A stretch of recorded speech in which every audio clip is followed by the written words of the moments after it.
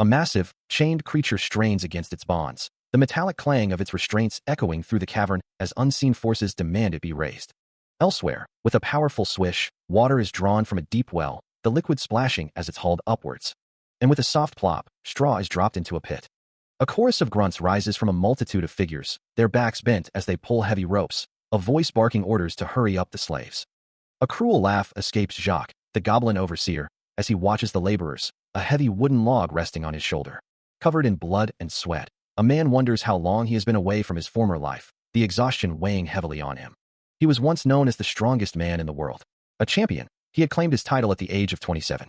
He had once held the title of the world's greatest fighter for 2 years, a reign that ended only when he chose to throw in the towel. With a perfect record of 23 wins and 0 losses, his dominance was absolute. He was the heavyweight champion of the greatest MMA league in the world.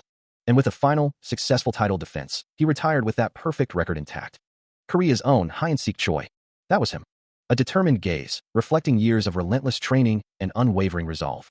This was the moment he retired, his gloved fists still ready for battle. He walked away from the roar of the crowd, leaving his legacy behind. He collapses to the ground with a heavy thud.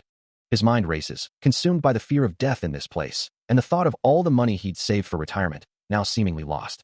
He cries out in despair, lamenting that his entire life had been nothing but fighting, and now, Hyun-sik Choi's journey might all end here. 30 minutes later, still overwhelmed by his predicament, he remains on his knees, sobbing. A grim acceptance settles over him, thinking that perhaps death would be a release from the endless cycle of training and title defenses. A sigh of relief escapes him, finding solace in the fact that at least no one would mourn his passing. Suddenly, a brilliant, ethereal light bursts forth, illuminating the desolate space around him, causing him to look up in confusion. From the blinding radiance, a figure begins to descend. An angelic woman with flowing blonde hair and crimson eyes floats down, announcing her late arrival to the SSS-class warrior, Hyun-sik Choi. She introduces herself as Rahel. As Hyun-sik Choi looks on in surprise, questioning her purpose as a scout for people on Earth. She leans in, holding his face gently, and asks if he truly doesn't know, revealing her role as a scout for the goddess of rebirth. He considers the alternative, accepting his death and being reborn as a mere nobody. Before she dramatically presents a second option. This choice involves becoming an SSS-class warrior in another world, a vibrant realm in desperate need of a hero. Still processing the sudden offer, Hyun-sik Choi remains skeptical, demanding to know the catch. Rahel, growing impatient, insists he should view this as a golden opportunity, listing the wealth, power, and new life awaiting him. But her enthusiastic sales pitch only elicits a bored sigh from him, as he dismisses her grand pronouncements about saving mankind from a demon king. More fighting, he thinks, already covered in blood and sweat, he doubts he could fight again. Considering his current state, Rahel continues her offer, explaining that if he becomes a warrior in another world, he would start over with a strong body. A soft tiarja sound accompanies her words as she urges him to pay attention, telling him all he would need to do is find and fulfill his little wishes. Still, he doesn't quite grasp it, so Rahel offers to explain further, presenting a vision of herself as the village elder of a barbarian settlement, with a food sound effect echoing through the scene. She continues the hypothetical, suggesting there's nothing worthwhile left in this simple village, and then, with a mischievous glint, proposes taking her as his bride, noting that she is widely known as the most beautiful girl around. The champion simply stares, a thoughtful escaping him. Rahel, growing impatient, lets out a frustrated TSK, wondering if he's still not getting it. With a dismissive whip sound, she states it's fine if he doesn't want to, declaring she'll just take his hesitation as a no and find another warrior next time. A sly haha escapes her as she adds a crucial detail, that there's no guarantee he'll even come back as a person. He stares, wide-eyed, as the full implications of Rahel's offer finally sink in. Then, with a swift, decisive motion, the angelic figure closes the distance, declaring her intent to proceed. A slight smirk plays on her lips, as she muses over his earlier reluctance. Suddenly, a surge of blue energy engulfs him, and he cries out, finally accepting the warrior's path. Rahel simply nods, her expression serene amidst the crackling magic. With a playful flourish, she begins the transformation, pulling him into the unknown. He's caught off guard, lifted by an unseen force, protesting the sudden acceleration of events. Unfazed by his surprise, Rahel continues the process, her words echoing with anticipation for the magnificent warrior he will become. But his pleas are in vain, as the magic intensifies, sweeping him away. He protests, arms flailing against the sudden, overwhelming force, but it's too late. A brilliant flash of light engulfs him. As a shimmering portal opens before him, a voice echoes, wishing him well on his adventure. The magic circle flares with a powerful swish, sending him through. Back in her own realm, Rahel sighs, annoyed, wondering why everyone makes such a fuss when they always go anyway, as she has other matters to attend to. Meanwhile, hide-and-seek Choi tumbles through an endless void, his name a distant whisper from Rahel, a final, almost dismissive farewell. He drifts through the dark expanse, her words of good luck fading into the silence of space. Unconscious, he continues to fall, until a voice begins to speak to him. His eyes snap open, confusion clouding his face, as he wonders if this is the village Rahel mentioned, finding the situation rather cliché. Struggling against unseen bonds, he demands his eyes open and for himself to get off the wall, letting out a grunt of effort. As he plunges through the void, a primal instinct takes over. He finds himself in a fighting stance, ready to challenge whatever comes next. But the impact is sudden and jarring, sending a shockwave through his body as he crashes down. He awakens to a booming voice, a deep growl echoing through the dark space, demanding to know why he continues to sleep in the quarters. His vision clears, revealing a massive, red-skinned figure looming over him, and a thought flashes through his mind. This imposing creature, with its horns and fierce demeanor, looks less like a village chief and more like a formidable quest. Bound and helpless, hide-and-seek Choi tries to respond, muttering that he is a warrior, as the ground rumbles beneath him. He stares up at the towering figure, a sense of awe and apprehension washing over him at the sight of this big dude. His hand trembles slightly as he processes the situation, questioning the absurdity of this new reality, yet a part of him knows this red cow must be his tutorial quest. The red-skinned warrior, hearing his declaration, offers a challenge. If he is a warrior, then he should make him his tutor, a proposition hide-and-seek Choi considers, realizing his duty as a warrior might not be over after all. A determined expression settles on his face, as he accepts the unexpected turn of events. He launches himself forward, a determined warrior's cry escaping his lips, convinced this is the only way to proceed. His foot connects with a powerful impact, as he declares his intent to defeat the tutorial beast. A moment of triumph washes over him, believing he's landed a solid blow. But the red demon merely grunts, his massive hand clamping down on hide-and-seek's leg with terrifying speed. With an iron grip, the demon captain mocks his effort, questioning the strength of what he called a kick. A sharp tug on his ankle sends a jolt of pain through the fighter, who realizes his angle has been completely compromised. The demon's voice rumbles with condescension, suggesting a nice nap would clear his head. Before he can react, a powerful fist, wreathed in a crimson aura, swings toward him, delivering a devastating blow. The force of the punch sends him hurtling through the air, his eyes wide with shock and pain. A dull thud echoes in the darkness, as a voice from within the basement dungeons cries out, demanding the door be opened. Loud bangs reverberate through the stone, accompanied by a furious shout, insisting on another shot at the red-haired bastard. Then, a sharp clack signals a shift in the environment, revealing a grim, stone archway. Suddenly, a flash of light erupts, and hide-and-seek Choi tumbles through a portal, landing with a heavy thud as he wonders who is making such a racket. He hits the ground hard, a demon's voice booming nearby, threatening to boil him alive and eat his flesh, to which he can only meekly promise to be quiet. A goblin guard, Jacques, stands over him, admonishing him to shape up, while hide-and-seek can only register the unbelievable sight of the rogue creature. Collapsing onto the cold floor with a soft flop, he laments his grand adventure in another world, realizing it's freezing in this new place. Lying there, disoriented and defeated, he can only question what went so terribly wrong. Still reeling from the sudden shift in his reality, hide-and-seek lets out a choked sob, his mind fixated on the sheer, terrifying beauty of the new world he's been thrust into. A voice cuts through his thoughts, asking if he's new here, to which he can only manage a simple, just, thanks. His eyes widen in surprise as the voice continues, explaining that this is a demon dungeon, controlled by Captain Raidron. Hide-and-seek's thoughts race, wondering what's truly happening, why they're here, and if they were transported somewhere else entirely, before he dashes forward, driven by a sudden curiosity. He shouts into the darkness, demanding any other warriors present to show themselves. The voice responds with a mocking tone, proclaiming they have a real warrior to save them, as other unseen voices chime in, identifying themselves as a warlock and a mage. Frustration building, hide-and-seek questions the situation, realizing this isn't a human dungeon, but a demon's forward operating base. A surge of red energy accompanies the explanation. The red demon he saw earlier is indeed Raidron, the captain of this place. As the imposing figure of Raidron looms in the background, the goblin guard, Jacques, offers a final, self-deprecating remark, acknowledging his own vicious little brute nature. Still reeling from the revelation, he considers the full implications, realizing that the worst demon of all, Rahel, is the one who brought him here. A sharp gasp escapes him as he demands to know more. The goblin guard, Jacques, sighs, wishing that the damn woman had sent them here by accident. Hide-and-seek's eyes widen in disbelief, asking if that means they aren't even supposed to be in this place. Jacques confirms his suspicion, explaining that they are merely warriors captured and brought from other worlds. He continues, detailing how most of them start as low-level quest villagers, often of low school rank, but none are from the Demon King's own territory. The pieces click into place for hide-and-seek, a chilling realization dawning on him. The reason he's trapped in this hell is because of her. His hand clenches into a tight fist, a surge of pure rage coursing through him as he curses the F*** and G bitch responsible.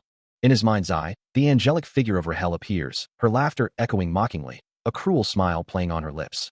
The ominous thud of marching feet echoes through the dungeon, a chilling rhythm from the Demon Army's 3rd Division, 2nd Slave Unit. Under the watchful eyes of their goblin overseers, Hyeon-sik Choi toils, his body drenched in sweat as he relentlessly swings his pickaxe, driven by the grim command to defeat the enemy with their own flesh. With a final, resounding clang, his tool strikes the rock, signaling the end of another brutal day. The guards bark orders, their whips cracking as they herd the exhausted laborers back to their cages. A silent, burning rage fills him, a promise whispered in his heart that one day, he will kill these goblins.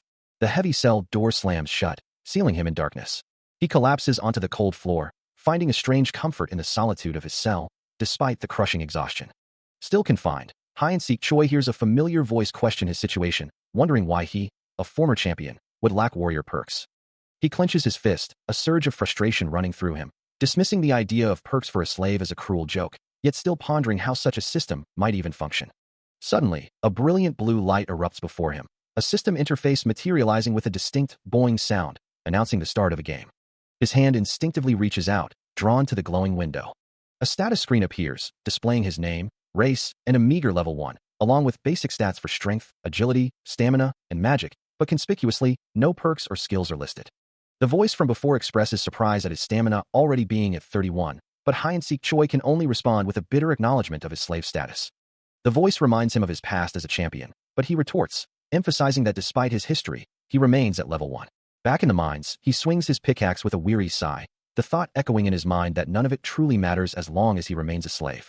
Yet, the voice persists, urging him on, suggesting that he might still grow stronger and become a true warrior, even amidst the harsh reality of his forced labor. He stares at the system window, a quiet hum, escaping him as the ethereal voice from before confirms his suspicions. His situation is indeed dire. Even with this new system, he realizes he's still just level 1, yet the voice claims omniscience. A soft sigh echoes in the silence, a subtle acknowledgement of his predicament. Alone once more, he focuses on the stats, a small beep from the interface drawing his attention to a crucial detail. Magic, it seems, would grant him superhuman strength. He double-checks the information, a flicker of determination in his eyes, knowing that 2 things hold infinite potential. His gaze drifts to the Magic 10 stat, then to the bonus points and warrior points fields, wondering what exactly those warrior points could be. A buzzing sound accompanies his thought as he questions aloud why the system mentions warrior points if none of his current abilities or skills show them. Suddenly, a blinding flash erupts, and he instantly recognizes the light, a surge of realization hitting him as he wonders what it could possibly mean. As the familiar flash of light erupts, Hyeon-sik Choi recoils in surprise, a voice echoing through the sudden brilliance, greeting him with a cheerful, "Hey, warrior, been a while." The angelic figure, Rahel, leans in, her crimson eyes sparkling, assuring him, "I, Rahel, shall explain." Her entire form now radiates with a soft, golden glow, her hands gesturing as she prepares to elaborate, proclaiming, "Warrior points are." "I, Rahel, shall explain," the small, winged figure declares, her voice bright. "What warrior points are?" She giggles, her form shimmering with light as she continues, "Warrior points are a currency you can use to," her voice trailing off as her form shrinks further, causing the man to flinch back with a startled, "Eek," as the tiny, glowing fairy hovers inches from his face, still explaining. They're usually attained by defeating foes or to use them. His hand clenches into a fist, a low growl escaping him. As the fairy finishes, "You," he retorts, "take your warrior points and shove them." He grabs the tiny creature by her head, a stern expression on his face, declaring, "You need to learn a lesson." A bit later, a soft sniffle echoes in the silence. As the fairy whimpers, "I'm sorry," while the man sighs, "How was I supposed to know that spelling out squeeze you was offensive?" His leg is visible, and a blue holographic interface glows, displaying Shield of Silence active. Hyeon-sik, still processing the system messages, turns to the small fairy, asking if she's been assigned as his manager as punishment. Rahel, looking distressed, corrects him, explaining that she is his personal fairy. She adds, with a hint of exasperation, that she'll be helping him until he defeats the Demon King, having been kicked back down to level 1 after a century. Still held firmly in his grasp, Rahel apologizes, admitting she doesn't understand his warrior points. She clarifies that while they have plenty of warrior points, his potential is that of a 999 class warrior. Hyeon-sik, observing a system window, internally asserts that this doesn't mean he has to give up, as he's never been one to shirk his duty. Rahel, gasping in frustration, declares that she's done with this whole situation. She wonders to herself if he was always like this.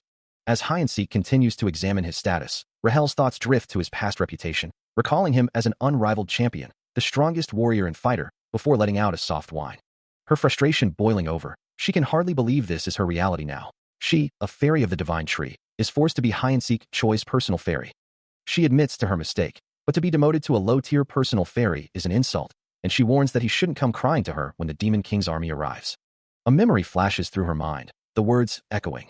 The decision has been made, Rahel. You are the only fairy formed from the divine tree who has failed. The weight of her past failure presses down, the sacred duty of a personal fairy, to guide their warrior to glory, even unto death, a stark contrast to her current predicament. The memory continues to haunt her, a voice questioning if she truly understood her duty as a fairy, making her gasp in disbelief. A blinding golden light erupts around her hand, a vivid reminder of the moment her fate was sealed. Her anger finally explodes, a powerful surge of energy bursting forth as she screams, warning Hyeonsik not to make her do something she'll regret. The outburst culminates in a brilliant flash, illuminating the dark space around her. Finally, defeated, she slumps down, a heavy sigh escaping her lips as she accepts the grim reality. A personal fairy follows the warrior's orders, no matter what. With a plan now in motion, Rahel's voice echoes, reminding Hyeonsik that he must rely on her for his escape, to which he dutifully agrees. He takes a careful step, the soft clank of his footfall barely audible in the dungeon's silence. Suddenly, a sharp noise makes him grab for something unseen, his eyes widening in surprise. Meanwhile, a goblin guard, Jacques, barks orders to his comrades, urging them to wake up and continue their search. He complains about the difficulty of a simple roll call, as a magical hum and a dull thud resonate nearby. Elsewhere in the dungeon, Captain Raedron stands tall, a subordinate informing him that the human has been summoned. A whooshing sound accompanies the transition to Raedron's private chambers, where he addresses an unseen figure. He remarks on their recent diligence, receiving an immediate affirmation of "yes, sir," in response. Hyeonsik stands, his expression unreadable, now clad in a simple tunic and vest, a stark contrast to his previous attire. Meanwhile, in the dungeon depths, Jacques, the goblin guard, can barely believe his ears, muttering to himself about the unexpected praise from his superior. Back in his chambers, Captain Raedron, the red demon, looks on with a calculating gaze, explaining his reasoning for a decision. He then reveals his intention, proposing to make Rahel an overseer, a suggestion that causes a visible shockwave of golden energy to ripple around her. The two lock eyes, a silent tension building between them, Rahel's crimson gaze meeting Raedron's bright yellow stare amidst the crackling golden aura. Raedron reacts with a sharp exclamation, his thoughts turning to the slow work rate, while Rahel expresses her utter disbelief. She slides a glass across a table, her hand trembling slightly, muttering a soft, as she tries to compose herself, insisting it's just a glass and urging herself to speak. With a sudden burst of resolve, she prepares to make her point, a silent shout echoing her determination. Her frustration boils over, declaring that a warrior cannot possibly act as a mere minion in the Demon King's army. Despite Rahel's earlier defiance, the focus shifts abruptly to Hyeonsik, who finds himself caught in a powerful, unseen force, red energy crackling around him as a voice commands him to freeze. Meanwhile, Raedron, with a confident smirk, addresses an unseen superior, pledging his unwavering loyalty and promising to handle the situation. Hyeonsik's face contorts in agony as a brutal impact sends his head snapping back, the force echoing with a loud bang. Raedron continues his report, assuring his superior that he will keep the humans on a tight leash, his words dripping with a chilling competence. Hyeonsik lets out a pained grunt, his expression a mix of defiance and suffering, as Raedron offers him personal training within the demon army if he proves himself useful. Another devastating blow lands, sending a wave of excruciating pain through him. Despite the torment, Hyeonsik's mind races, glowing particles swirling around him as he desperately considers any possible means of escape. A few days later, under a vast and ominous sky, the landscape stretches out, firmly within the dominion of the great Demon King. The rhythmic clang of pickaxes echoes through the cavernous mine, as figures, burdened with heavy sacks, trudge up a steep path, their shouts of defiance against the Demon King mingling with cries of loyalty. An overseer, whip in hand, barks orders at the struggling workers, demanding they move faster. One of the miners, utterly exhausted, laments that even his grandmother could outpace them. The overseer cracks his whip, frustrated that they'll never meet their quota at this rate. Meanwhile, he stands before a glowing blue system window, which confirms the completion of a quest to mine 1,000 ore, offering gold, experience, and a warrior point as reward. From a raised platform, he surveys the toiling miners below, a goblin guard beside him remarking on his apparent madness, while the former champion declares that being an overseer is the best. The system window reappears, prompting him to accept the quest rewards, as Rahel observes him with a worried expression, wondering if he's truly become a warrior. A smirk plays on his lips, as he confidently asserts that this is all part of becoming a true warrior, challenging the little lady to watch what the big dogs do. With a fierce cry, he plunges a glowing pickaxe into an undead miner, completing another quest and earning more rewards. He receives a stark warning from the system, a monstrous presence materializing before him. With a determined grunt, he grips his pickaxe, explaining that he is simply following the system's directives. From a distance, Rahel watches, her expression etched with concern as she questions his use of a demon's weapon, reminding herself of her duty to observe him. Hyansik stands over the fallen creature, a goblin-like monster, the system's message echoing in his mind about being mistakenly sent to the demon fortress. Rahel, still troubled, insists that his actions don't align with the system's usual protocols, while he vehemently denies any fault. The scene shifts to last night. Jacques confronts Hyansik, demanding to know why he's indiscriminately killing the monsters. The goblin guard flaps his wings in agitation, protesting that the infiltration of these creatures isn't his responsibility. A system window appears, announcing a warrior quest that frames his predicament as a tragic mistake, yet also a good opportunity to gain favor with the Demon King. He stares at the system window, a new message flashing across his vision, while Rahel, her expression etched with concern, questions the meaning of the system's latest directive. Only upper-rank demons can use quest instructions? His brow furrows in thought, the implications of the message weighing heavily on him. Suddenly, a boisterous laugh erupts nearby, as Jacques, the goblin guard, announces the demon army's 3rd division is on the move, his voice filled with mocking glee. A sharp beep from the system draws Rahel's attention, her eyes widening in surprise at the new notification. As Hyansik begins to walk away, Jacques follows close behind, muttering about why he should care for him, calling him a slave with a dismissive foop sound. The goblin guard continues to taunt him, demanding to know how long he's expected to wait. Their path leads them to a grand, imposing door, marked clearly as Raedron's chambers. Inside, the formidable Captain Raedron stands before a large window, reflecting on how he's been told the outside world has become much better. He turns to face Hyansik, his gaze piercing. He lets out a frustrated groan, still battling the monstrous creature, while Rahel, seemingly oblivious to his struggle, gushes with thanks for his kindness and understanding. Meanwhile, elsewhere, a pair of large, red, clawed hands twitch with anticipation. A system notification flashes, declaring a warrior quest complete, drawing a thoughtful hum from Captain Raedron. Another message appears, awarding him 100 warrior points and announcing the creation of the noble warrior skill. The demon captain grins, exclaiming that it totally worked, as Hyansik looks on, visibly surprised. Rahel, still caught up in her own thoughts, excitedly declares her next plan, but Hyansik attempts to interject, trying to get a word in. Later, the two men sit across from each other at a table laden with food. The demon captain leans forward, asking about training the slaves? A sly, almost sinister smile spreads across Hyansik's face as he replies, "Just imagine, sir." He listens intently as the imposing figure before him declares, an elite squadron of perfectly synchronized slaves. Not a lack of one among them, but 100, and the work of 3 slaves. He continues, describing them as professional workers that could finish repairing the fortress within a week. But then Raedron concludes, having me train them is not my business, prompting a thoughtful hum from the kneeling man, who then suggests, "Then I bet you'd know who would say, 'Amazing job. How did you do that?'" He then adds, "Permission granted." With a slight bow, he expresses his gratitude. "Thank you, sir." A flicker of surprise crosses Raedron's face. Meanwhile, Rahel zips through the air, lamenting her warrior points, eager to gain so many more. A frustrated sigh escapes Hyansik. "Ugh, you're so annoying." "I know," he retorts, warning her not to listen to anyone but him, while she continues to obsess over gaining more points. He declares his intention to use the slaves to revolt, a thought that seems to surprise even himself. His mind races, calculating the numbers, 500 human slaves against 500 demon troops, with an allied human army post nearby. The strategic implications of that nearby human army post weigh heavily on his thoughts. Meanwhile, Rahel's singular focus on accumulating warrior points continues to annoy him, as she seems oblivious to his grander schemes. He glances, his gaze sharp, realizing that the only remaining piece of the puzzle is to understand how to best utilize these warrior points.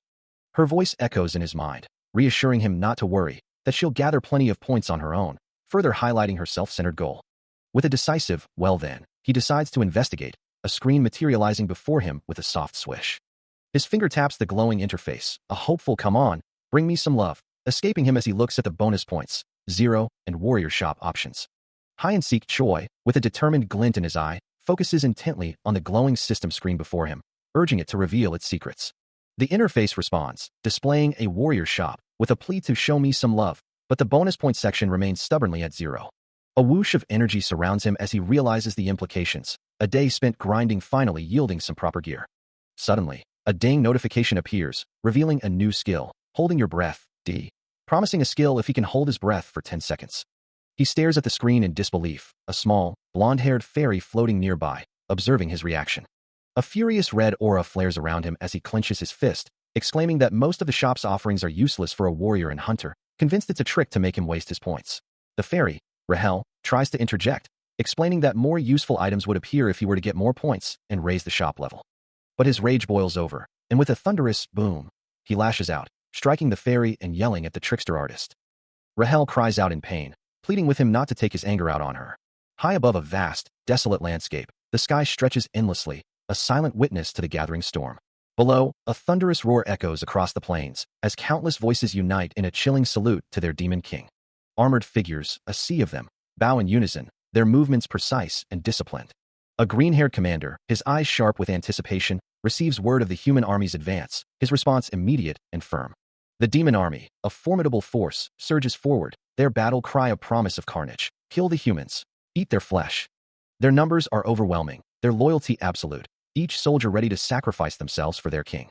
Deep within a fortified structure, the heavy clang of armor resonates, as Raedron stands, his presence commanding. A greenskin messenger, Jacques, rushes in, delivering an urgent message to the demon captain. Raedron's expression hardens, the news confirming the human army's relentless march.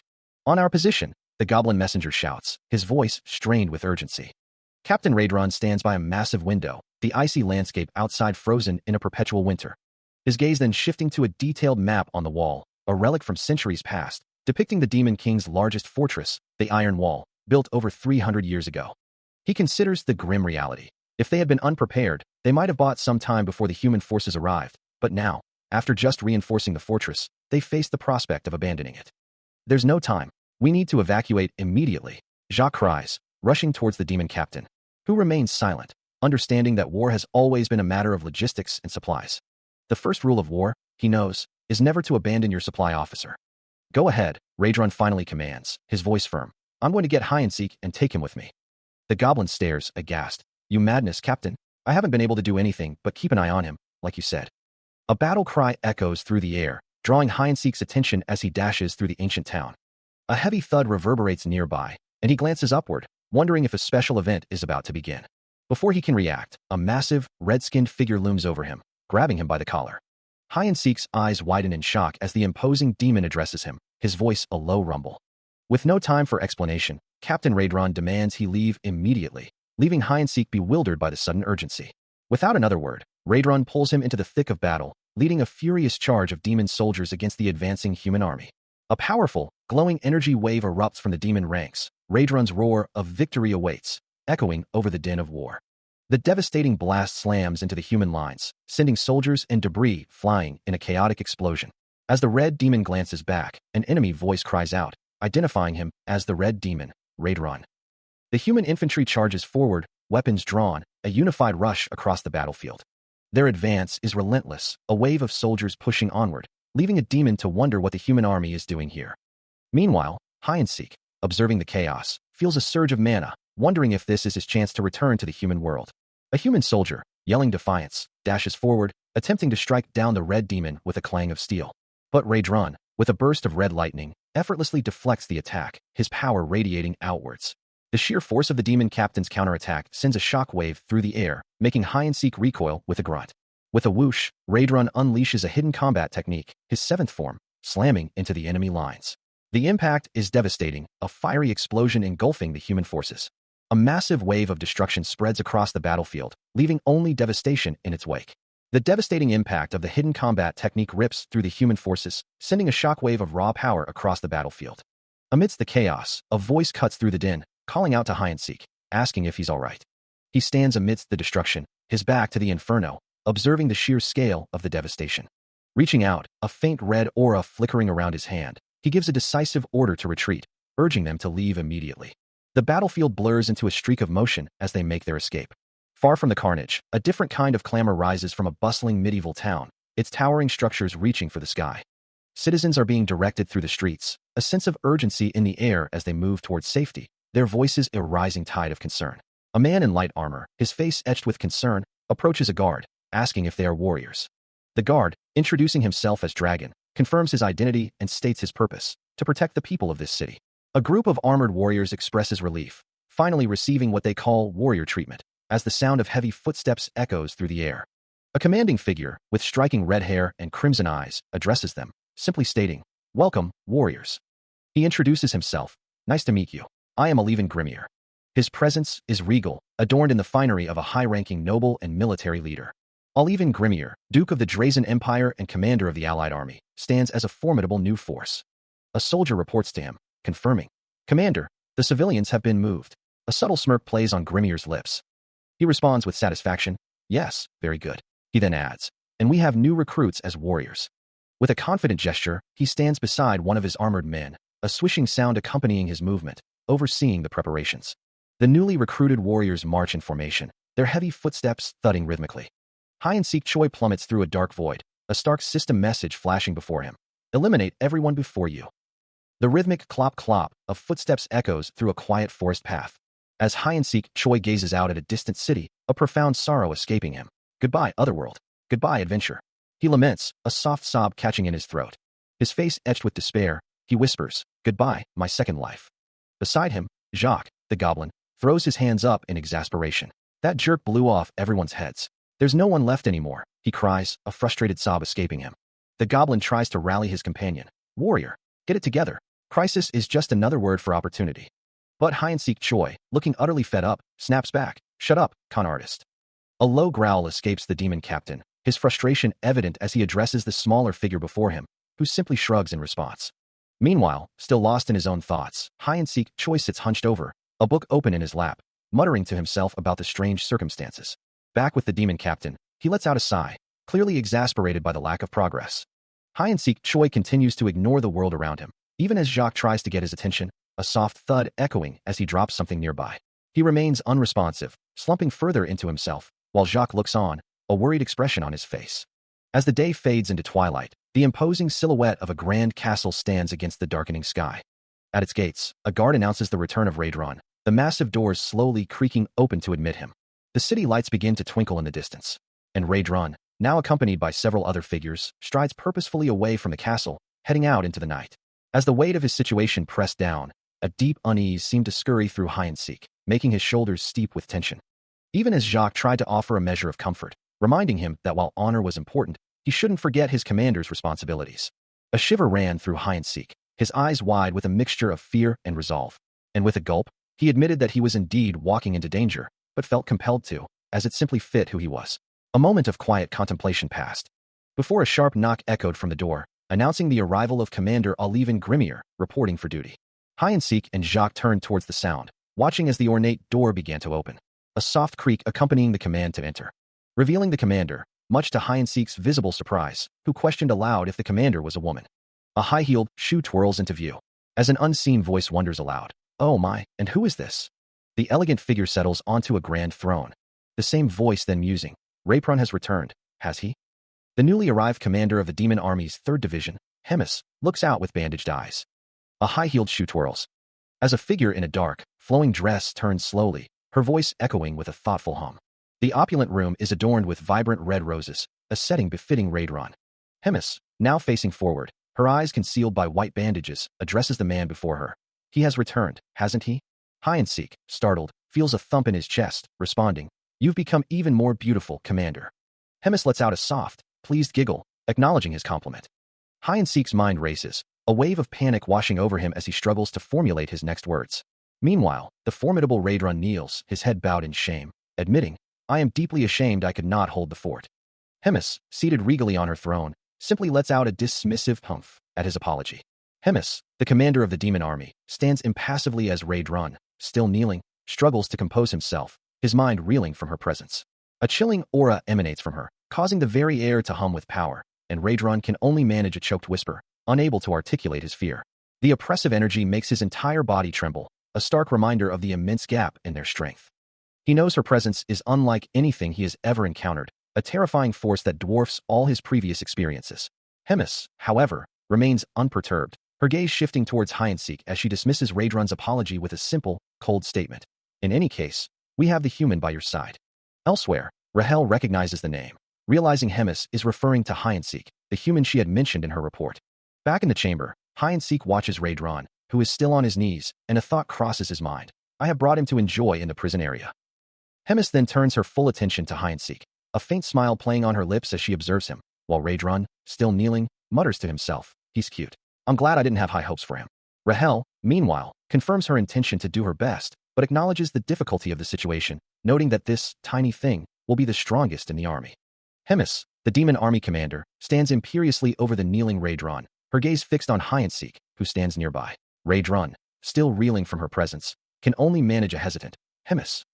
She dismisses his concern with a sharp no, her attention unwavering from the human, even as Raedrun protests. "But if you will allow it, I shall train him myself." His voice trails off, a realization dawning on him that he is powerless to intervene. "I can't have my subordinates keeping tabs on a human." Suddenly, a vibrant purple energy erupts around Hyansik with a sharp pop, blinding light, and swirling particles engulfing him. The magical aura intensifies, pulling at his form, his body beginning to distort and fade from view. With a soft FOP, Hyansik vanishes completely, leaving only residual purple light in his wake. From her hidden vantage point, Rahel gasps, her eyes wide with alarm as the whoosh of displaced air confirms his disappearance, a wave of concern washing over her. Hemis, her form still radiating a faint purple glow, declares with a confident swish of her robe, "You will be one of the handlers for my son." A subtle, satisfied smile plays on her lips as the last vestiges of her magic dissipate, her intentions for Hyansik now chillingly clear. A monstrous, black-furred creature with glowing red eyes and sharp fangs lets out a low growl as a voice coos, asking if its name, Bubble, isn't just adorable. The question hangs in the air as another voice, clearly incredulous, blurts out, "Pfft, that thing is a dog, not a demon beast from hell." Hemis, her eyes gleaming with amusement, watches Raedrun's reaction, a faint ching sound accompanying her words as she confirms, "Yes, I knew you'd get it, Raedrun." Raedrun, visibly taken aback, questions her, asking if she's referring to the human, while Hemis, with a predatory glint, simply asks, "Don't you like him?" He stammers, acknowledging Hyansik Choi, but points out that he's merely human, adding that it would be an anomaly for a human to become a handler for her son, a soft foop sound echoing his concern. Hemis simply smiles, a satisfied expression on her face, declaring, "Yes, much better," as another foop sound punctuates her statement. A light, almost playful giggle escapes her lips as she warns, "My baby's a bit touchy when he's hungry, so you'd better be careful. He keeps eating his handlers, so I'm going to keep finding new ones." Raedrun, now looking utterly distressed, chews nervously, assuring her, "Yes, I'll keep that in mind, ma'am," as he internally processes the chilling details. Hyansik stands before a door, a simple sign above it declaring it to be Bobo's room, a revelation that leaves him utterly bewildered. As he processes the situation, a voice from nearby questions his presence, wondering if he's the new warrior handler and doubting his strength to manage the beast, while a system window appears, assigning him a warrior quest to gain Bobo's approval, survive, and plan for the future, promising 200 points upon completion. He can only hum in confusion at the strange task. Scratching his head in disbelief, Hyansik mutters about the sheer oddity of these quests. He peers into the dark room, the faint sound of sniffing echoing from within, a sense of unease settling over him. Suddenly, the door creaks open, revealing the shadowy interior. A goblin guard, Jacques, bursts forth, slamming his fist against the wall and yelling, demanding to know why a human is here. He points an accusing finger at Hyansik, complaining about being replaced and grumbling that he isn't paid enough for such indignities. Turning back to the dark room, the goblin guard asks where the other handlers have gone. Still fuming, the goblin guard mutters about the previous handlers, wondering where they all went, before declaring that they are all gone, and he is now in charge of guarding Bobo. He then confirms his statement with a curt, "Yup." Suddenly, the goblin lunges forward with a furious burst of speed, his clawed hand slashing out at Hyansik, who barely manages to evade the strike. The goblin continues his relentless assault, moving with surprising agility, as Hyansik dodges, realizing the creature's intent. He snarls, demanding to know who Hyansik is and why he's here, before threatening to shut him up. With a swift motion, the goblin grabs Hyansik's arm, his grip surprisingly strong, and warns him that this is going to be the end. A surge of determination fills Hyansik, a silent command echoing in his mind, "You do it." Before the goblin can react, Hyansik delivers a sharp, precise strike, connecting squarely with the creature's face. A treat is offered to Bobo, who eagerly accepts it with a soft thud. The monster chews loudly, devouring its meal with surprising speed, a hand still visible near its rapidly moving jaws. Elsewhere, a frantic flapping sound echoes from outside a window, followed by a distant, desperate cry. Rahel, her form glowing with a faint aura, reacts with sharp indignation, declaring that the situation has gone too far. Back in the dark confines, Bobo's mouth flaps open once more, revealing a maw full of sharp teeth. Before he can react, the beast lunges, grabbing Hyansik, who screams for help as something snaps and rummages in the sudden chaos. He lets out a thoughtful sound. As a system window materializes before him, detailing a massive bone and a curious beep sound, prompting him to wonder what that noise could be. Suddenly, he spots Bobo, who has somehow acquired a large bone, and calls out to the creature. But Bobo only responds with a low growl, his eyes fixed on the prize. With a triumphant flourish, hide-and-seek Choi manages to secure the enormous bone, holding it aloft with a wide grin. Before taking off at a sprint, playfully challenging Bobo to go get it. Bobo, eager for the chase, leaps into the air with a powerful snap. While Rahel, observing the chaotic scene, lets out an exasperated huff, demanding to know how the creature even found such a thing. Hide-and-seek Choi continues his dash, musing aloud that he could have found the bone earlier, or perhaps it was just a super-massive bone, big or small, as Bobo relentlessly pursues him. He looks down at the massive bone, a new quest item, considering its implications. As he holds the enormous object, the beast Bobo approaches, eyeing it with intense curiosity. A low growl rumbles from Bobo's throat, his gaze fixed on the bone, as if it were calling to him. Hide-and-seek Choi, sensing the challenge, teases the creature, asking if he intends to try and eat him for it. With a determined glint in his eyes, Hide-and-seek Choi decides to make a game of it, refusing to simply hand over the prize. Bobo's growl intensifies, his red eyes glowing with excitement, as if he's heard the most magical word a dog could ever wish for. Hide-and-seek Choi's expression shifts to surprise, realizing the beast's eagerness for a walkies with the bone. Bobo lets out an excited yelp, his entire being vibrating with anticipation. And just like that, the chase begins, Hide-and-seek Choi dashing off with the bone, Bobo hopping joyfully in pursuit. The dungeon corridor stretches onward, a labyrinth of stone and shadow. Through it, Bobo dashes with frantic energy, his senses overwhelmed as he searches for the elusive scent of the massive bone. Hide-and-seek Choi laughs, teasing the beast, asking if he's still chasing him like a walrus, while Bobo, confused by the lack of food, continues his desperate search. Spotting a goblin ahead, Hide-and-seek Choi suggests they ask him for directions, dashing forward. But Jacques, the goblin, stands firm, a glowing blue barrier preventing their return, telling them they can't come back yet. Bobo lets out a frustrated growl, his red eyes flaring with hunger and impatience. Jacques watches the beast, realizing he's caught in a chase with Bobo. Meanwhile, Bobo has found something to devour, slurping it down with gusto, prompting Jacques to wonder what a human is doing with such a creature. Hide-and-seek Choi scolds Bobo for eating everyone, then proudly declares himself the beast's new tamer, leaving Jacques to ponder the implications. Still trying to make sense of the situation, Hide-and-seek Choi asks where the mess hall is, while Bobo, the demon beast, seems to be laughing at him. Then, pointing to the left, Bobo dashes off with a whoosh, indicating the direction. Hide-and-seek Choi watches him go, utterly confused by the creature's erratic behavior. He wonders aloud what Bobo is going off about, as the demon beast continues to laugh, confirming that the guy they were looking for isn't here. With a grumble, Hide-and-seek Choi resigns himself to the fact that he'll have to find the mess hall himself. As Bobo continues to run, Hide-and-seek Choi playfully chides him, asking if he plans to spend his life as a low-rank pickaxe goblin. He declares his own ambitions, dreaming of a fair maiden and a bright future, as Bobo bounces away. Suddenly, a strange blue energy flares behind him, causing Hide-and-seek Choi to shiver in confusion. He cries out in alarm, questioning where the mysterious stuff came from and where Bobo has gone, as he is sent flying backward. As the immediate chaos subsides, a deeper understanding of the world begins to unfold, revealing a character snippet for Bobo, a beast with two sides, a creature whose loyalty, like any dog, is bound to its master. Hide-and-seek Choi's gaze sharpens, a thought of that thing crossing his mind as he moves with a swift swish. He recalls fragmented dreams of a golden-haired maiden, then springs forward with a boing. A sudden chill runs through him, making him shiver as he questions his surroundings.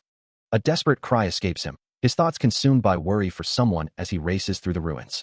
The chase intensifies, a growling dog pushing him to his limits, his boots scraping scry against the ground. From a distance, Rahel spots him, her voice a soft "oh" as she directs the warrior. Hide-and-seek pushes harder, a determined dash echoing through the desolate streets. "There you are," he mutters, a fierce woof sound accompanying his relentless pursuit. He continues his powerful dash, the woof growing louder as he closes in. The chase continues as a dark, dog-like creature, its red eyes glowing fiercely, snarls and growls, a primal sound echoing through the ruins. A desperate cry of "ahhh" rings out, followed by the grim news: Sergeant Rise is dead. Who killed him? A small, green-skinned figure, clutching a spear, curses under its breath, vowing to find the killer and exact revenge, as another growl emanates from the shadows. Hide-and-seek holds the very creature in question, a small, black-furred beast named Bubble, the dialogue confirming, Bobo definitely killed him, right? He rushes forward, a blur of motion, as a voice urges him on. "Warrior, we can't take this. Can we?" Ignoring the plea, Hide-and-seek unleashes a powerful strike, his fist glowing with energy, engaging a towering, armored demon in fierce combat, while Jacques, the goblin, watches nearby. Meanwhile, Bubble's paw, still clutched in Hide-and-seek's grip, lets out a soft, questioning roaf. His path abruptly blocked by a pile of rubble and debris, Hide-and-seek exclaims, "Oh no, a dead end." Back at the scene of the crime, Jacques examines the fallen sergeant's body, muttering, "So a human killed our sergeant? Hey guys, buddies." As he lets out a frustrated puka, two goblins chatter nervously, hoping the approaching figure is a formidable monster, one they can butcher and feast upon. But Hide-and-seek Choi, his eyes burning crimson, lets out a guttural hiss, his fury palpable.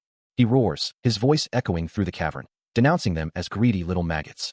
The sheer force of his shout slams into the goblins, freezing them instantly in their tracks. He continues to bellow, their fear holding them captive. Meanwhile, Jacques, clutching the small demon beast, looks on in confusion, wondering what could provoke such a powerful outburst. He gasps, indignant, at the sheer impertinence of Hide-and-seek's words. Hide-and-seek's furious shout reverberates once more, his rage undiminished. The creature Jacques holds is none other than Bobo. Hide-and-seek continues to manhandle the small demon beast, shaking it roughly as if to extract information. The creature's tiny legs flail helplessly in the air. As a voice from off-panel cries out in disbelief, "Bobbit? You mean Commander Hemis's pet?" Jacques, holding the demon beast, stares in shock, unable to comprehend the human's actions. He mutters to himself, questioning why a human would be holding the creature, his voice trailing off in a worried chatter. Hide-and-seek, still gripping Bobo, prepares to smash it into the ground, while Jacques pleads with the beast, asking if it truly believes what the human is doing. A guttural roar erupts from Hide-and-seek, his anger palpable, and Jacques shouts for him to move the creature. Suddenly, Jacques commands Bobo to attack, and the demon beast lunges forward with a furious dash, its maw wide open. It bites down with a sickening crunch, its teeth tearing into Hide-and-seek's arm, drawing a shriek of pain and a spray of blood. Still seething, Jacques demands to know who would dare question his authority, then turns to the demon beast, Bobo, commanding it not to doubt him. A subtle chime sounds, and Jacques, a smirk playing on his lips, realizes something significant. He declares that he was merely biding his time, a metallic clack punctuating his words. Hide-and-seek remains utterly unfazed, the demon beast still latched onto his arm, as Jacques and his goblin guards watch, a sudden, sharp exclamation hanging in the air. A shiver runs down Jacques' spine, a chilling realization dawning on him as he stares at the unmoving warrior.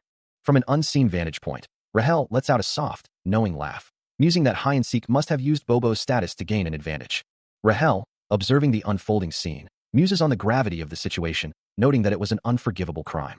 Meanwhile, before the imposing figure on the throne, Jacques bows deeply, his voice filled with remorse as he admits to the transgression. He asks what could have possibly transpired to provoke such an act, a hint of disbelief in his tone. Jacques continues his prostration, explaining that the creature had been acting strangely, and he had simply been trying to calm it down. Hide-and-seek, however, dismisses the excuse with a knowing glance, remarking that the goblin is much bolder than most humans.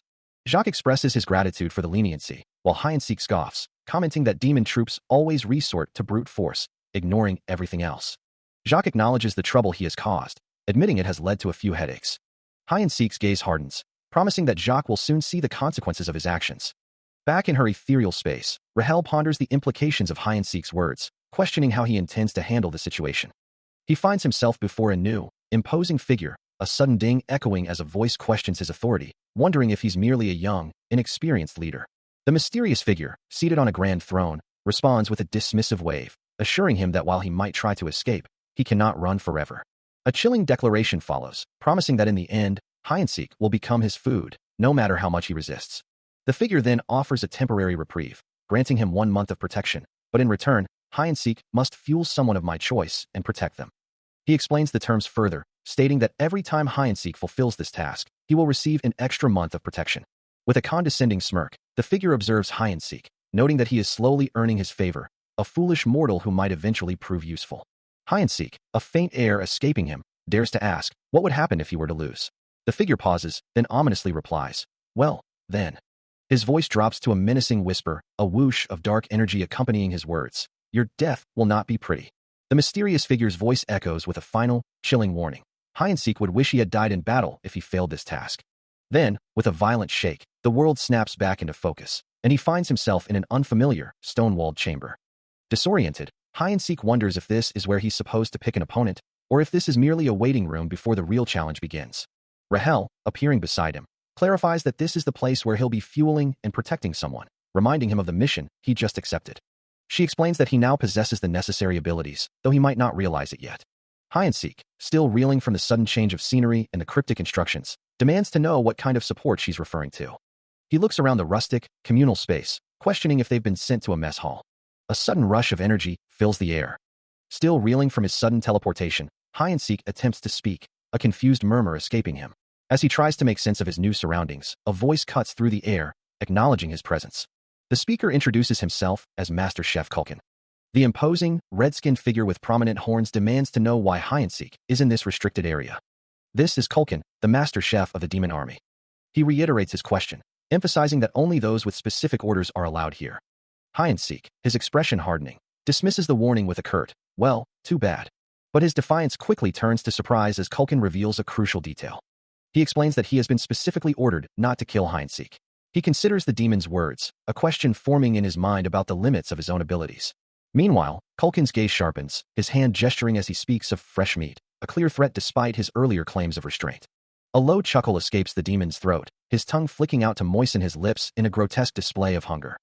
With a sudden burst of frustration, hide-and-seek slams his fist down, the impact echoing through the stone floor.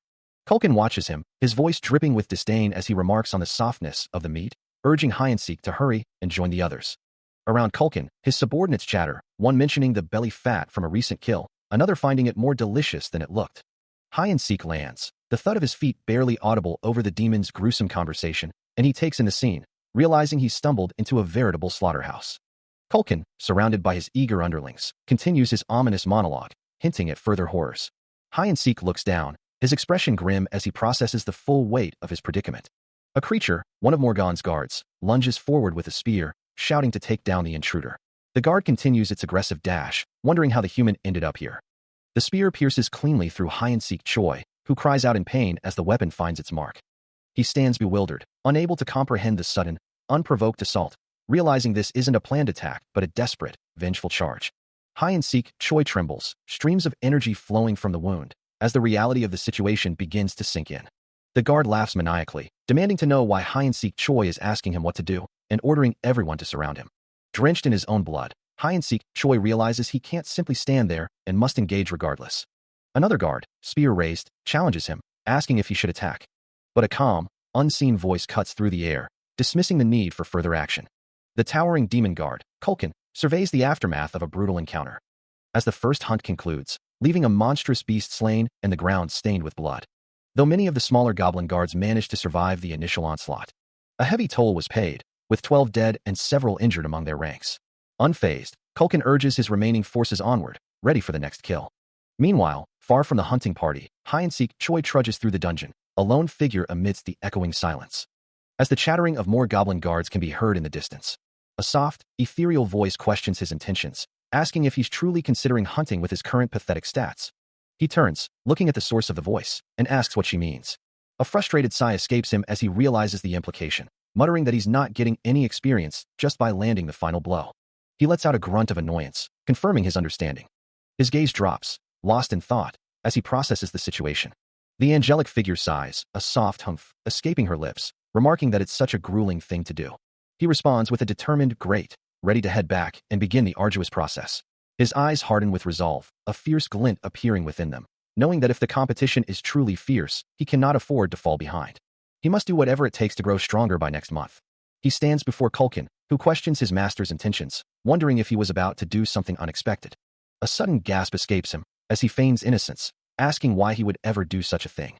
A knowing smirk plays on his lips, realizing Culkin sees right through him, a quiet chuckle escaping his throat.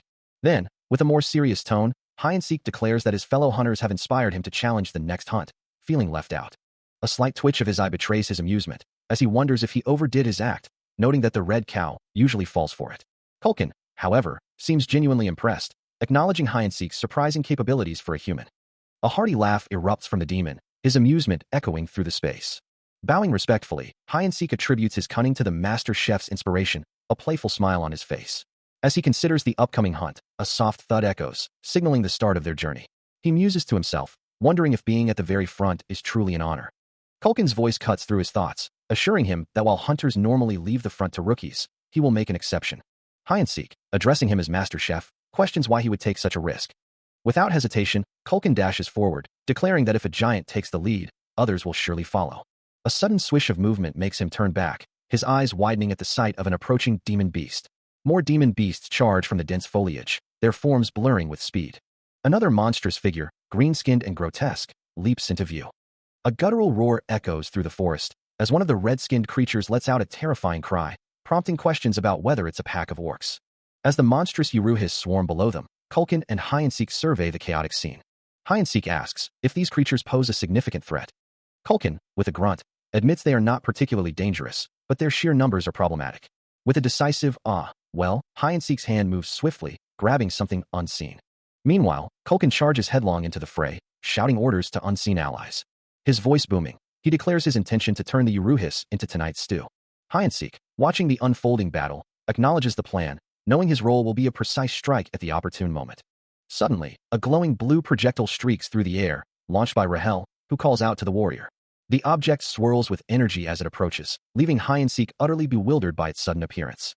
As the mysterious object thrown by Rahel connects, a system message flashes, indicating a power-up with a duration of 3 minutes, and a blue aura envelopes him. Meanwhile, Rahel offers a casual shrug, seemingly unconcerned by the intense energy now coursing through Hyansik. He grunts, spewing a mouthful of air as the power surges through him, questioning why such an ability wasn't unleashed sooner. With newfound resolve, Hyansik declares his intent to deliver the final blow, while Rahel cheers him on, calling him her hero. He dashes forward, fist clenched, a blur of motion. The speed is incredible, Rahel's voice echoing in his mind, urging him to imagine a future of peace. He continues his relentless charge, the promise of retirement fueling his every step. His weapon, a streak against the sky, moves with impossible velocity. Then, with a powerful swoosh, he strikes. Hyansik, still reeling from the surge of power, unleashes a devastating attack, tearing through the horde of green-skinned creatures. His blows land with incredible force, sending the goblins flying as the system registers multiple level-ups. The blue interface flashes, confirming his rapid ascent through the ranks. He stares in disbelief, realizing the sheer power he's gained from a single, decisive strike. A fierce determination hardens his gaze, vowing to finally become strong. But the sudden rush of power proves overwhelming, and he stumbles, losing his footing. He tumbles through the air, the ground rushing up to meet him, as the surrounding goblins recoil in a mixture of fear and anticipation. Before he can recover, the creatures swarm, landing blows as he crashes to the ground, a surprised oops escaping his lips. Yet, as he lies there, a chilling, manic grin spreads across his face, his eyes glowing an ominous red, the raw power within him bubbling to the surface. A chilling, manic laugh escapes Hyansik, his eyes glowing a fierce red as he stands amidst the fallen goblins, reveling in the final blows. But from the shadows, a massive, dark entity with piercing red eyes emerges, its voice booming as it claims all the kills for itself. Red particles and energy swirl through the air, while below, a faint chattering sound echoes. And Hyansik, now with his normal gaze, looks around in confusion, wondering if the chaos has finally ended, as Rahel observes him with a thoughtful hum, noting his recovery. He glances around the desolate area, realizing they have cleared out all the magic beasts. Meanwhile, the goblin Jacques gnaws loudly on a piece of meat, suggesting it's time to return now that the butchering is done. He cackles with glee, clutching a large, juicy cut, before tossing aside a bone with a loud thud and demanding a bigger one. He chews thoughtfully, a faint confusion clouding his expression as he processes the strange taste. Suddenly, a voice cuts through his thoughts, and Culkin extends a hand, offering him another piece of meat. The rough, cooked flesh is presented without ceremony, and Hyansik watches as the demon chews contentedly beside him, a surprised exclamation escaping his lips. He turns to the master chef, questioning, "Is it really all right to eat the supplies meant for the army?" Culkin simply shrugs, explaining that there's no room for pickiness as a mess hall soldier, and besides, the flesh of magic beasts spoils quickly. With a powerful rip, he tears off another chunk, muttering about how regular soldiers never get to taste meat this fresh. He savors the bite, declaring good meat to be one of life's great blessings. Hyansik stares, a hint of disbelief in his eyes, wondering if this truly is a perk worth risking his life over. Still reeling from the bizarre offer of monster meat, he hears a voice from off-panel, asking if there's no union here, before urging him to eat up, as he must be hungry.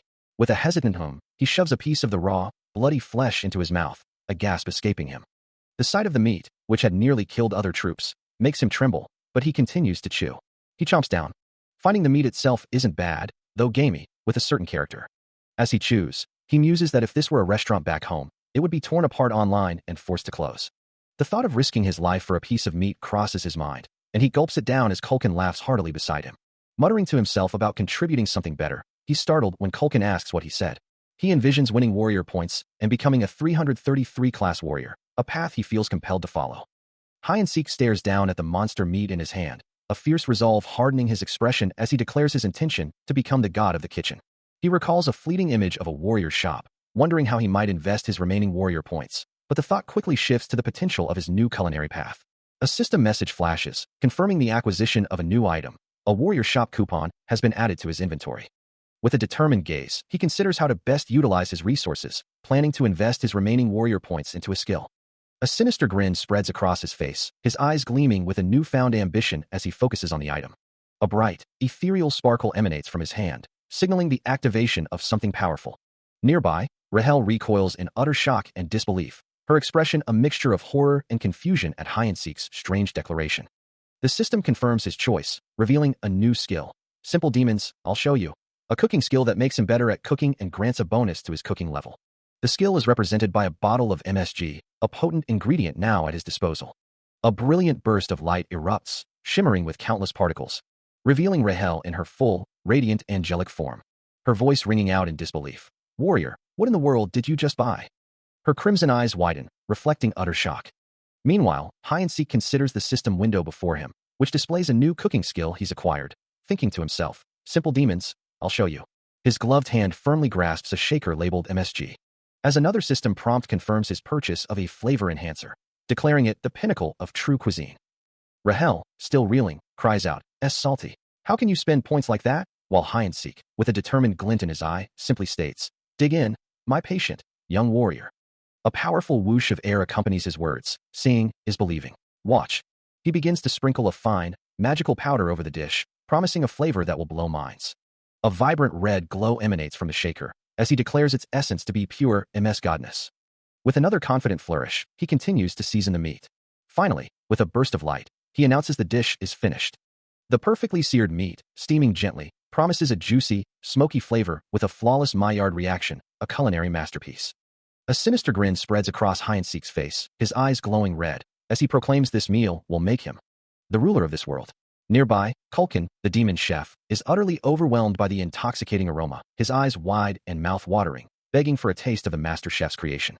His hand reaches out instinctively, unable to resist the irresistible dish.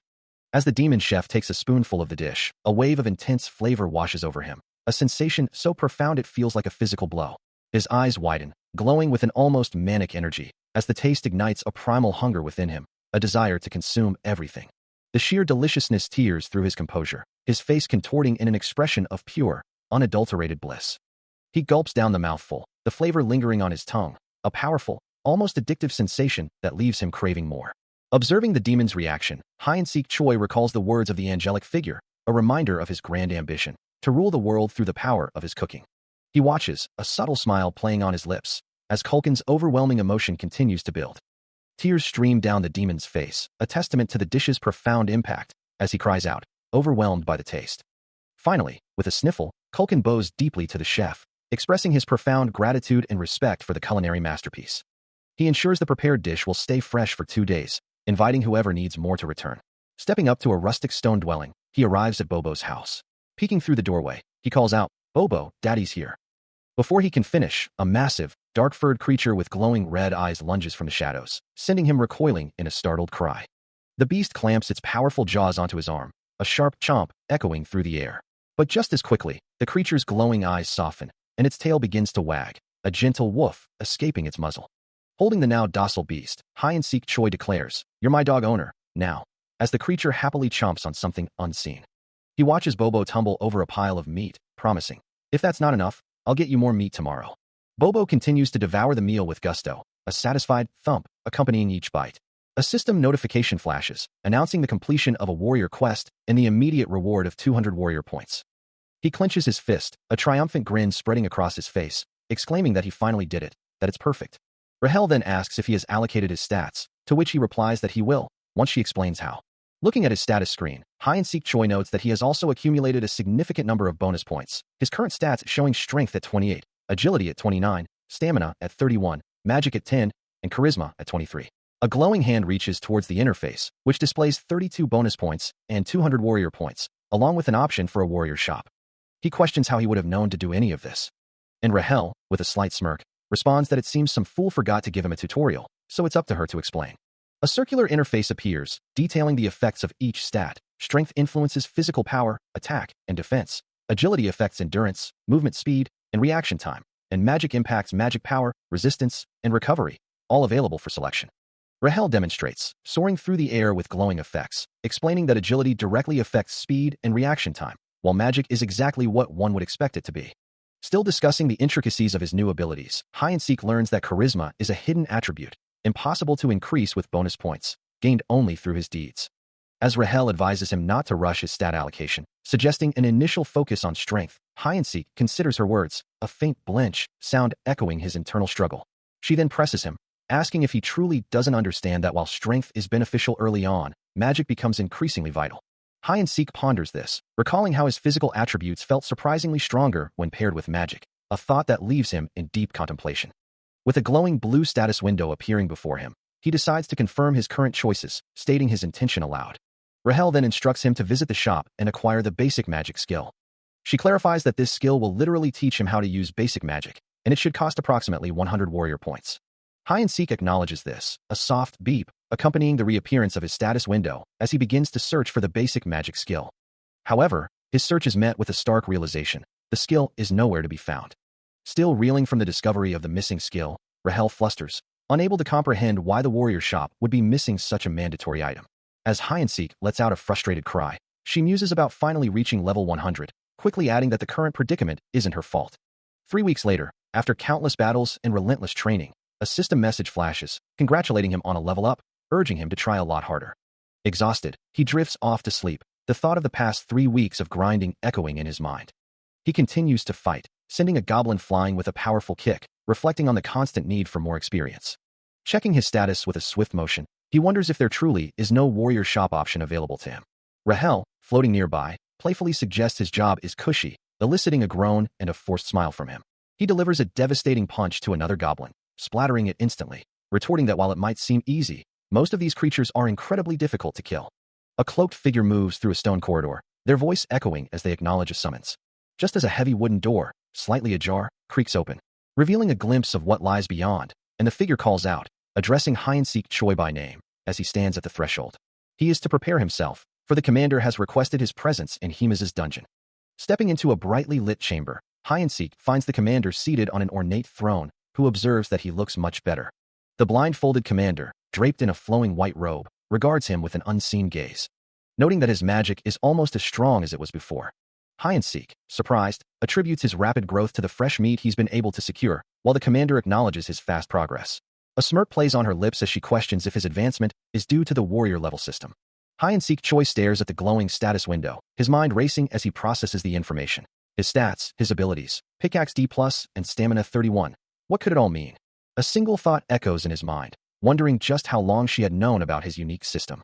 Rahel, sensing his turmoil, offers a calming presence, assuring him that while he might have a million questions, he would get his answers, though now is not the time. A soft, knowing chuckle escapes Hemis, who then poses a rhetorical question, asking why he thought she had called him here.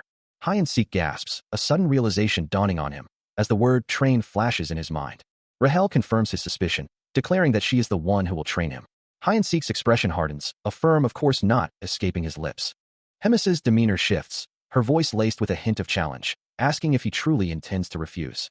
Red energy crackles around her as she presses him further, demanding to know why he is resting on his laurels. Hemis's overwhelming aura of crimson tendrils pulsed around Hide-and-Seek, his own eyes glowing a fierce red in response to the pressure.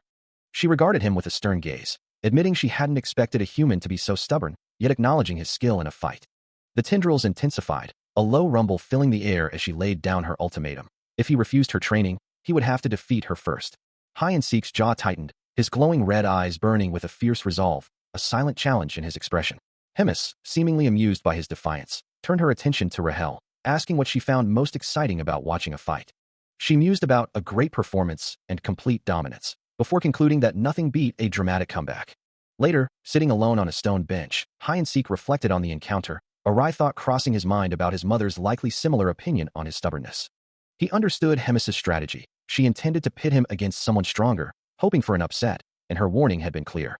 As things stood, he was no match for her, leaving him to wonder what their next move would be. Hide-and-Seek, still reeling from the encounter, declares his intention to formulate a plan to take Hemis down, even as he acknowledges the need to research stronger combat techniques. He taps at a holographic interface, a soft blip, echoing as he considers his next move. From an ethereal space, Rahel reminds him that they have a plan already, urging him to remember the name of the item he needs to find. Hide-and-seek recalls the item, a makeshift combat level meter he'd noticed in a shop, a beep confirming his memory. With a soft bloop, a new system window appears before him, detailing the item's function, to estimate an opponent's combat level based on their stats. Rahel confirms his understanding, explaining that the meter will help him find stronger opponents and ultimately reach a higher level. Hide-and-seek lets out a weary sigh, the weight of his current situation pressing down on him as he mutters that simply staying alive is a challenge in itself. Rahel, however, remains resolute, insisting that he must acquire the combat level meter to progress, the system beeping in agreement. The newly acquired meter, held by Rahel, glows with a light blue aura, displaying a high number, but a system message advises to ignore the reading. Her hand deftly manipulates the device, a soft swish accompanying her instruction to try it. Nearby, the small creature, Bubble, flinches back in confusion, letting out a series of bewildered sounds. Hide-and-seek, watching the scene unfold, questions what she sees. Rahel, her expression tightening, declares that the reading is incorrect as the device sputters with an orange glow. He observes the malfunctioning meter, concluding that it must be broken. Hide-and-seek Choi observes his status screen, a thoughtful hum escaping him as Rahel glances over his shoulder, her eyes widening slightly. A moment later, she flinches, a surprised gasp escaping her lips, uttering a disbelieving, "What?" He turns to her, a question in his gaze, asking what she sees that could cause such a reaction. Rahel shakes her head, a faint air sound accompanying her confusion, insisting it's not what he thinks. Her expression shifts to one of concern, as she concludes that the system itself must be broken. Hide-and-seek Choi, however, remains focused on the screen, which now displays a current level, 1560, wondering aloud what he can even do with such a number. Rahel, still in disbelief, suggests he might simply be super weak, recalling that just a few months prior, she would have expected a level of at least 10,000.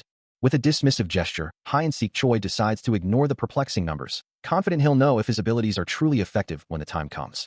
Meanwhile, Bubble, the small demon beast, lets out a series of excited barks, reacting to a new, much higher number of 47,422 that flashes across a different screen.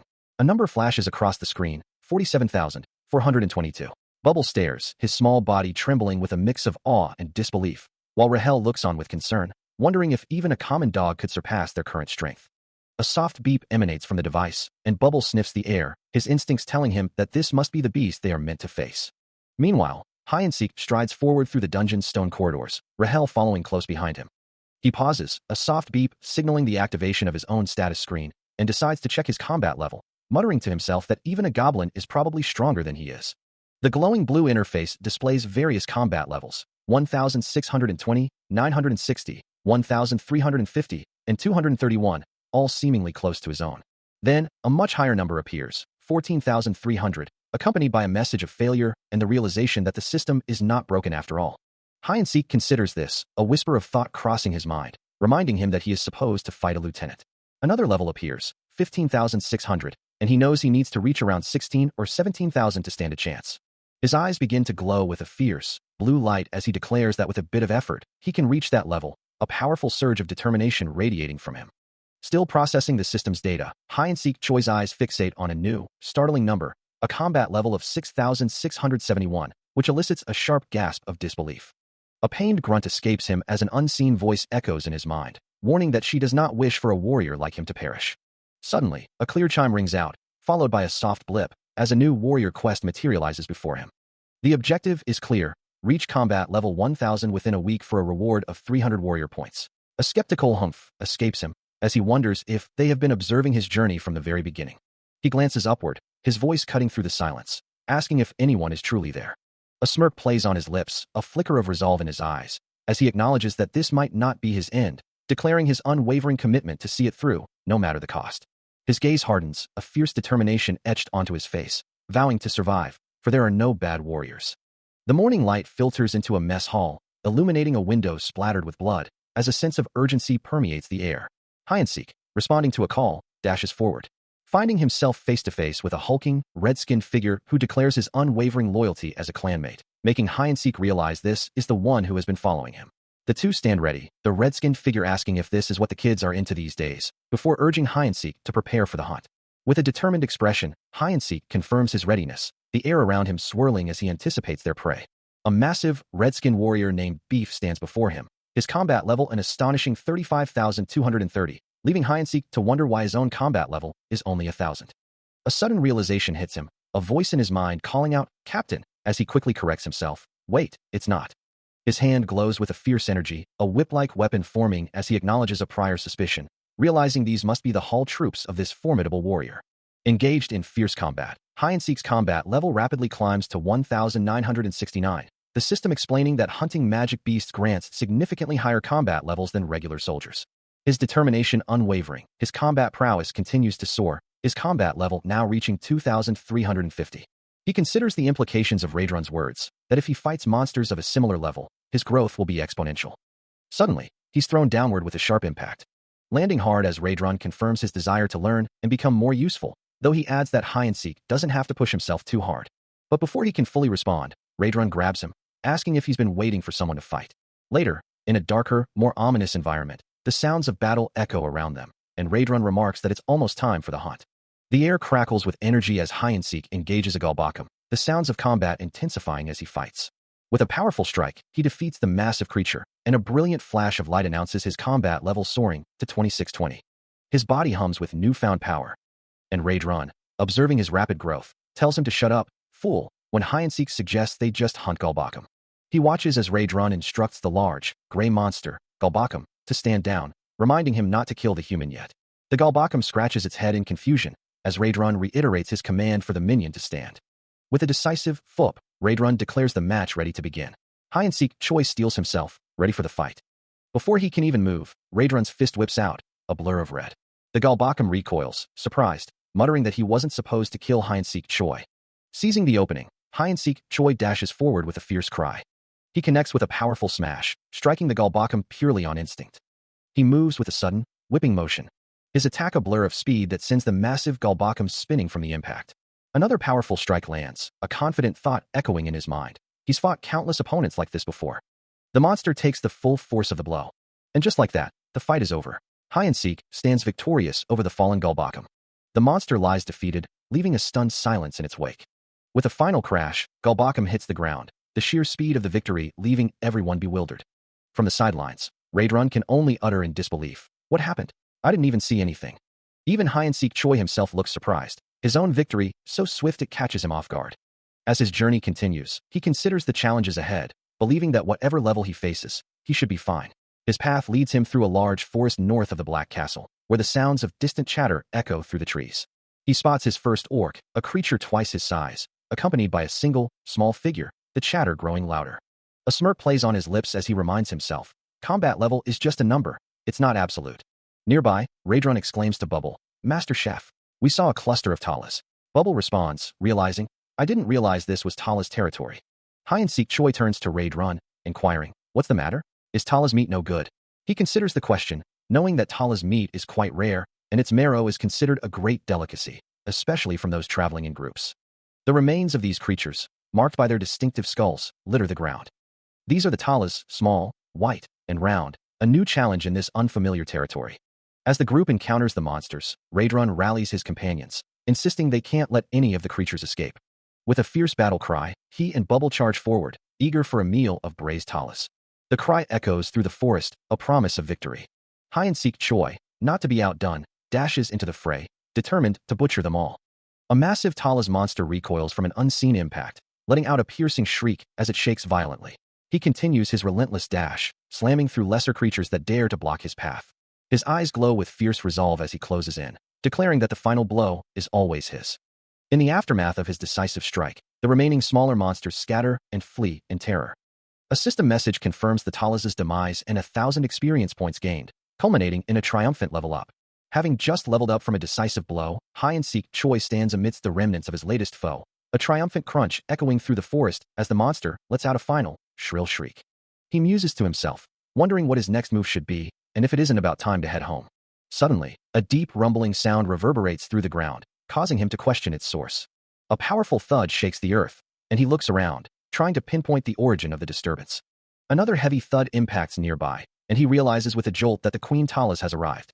The monstrous Queen Talas makes her presence known with another earth-shattering thud. Her massive form swishing through the air, her glowing yellow eye fixed on her surroundings.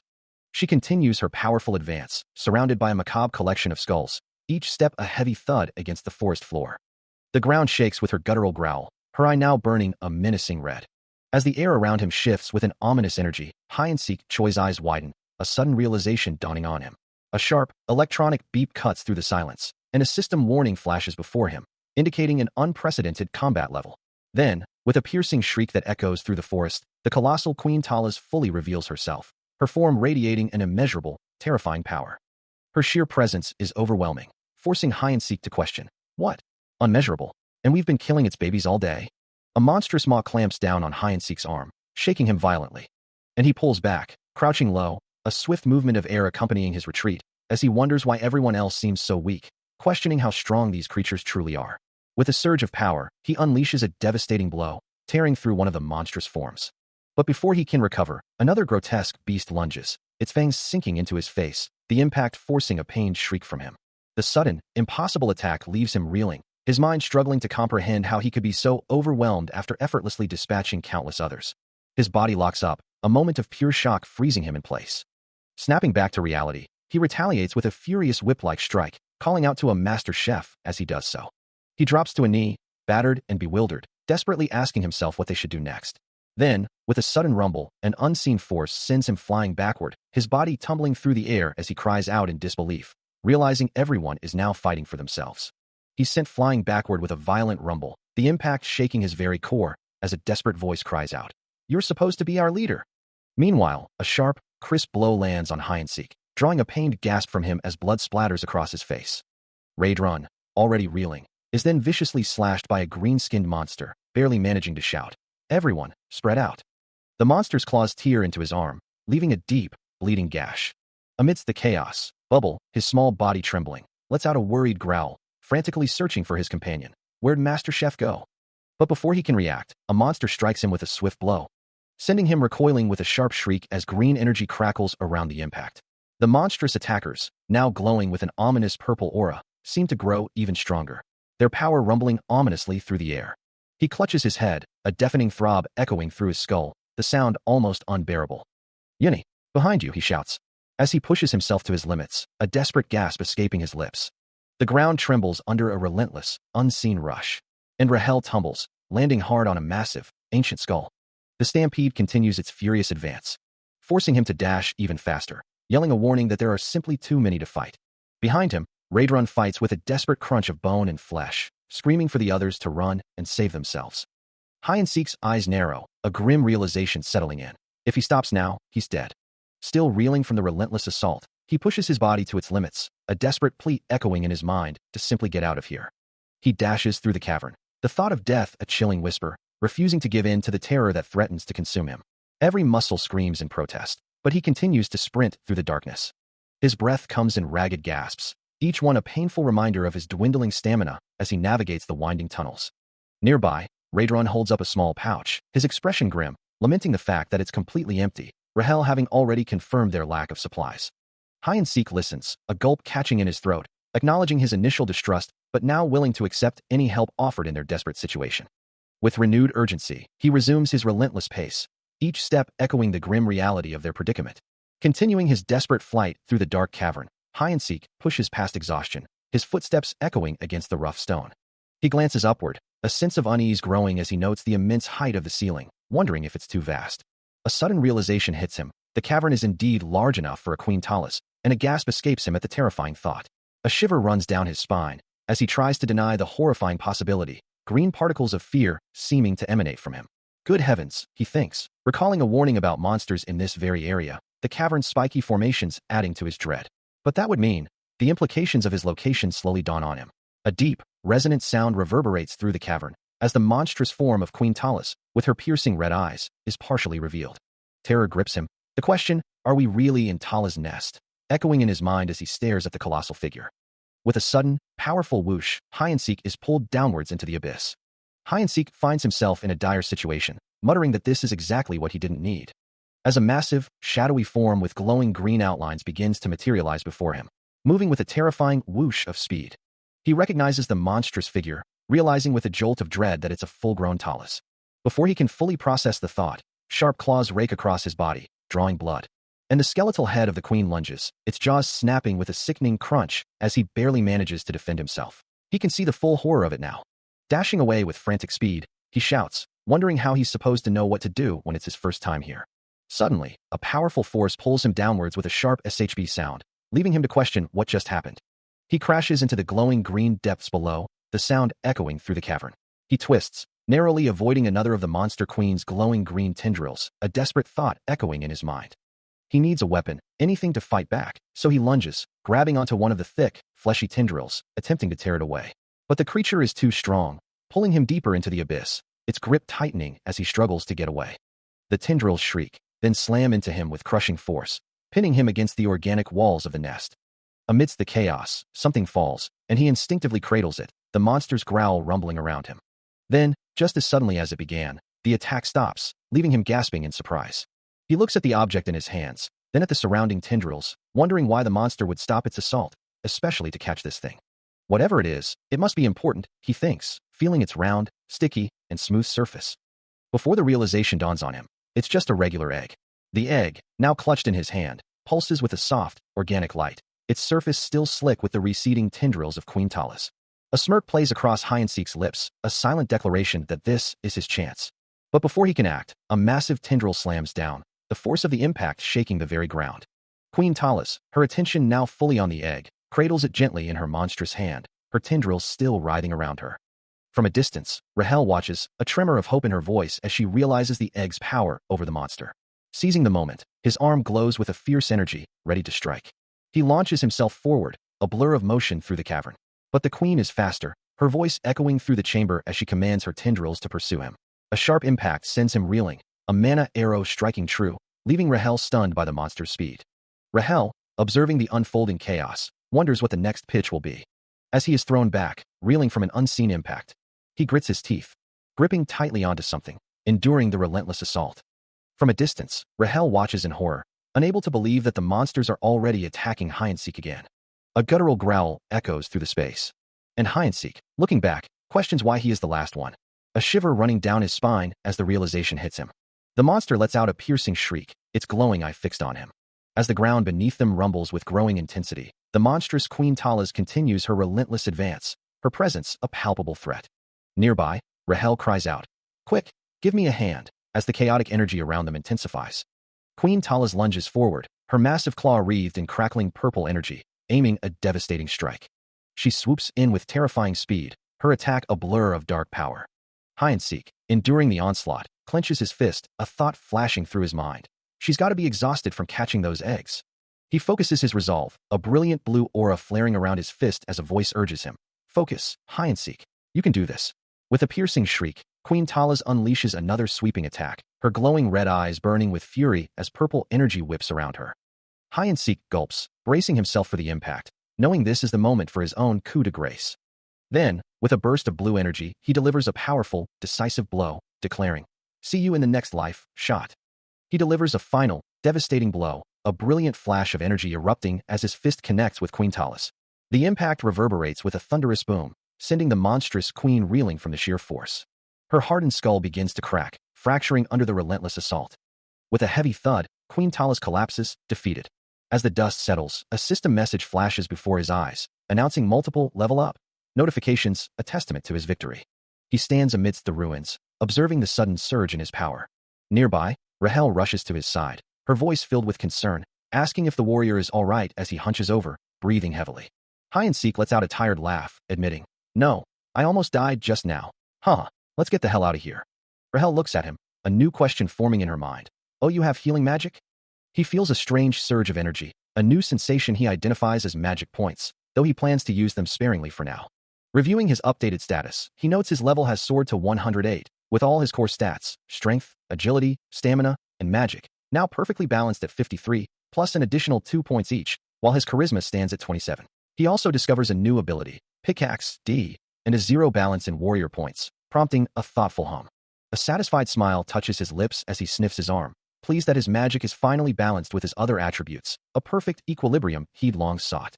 He then examines a small, glowing orb, unsure of its function but confident he'll master it later, when a sudden blip catches his attention, making him wonder about the strange figure he's just noticed. His eyes narrow, a flicker of recognition crossing his face as he questions if it's truly the person he believes it to be, his gaze fixed on the distant form. Meanwhile, in another place, Raedrun laughs heartily, then sighs, acknowledging Bubble's growth, remarking on how much the young demon has matured.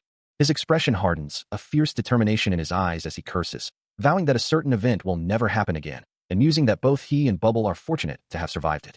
He observes the strange, organic structures around them, realizing they've stumbled upon a talus nest. The sight of numerous glowing eggs scattered across the floor prompts a question, wondering if all the strange objects are part of the same nest. Hide-and-seek confirms the unsettling truth, identifying them as talus eggs, part of some kind of hatchery, and urges them to move quickly. The revelation of talus eggs causes Raedron to gasp in surprise, a sudden thump echoing his shock. His gaze fixates on a particularly large, glowing egg, a strange hunger stirring within him at the thought of such a rare delicacy. Hide-and-seek, seeing his companion's dangerous distraction, shouts, trying to snap him back to reality and remind him of their need to escape. But Raedron is lost in his own thoughts, a gulp escaping him as he imagines the taste, declaring his intention to enjoy a meal right there. He continues to chatter excitedly about the ample space and the unexpected bounty, oblivious to the danger. With a blur of motion, Hide-and-seek rushes forward, forcibly pulling the distracted Raedron away from the tempting, yet perilous, talus eggs. He glances down, a grim thought crossing his mind. Could this truly be their final meal? Still, he pulls with all his might. Even as Raedron stubbornly resists, growling that he can't let this happen, not before he's had one last good meal from his home. Hide-and-seek's fist clenches, his resolve hardening as he vows to get out, no matter what. Hide-and-seek Choi struggles in the massive grip of a grotesque, green-skinned creature, its companions chattering excitedly around them. The monstrous chef prepares its meal, a smaller goblin in the background eagerly anticipating the feast, as the larger one declares its intent to share this last meal with any other survivors. Drool drips from its fanged maw, and Hide-and-seek Choi, held firmly in its grasp, can only glance at his surroundings, a chilling thought echoing in his mind. Is this really someone's last meal? A guttural growl escapes him, his face contorting in a furious grimace as a powerful resolve ignites within. I still haven't had a home-cooked meal for my future wife. His fist clenches tight, the thought of dying in such a place, at such a time, utterly unacceptable. A surge of determination washes over him, a silent vow to escape, no matter the cost. Meanwhile, in the opulent, yet foreboding, depths of Rahel's chambers, Queen Talaz's voice echoes, questioning her commanders. Seated upon her throne, the queen looks down at her subordinates, her glowing eyes piercing as she asks if their mission went well, clearly annoyed by the interruption. Queen Talaz listens intently as Raedron delivers his report, confirming their success in capturing another giant from the Holy Beast clan. Impressed by his efficiency, she praises him for infiltrating enemy territory in just 3 weeks. Raedron humbly accepts her commendation, the sound of a distant impact echoing his words. Suddenly, a sharp knocking at the chamber door interrupts their conversation, and a white-cloaked female demon announces her presence, bearing an urgent report. The door creaks open, revealing a small, green-skinned goblin messenger who nervously begins to speak of an emergency. He explains that the Mega Hall detachment, sent out for the day's hunt, has encountered something terrible. The white-cloaked demon confirms the gravity of the situation, stating that it's far worse than their usual daily mishaps. Raedron, visibly shocked by the news, questions what could possibly be different this time, given the constant dangers they face. A subtle shift in Queen Talaz's expression betrays her concern, a soft "oh my" escaping her lips. Raedron, his demonic features etched with concern, questions the whereabouts of Hide-and-seek, wondering if he too has vanished. He repeats the name, a note of disbelief in his voice. A hand gestures towards a massive, open tome, its pages glowing faintly, as a voice ominously declares that this news leads to their deaths. A small, green-skinned messenger, brandishing a crude club, shouts a defiant cheers, while Raedron watches, a thoughtful humph escaping him, as the goblin concludes, Good, good, all already. Suddenly, a powerful, glowing fist connects with Raedron's face, the impact echoing with a sharp smack, as a voice commands him to swap out of it. Rubbing his jaw, Raedron demands to know the reason for the blow, a deep thrumming emanating from the large, glowing book he now holds, before stating his intention to reread the global channels. He then explains that Hide-and-seek had been in a strange trance, leaving him with no other secret weapon to rouse him. A new item appears, a magic bead and capsule, its description hinting at containing vast information. The ethereal image of Queen Talaz, her name emblazoned below, shimmers into view. As the glowing book opens, it reveals ancient knowledge, detailing how certain magical spices, much like living organisms, can be cultivated and harvested, their properties varying based on their growth environment. One particular entry describes a rare, mist-like spice that is difficult to process or even read, while another section explains that truffle buds, though small, are incredibly potent and considered highly valuable. These truffle buds, formed from the essence of the earth, are said to be made from the purest mana, and are not to be used for mere cooking, but for profound magical purposes. The text continues, explaining that a master chef, for instance, might not even know how to properly utilize fire magic, highlighting the specialized knowledge required to harness such power. Hide-and-seek considers the implications of the arcane information, while Raidrun, his brow furrowed, admits that his own magic won't penetrate the barrier, finding it too challenging. The demon captain reiterates his concern, stating that the magic is simply too tough for him to overcome, a hint of frustration in his voice. Bubble whimpers softly, sensing the tension, as Hide-and-Seek questions the situation, wondering aloud if they can truly survive this predicament. Suddenly, Raidrun shouts for everyone to listen up, and with a powerful surge of energy, he forcefully throws Hide-and-Seek, sending him hurtling through the air. Hide-and-Seek lands with a heavy thud, dust swirling around him, but his resolve remains unbroken as he declares, "I want to keep eating those truffle buds." Still fixated on the magical substances, Hide-and-Seek attempts to consume more, but Raidrun's voice cuts through his focus, dismissing his actions as pointless and urging him to consider their need for more supplies.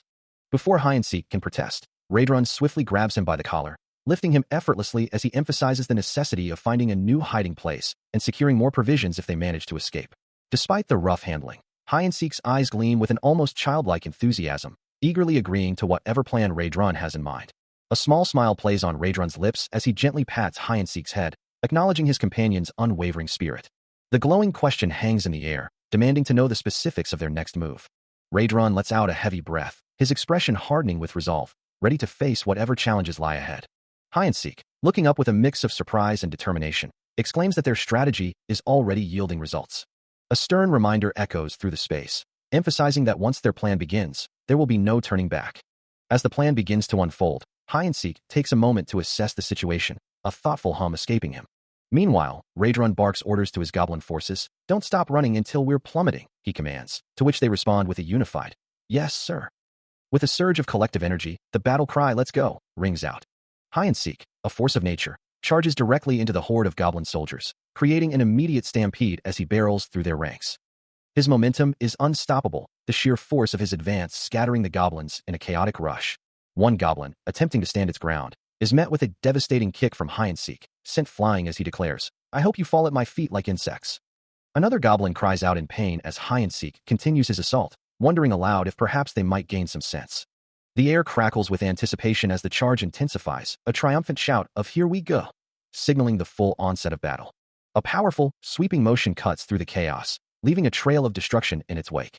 The sheer force of Hide-and-Seek's charge continued to rip through the enemy lines, sending a massive explosion of debris and goblin soldiers flying in every direction, a chaotic scene of destruction unfolding in his wake. As the skeletal monsters scattered, their forms blurring with speed, Raidrun's voice cut through the din, urging his forces to destroy them before they could regroup. Hide-and-Seek knew the captain was right. If they allowed the enemy to gather their strength again, all their efforts would be for naught. One of the goblin soldiers, its skeletal face contorted in terror, thought only of escape, hoping to slip away while the human was distracted. But Hide-and-Seek was relentless, dashing forward with renewed vigor, Raidrun's command to keep running echoing in his mind. He struck another monster with a devastating blow, its arm tearing away with a sickening crack, the creature's scream lost amidst the chaos as Raidrun's voice boomed, "Keep running. Don't look back." The onslaught was too much. The goblin soldiers couldn't stop his advance, their forms shattering under his powerful attacks. Desperate, they considered throwing anything to draw his attention, their only focus now on surviving the overwhelming assault. He clenches his fist, realizing he must find the exit himself. Suddenly, a golden blur streaks ahead, and Rahel's voice rings out, announcing a light up ahead. With a powerful surge, Hide-and-Seek dashes forward, following her urgent call to the exit. He grits his teeth, pushing his body to its limits. Rahel's encouragement echoes, urging him just a bit further. The world blurs around him as he maintains his incredible speed, leaving the last of the goblin soldiers far behind. Finally, he bursts into the light, collapsing forward, panting heavily, relieved to have made it. He looks up, taking in his new surroundings, a fresh challenge awaiting him. A heavy, rhythmic thud echoes through the cavern, a sound of immense power. He stands before it, a colossal, organic structure pulsating with an eerie red light, its sheer scale dwarfing everything around them. Beside him, Rahel whispers, her voice barely audible, "The Queen." Footsteps clop softly on the stone, approaching from the darkness. Hide-and-Seek's hand clenches around a glowing orb, its surface rippling with crimson energy, a faint red aura beginning to emanate from his palm. Deep within the shadows, the monstrous form of Queen Talas seems to stir, a chilling tremor passing through the air. Raidrun, his face etched with despair, mutters, "The Queen is back. It's really over." But Hide-and-Seek's gaze remains fixed, a new resolve hardening his features. He shakes his head, dismissing the thought of defeat, a sudden realization dawning on him. With a powerful shout, the orb in his hand flares with an intense, blinding red light, its energy surging outwards. He tears through the unseen obstacle with a surge of raw power. While nearby, Raidrun gasps, calling out, "Culkin, light this up.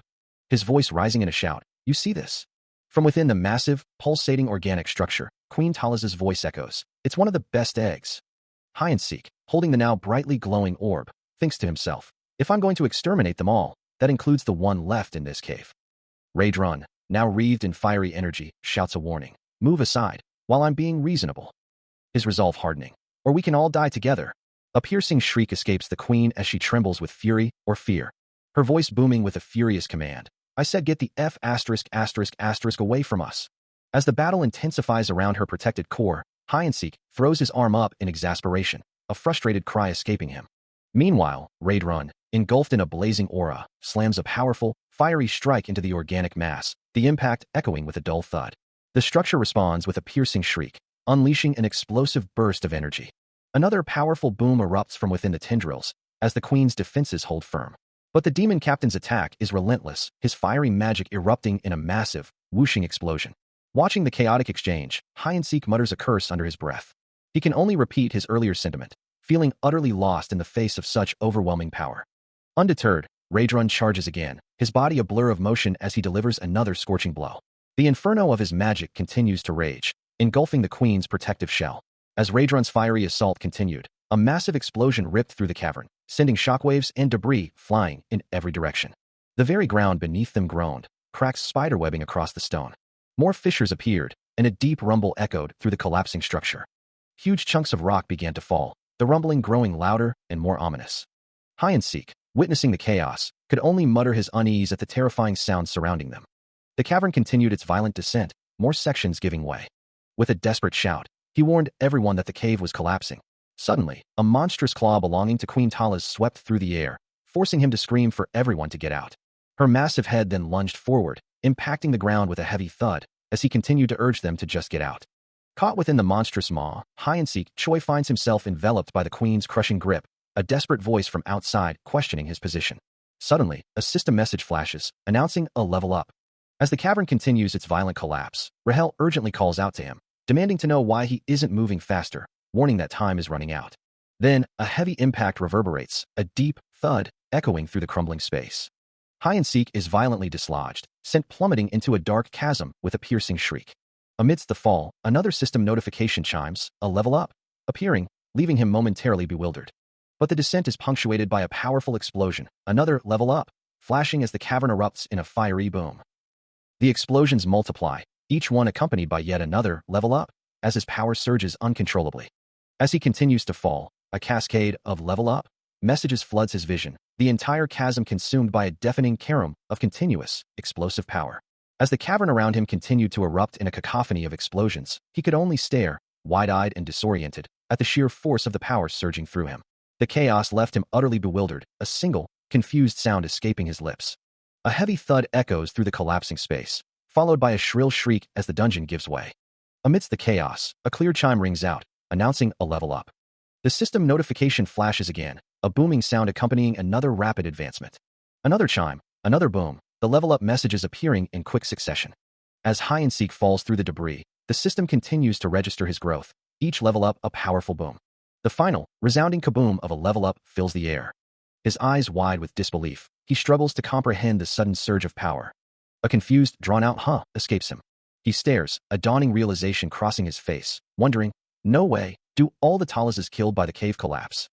He lands heavily amidst the rubble, the impact echoing through the collapsed dungeon, a grim reminder of the destruction he caused. Shaking off the shock, he dashes forward, calling out to Rahel for a buff, prioritizing the immediate threat over his recent power surge. Her foot glows with a vibrant blue aura, sending a surge of power through him as she grants his request. He continues his desperate sprint, knowing the pursuit is relentless, but a voice from behind declares his discovery, confirming it's already too late to escape unnoticed. Realizing he must create a diversion, he swivels to face the unseen threat, preparing for a confrontation. Meanwhile, Raidrun, clutching a massive egg, desperately tries to appease the great Talaz queen, his voice filled with urgency. A powerful, unseen force slams into him, sending him reeling back with a pained grunt.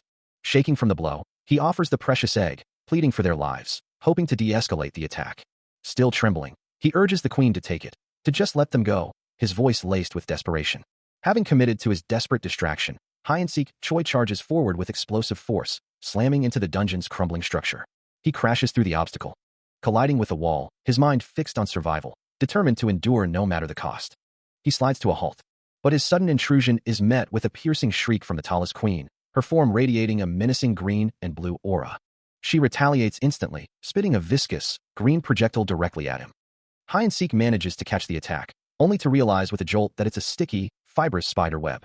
Another web whips towards him, and a wave of despair washes over him, wondering if this is truly the end. Before he can react, the web ensnares his arm, trapping him in its sticky grasp. As the massive, scaly form of the tallest queen looms, a voice cuts through the dungeon's oppressive silence, asking if he's all right.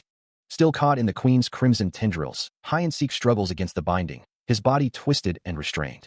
The powerful grip tightens with a resounding crash, but he pushes back, his muscles straining against the monstrous hold. From above, the tallest queen's glowing yellow eye watches his efforts, a confident declaration echoing through the chamber that she knew he would survive.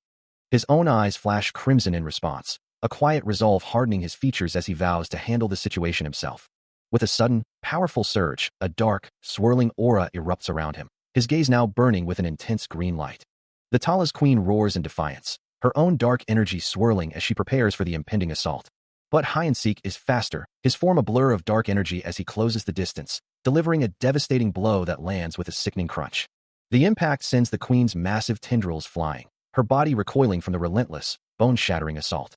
He stands amidst the lingering echoes of his power, bloodied but unbowed, a low rumble still vibrating through the air. Looking down at the devastation he wrought, a single thought escapes him. Holy crap. As he mutters, an unseen observer can only think, he's amazing. The demon army's mess hall is now a graveyard. All 6 soldiers are gone, and the 99 others, including Master Chef Culkin, are missing and presumed dead. Later, slumped against a cold stone wall, Hide-and-seek breathes a sigh of relief, thankful to be alive, though utterly exhausted. His tiny companion, Rahel, flits nearby, taking full credit for their survival. She assures him they'll be able to level up soon. As Rahel flutters away, Hide-and-seek can only question her logic with a weary, still? Why?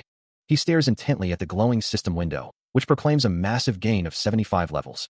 A direct result of the recent cave collapse, bringing him to an impressive total. The display confirms his new status, max level 200, with updated strength, agility, and stamina, though his magic remains low. Yet, a sense of inadequacy lingers, as he knows his true opponent's level far surpasses 6,000. Rahel, floating nearby, chimes in with a playful warning, reminding him that to truly win, he'll need to level up even further. She clarifies that brute strength alone won't suffice. Magic is an essential component. With a graceful swipe of her hand, a faint blue aura envelopes him as she reiterates the need for him to gain more power. He questions how to achieve this, only for Rahel to point out that he has already allocated all his available points. Pondering his next move, he considers the concept of movement and dismisses the trivial mythology of conventional leveling, realizing he must find an unconventional path. He recalls a fleeting moment of immense power, wondering if it was magic. Suddenly, a familiar voice calls out, asking if Hide-and-seek is there. A gasp escapes him as he recognizes the figure before him, Raidron. The demon captain bows deeply, a gesture of respect. Raidron then turns, insisting they must follow him to see the commander. They move through a dark, foreboding corridor, until they reach an ornate, glowing door that creaks open, revealing Hemis's chambers. Inside, Queen Talis sits upon her throne, questioning Raidron about his personal request, her glowing eyes fixed on him. With a deep bow, Raidron makes his plea, asking the commander to allow him to be Hide-and-seek's fighting instructor, a request that causes Hide-and-seek to gasp in surprise. Queen Talis, her glowing yellow eyes fixed on something unseen, contemplates the situation, a soft rustle accompanying her thoughts. She muses that while the old Kirin might have been a mere sergeant, she had seen the qualities of a lieutenant within him. And at this rate, it was all but guaranteed that Hide-and-seek would lose. Yet, a deeper insight reveals to her much potential in him. Raidron stands before her, his demonic form imposing, awaiting her decision. The queen declares her desire to witness Hide-and-seek's future unfold, addressing Raidron as commander. Hide-and-seek, startled, lets out a surprised sound, wondering aloud where this unexpected development is coming from. With a swift motion, the queen, in a rare good mood, grants permission. Raidron, kneeling respectfully before Queen Talis, expresses his profound thanks, as Hide-and-seek and Rahel stand by, taken aback by the queen's sudden decision. A dismissive thought crosses the queen's mind, a faint if that's all you can do echoing in the grand hall, as something else comes to her attention. Meanwhile, he bows respectfully, offering his thanks for her endless generosity before quietly announcing his departure. The heavy door creaks shut behind him. Left alone, the queen ponders his rapid growth, noting that Hide-and-seek is twice as strong as when we last met. Her glowing yellow eyes remain fixed on the empty doorway. a subtle hum, escaping her as she expresses surprise at his accelerated development among humans, admitting it's faster than the growth rate I expected from him. A calculating smile plays on her lips, considering the implications. If Raedron is going to take his side, Kazin can't possibly lose. Her eyes flash a dangerous crimson, a low growl rumbling in her chest as she decides it's only fair to give him a little something extra for Cousin. The queen's true, monstrous nature briefly surfaces, a terrifying vision of sharp teeth and glowing red orbs. He laughs, a wide, unburdened smile spreading across his face, seemingly oblivious to the machinations unfolding around him. From a distant, opulent chamber, Queen Talas observes, noting that Hyacinth is now twice as strong as when they last met. Her glowing eyes narrow. A soft hum escaping her lips as she acknowledges his unexpected speed, finding it quite bothersome. She muses on the implications, considering that even Raedron, with his formidable power, might struggle if Hyacinth continues to grow. A dismissive thought crosses her mind, believing it would be a shame to unleash her full strength on them. Her gaze shifts to a monstrous creature, its gaping maw filled with razor-sharp teeth, a vision of raw, untamed power. Meanwhile, in a vast, cavernous training ground, Hyacinth strides forward, declaring these immense spaces as his personal training grounds, each step echoing with determination. Beside him, Rahel moves with grace, as they continue their journey through the colossal structures. He moves with incredible speed, claiming the vast training space as his own, determined not to let any of it go to waste. From a distance, Raedron watches, a thoughtful expression on his face. He notes the impressive amount of mana already coursing through Hyacinth. Yet, he recognizes the young man still lacks the knowledge to properly utilize it. Hyacinth continues to push himself, his movements still unrefined. Raedron's hand clenches, knowing that normally, such raw power would require extensive basic magic lessons. But with the raid only 4 days away, there simply isn't enough time for conventional training. That leaves only one drastic choice. His hand sweeps down, a grim determination settling over him as he mutters, "No pain, no gain." Raedron's fist connects with Hyacinth's face, a brutal impact that sends his head snapping back. The force of the blow lifts him off his feet, sending him crashing to the ground with a pained grunt. He struggles to recover, a choked sound escaping his lips, while Raedron observes, noting that Hyacinth isn't even attempting to dodge, thinking, "He's not even trying to dodge my attacks. I said he wanted to train, didn't I?" "Focus," Raedron commands, delivering a powerful kick that sends Hyacinth reeling again. "If you can't even block my attacks with your mana, you die." A cry of agony tears from Hyacinth's throat, as another heavy blow lands, launching him across the training space. Raedron watches his student fly, a thoughtful hum escaping him. He observes the strange aura, noting it's the same as the monsters he's fought, yet his fighting spirit is phenomenal. A low growl escaping him, Hyacinth grits his teeth, preparing for the next assault. Reflecting on their first encounter, he realizes it wasn't just a legend. Raedron's combat skills are surprisingly well-developed, as Raedron dashes forward again, a blur of red. With no time to think, Hyacinth has to trust his instincts, blocking the incoming strike. The demon presses his assault, reminding him of the agreement with the commander. He warns that without magic, Hyacinth will never beat Kirkin. Then, a powerful magical explosion erupts, sending Hyacinth flying back. He endures another brutal assault, red magical energy tearing through the air around him, as his trainer's voice echoes, "Why not just die here?" Lying battered on the ground, Hyacinth can only think of the sheer power Raedron wields, a force that feels impossible to overcome. Above him, Raedron's voice booms, "Hyacinth." Without pause, the demon captain winds up for another devastating strike, his arm glowing with fierce red energy, manifesting a monstrous visage. A blinding blue impact slams into Hyacinth, sending him rocketing backward. He flies through the air, a pained cry escaping his lips. Before he can even land, Raedron unleashes another powerful, blue-tinged punch. The magical force streaks across the distance, culminating in a massive explosion where Hyacinth is about to hit the ground, engulfing him in a blinding flash of light and raw power. Lingering energy from the intense magical training still distorted the air, but he braced himself, muscles tensed, ready for the next assault. Taking a determined step forward, Raedron's voice cut through the silence, questioning, "Are you saying you trembled out of fear?"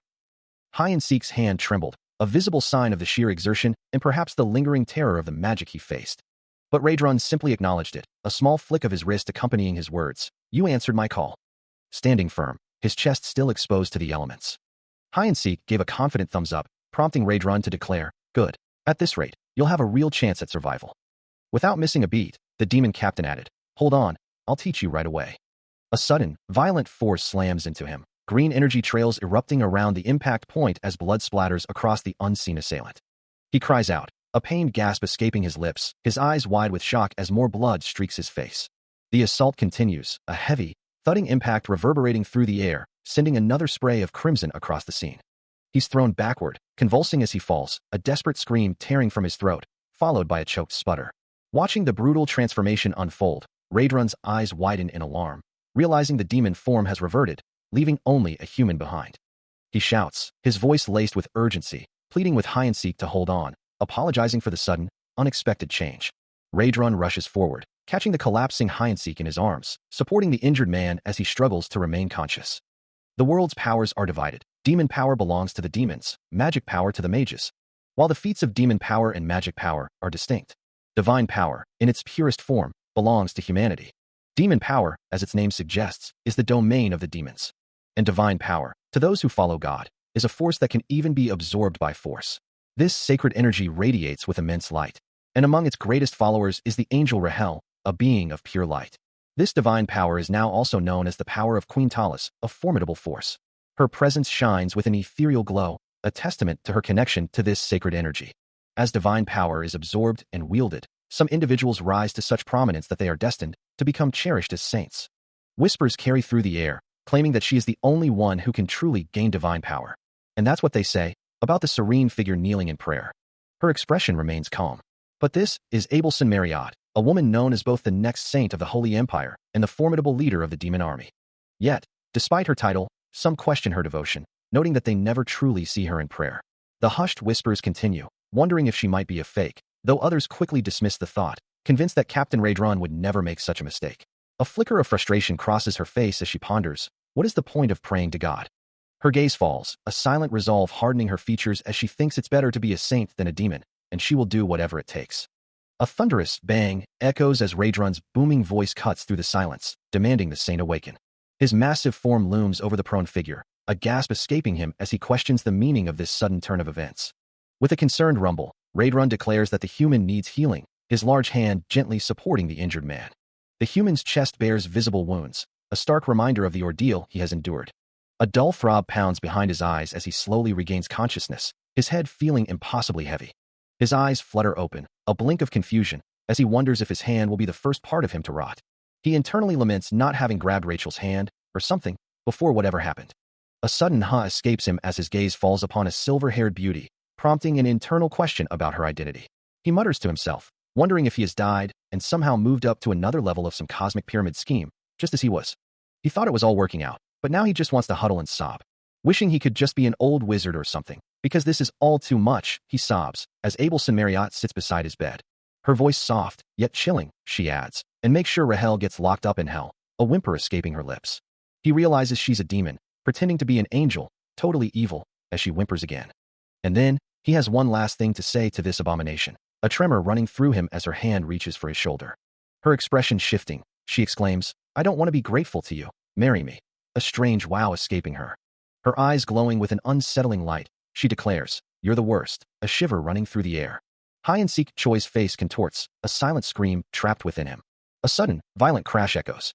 Hyacinth Choi is disoriented, his mind reeling from the sudden impact. Meanwhile, Abelson Marriott stands triumphantly over a seemingly defeated Raedrun, who struggles beneath an immense pressure, barely able to utter a protest, as she muses on the secret to killing a god, intending to keep it to herself. Hyacinth Choi, still reeling, questions his own survival. As a faint, ethereal glow emanates from his chest. A shiver runs through him as he sees Abelson Marriott walking away, her form radiating an unsettling calm. Elsewhere, Raedrun, though injured, is not fully defeated, and Abelson Marriott confirms his assessment, hinting at the extent of Hyacinth Choi's predicament. Hyacinth Choi clutches his chest, realizing the divine power infused within him refuses to dissipate, leaving him utterly clueless about his future. Raedrun, defiant, declares that even divine power cannot erase what has been done. Abelson Marriott considers the gravity of her actions, acknowledging that even the slightest misstep could have led to a fatal outcome. She resolves to make amends, vowing to repay Hyacinth with rigorous training and dedicating her efforts to the universe itself, even as Raedrun lets out a pained gasp. The demon captain crashes violently to the ground, his body racked with pain. Meanwhile, Abelson Marriott ponders the unexpected revelation, a demon army commander, yet a human warrior? Elsewhere, Hyacinth looks down at his hands, a profound confusion clouding his mind, wondering who he has become. He speaks to an unseen companion, thanking Bobo, and recounts how the other's desperate need led to the destruction of his home and the loss of many soldiers. Raedrun, still panting from his ordeal, manages to express his gratitude, thanking someone for getting him out. He chews on something, reflecting that without the divine power's negative effects on the surrounding ground, Party would have won, admitting his defeat today. Hide-and-seek, distressed, clutches his head, the strange divine power still coursing uncontrollably through his body. He recoils slightly as a small, blonde figure clings to him, her sobs echoing in the silence. Rahel? He questions, his voice laced with confusion, as she continues to weep uncontrollably. Her cries turn into a lament. Dirty, filthy, my warrior has been tainted with filth. Her face contorts in anguish, tears streaming down her cheeks. Rahel sobs uncontrollably, her body racked with grief as she kneels over Hide-and-seek, who lies wounded on the ground. Her voice choked with emotion, she cries out, dirty filth, my warrior has been tainted by you. Tears stream down her face as she continues. Why are you crying? I should be the one crying. She insists. I'm just a demon disguised like an angel. No, this is not right. I'm the one who almost died. I'm the one who should be crying. Hide-and-seek flinches, looking up at her, a silent question in his eyes as she challenges him. Who deserves it? Go ahead and say that, right? Raedron places a comforting hand on his shoulder, explaining, I know what you're saying, but she is genuinely upset. He then turns to Rahel, urging her, whatever, just stop saying that. As Rahel's wails continue, Hide-and-seek mutters, Anna is going on about it. Raedron watches the scene unfold, a sigh escaping him as he thinks, my God, what a piece of work. 3 days later, a new message appears, promising, if your training is complete, I shall be with you. He lies there, shirtless, as Abelson leans over him, her hand gently brushing his chest. A soft ugh escapes her lips, a slight glare in her eyes, before she quickly apologizes. Her hands come together, a faint magical energy swirling around them, as she confesses, I have a favorite scent of yours. A deep blush spreads across his face, leaving him speechless. She looks up, her expression softening, and asks, would you come watch the duel? A sudden flinch crosses her features, her eyes widening slightly. In a different time and place, a towering demon leader stands before a vast assembly of his kind, proclaiming, welcome, all demons. Amidst the chaos of battle, with weapons clashing and magic erupting, a voice cries out, what a fool. He watches the preparations with a predatory grin, announcing the day's challenger, the demon lord Jacques, for today's duel. A subordinate asks, oh my, can you feel that energy? Who do you think will win, Raedron? To which the demon leader responds with a booming laugh. He considers the question, a thoughtful hum escaping him, before declaring that if Hide-and-seek can maintain his composure, he possesses remarkable potential. But then, his expression darkens, pondering the consequences should the human foolishly lose. A sinister giggle escapes him, as he vows to devour Hide-and-seek himself if the warrior is defeated. Meanwhile, from a distant, ornate chamber, a pale, hooded figure with glowing purple eyes observes the unfolding events. A voice echoes, still so confident in him. Back in the arena, Raedron clenches his fist, responding with a firm, as you command. He lets out another hearty laugh, proclaiming his excitement, for it has been years since anything has stirred such anticipation within him. As the announcer's voice booms, presenting today's challengers, Hide-and-seek Choi stands ready in the arena. A nervous gulp escapes him, his gaze fixed on the unknown ahead. He reassures himself, confident in his physical condition. His personal status screen materializes before him, confirming his identity as Hide-and-seek Choi, a level 1 warrior candidate with strength at 28, agility at 29, stamina at 31, and magic at a mere 10. His abilities include a D-rank pickaxe, and he notes his new skill, Raedron martial arts. With a surge of renewed determination, he feels stronger than ever before. Despite the odds, he vows to emerge victorious today. Meanwhile, from a distant observation deck, Rahel watches, while a hooded figure beside her questions her, asking if she went on a date with B without telling him. The figure's voice carries a distinct shout. Elsewhere, the imposing demon captain Raedron stands, his presence thrumming with a heavy, rhythmic intensity. A roar of approval erupts from the unseen crowd, their cheers echoing the name, Kirkin. Meanwhile, a hulking, red-furred demon snarls, its sharp teeth bared, as an unseen voice remarks, pretty sure that's not the same guy. The demon's jaw snaps shut with a violent crack, prompting another voice to exclaim, no, what has happened? From a distance, a mysterious figure cloaked in white, their eyes glowing with an eerie yellow light, watches the scene unfold, a soft chuckle escaping them as they declare, Raedron, no takebacks. The demon lets out a guttural, drawn-out roar. Before a devastating, glowing red impact slams into its body, sending fragments of its form exploding outwards. A surge of brilliant blue energy follows, a massive numerical value of 10,573 flashing into existence as the attack connects. The hooded observer gazes down at the now defeated and slumped form of Raedron, muttering about the incredible demon, once thought unbeatable, now fallen in mere days. Another unseen voice then comments, humph, it did all seem a little too easy. The duel begins, and Hide-and-seek Choi clenches his fist, knowing he has no choice but to give it his absolute best. As the Sergeant Chancellor fuels the crowd's excitement, a roar of cheers erupts from the spectators. With a swift, blurring motion, the opponent's blade slices through the air with a sharp whoosh. Hyeon-sik Choi knows that a single hit from this foe could mean his end. But his movements are precise and direct, landing a powerful blow with an explosive boom, sending dust and debris flying. He dashes across the arena, a blur of motion, reminding himself to stay calm and keep moving. Another direct hit connects with a resounding wham, dealing significant damage. He reflects that no one has ever felt a blow like that from him, a testament to his unique power. With a swift swoosh, he follows up with yet another strike. Hyeon-sik Choi's fist connects with a resounding impact against his opponent's back, sending the figure reeling forward. A pained grunt escaping him as blood splatters from the force. Yet, despite the direct hit, Hyeon-sik Choi finds himself questioning how his opponent remains unfazed. A thought of disbelief crosses his mind as the other fighter stands firm. Undeterred, Hyeon-sik Choi unleashes another powerful strike, red impact lines flaring across the opponent's back. He follows up with a rapid succession of blows, each one landing with explosive force. His fists glow with raw power, driving into the opponent. The sheer impact finally forces the figure to slide back, their feet scraping against the ground. He takes a brutal hit, blood splattering from his face, yet the fight rages on. On the other hand, the opponent's massive, pale body is also marked with fresh wounds, evidence of Hyeon-sik Choi's relentless assault. Still, the blows land with a dull thud, and he recoils, realizing his attacks are proving ineffective. Having taken damage, he dashes away, acknowledging that there's nothing more to gain from his current approach. A new understanding dawns. Enhanced combat is the fusion of magic power with martial arts techniques. This is how one can split the earth and crush boulders with a single, devastating blow. A red-orange aura flares around him, as he grasps that enhanced combat isn't solely about increasing raw power. He must keep in mind that it's a skill designed to kill an opponent, yet he still feels he hasn't fully learned its true potential. The opponent flinches, but remains unbroken, their resilience a testament to their formidable strength. He recalls a crucial lesson, a voice echoing in his mind. Because you lack lethal intent, Hyeon-sik. The thought solidifies his resolve. Any attack without the intent to kill is nothing but a half measure. With that understanding, he moves, a blur of motion across the battlefield. His strike connects with brutal force, sending ripples of energy through his opponent. He continues his assault, a relentless flurry of blows. His eyes glow with a fierce blue light, reflecting the deadly intent now fully embraced. The internal voice returns, a final command. You better be ready to kill. With a guttural cry, he delivers a final, shattering blow. The impact erupts into a massive explosion, consuming everything in its path.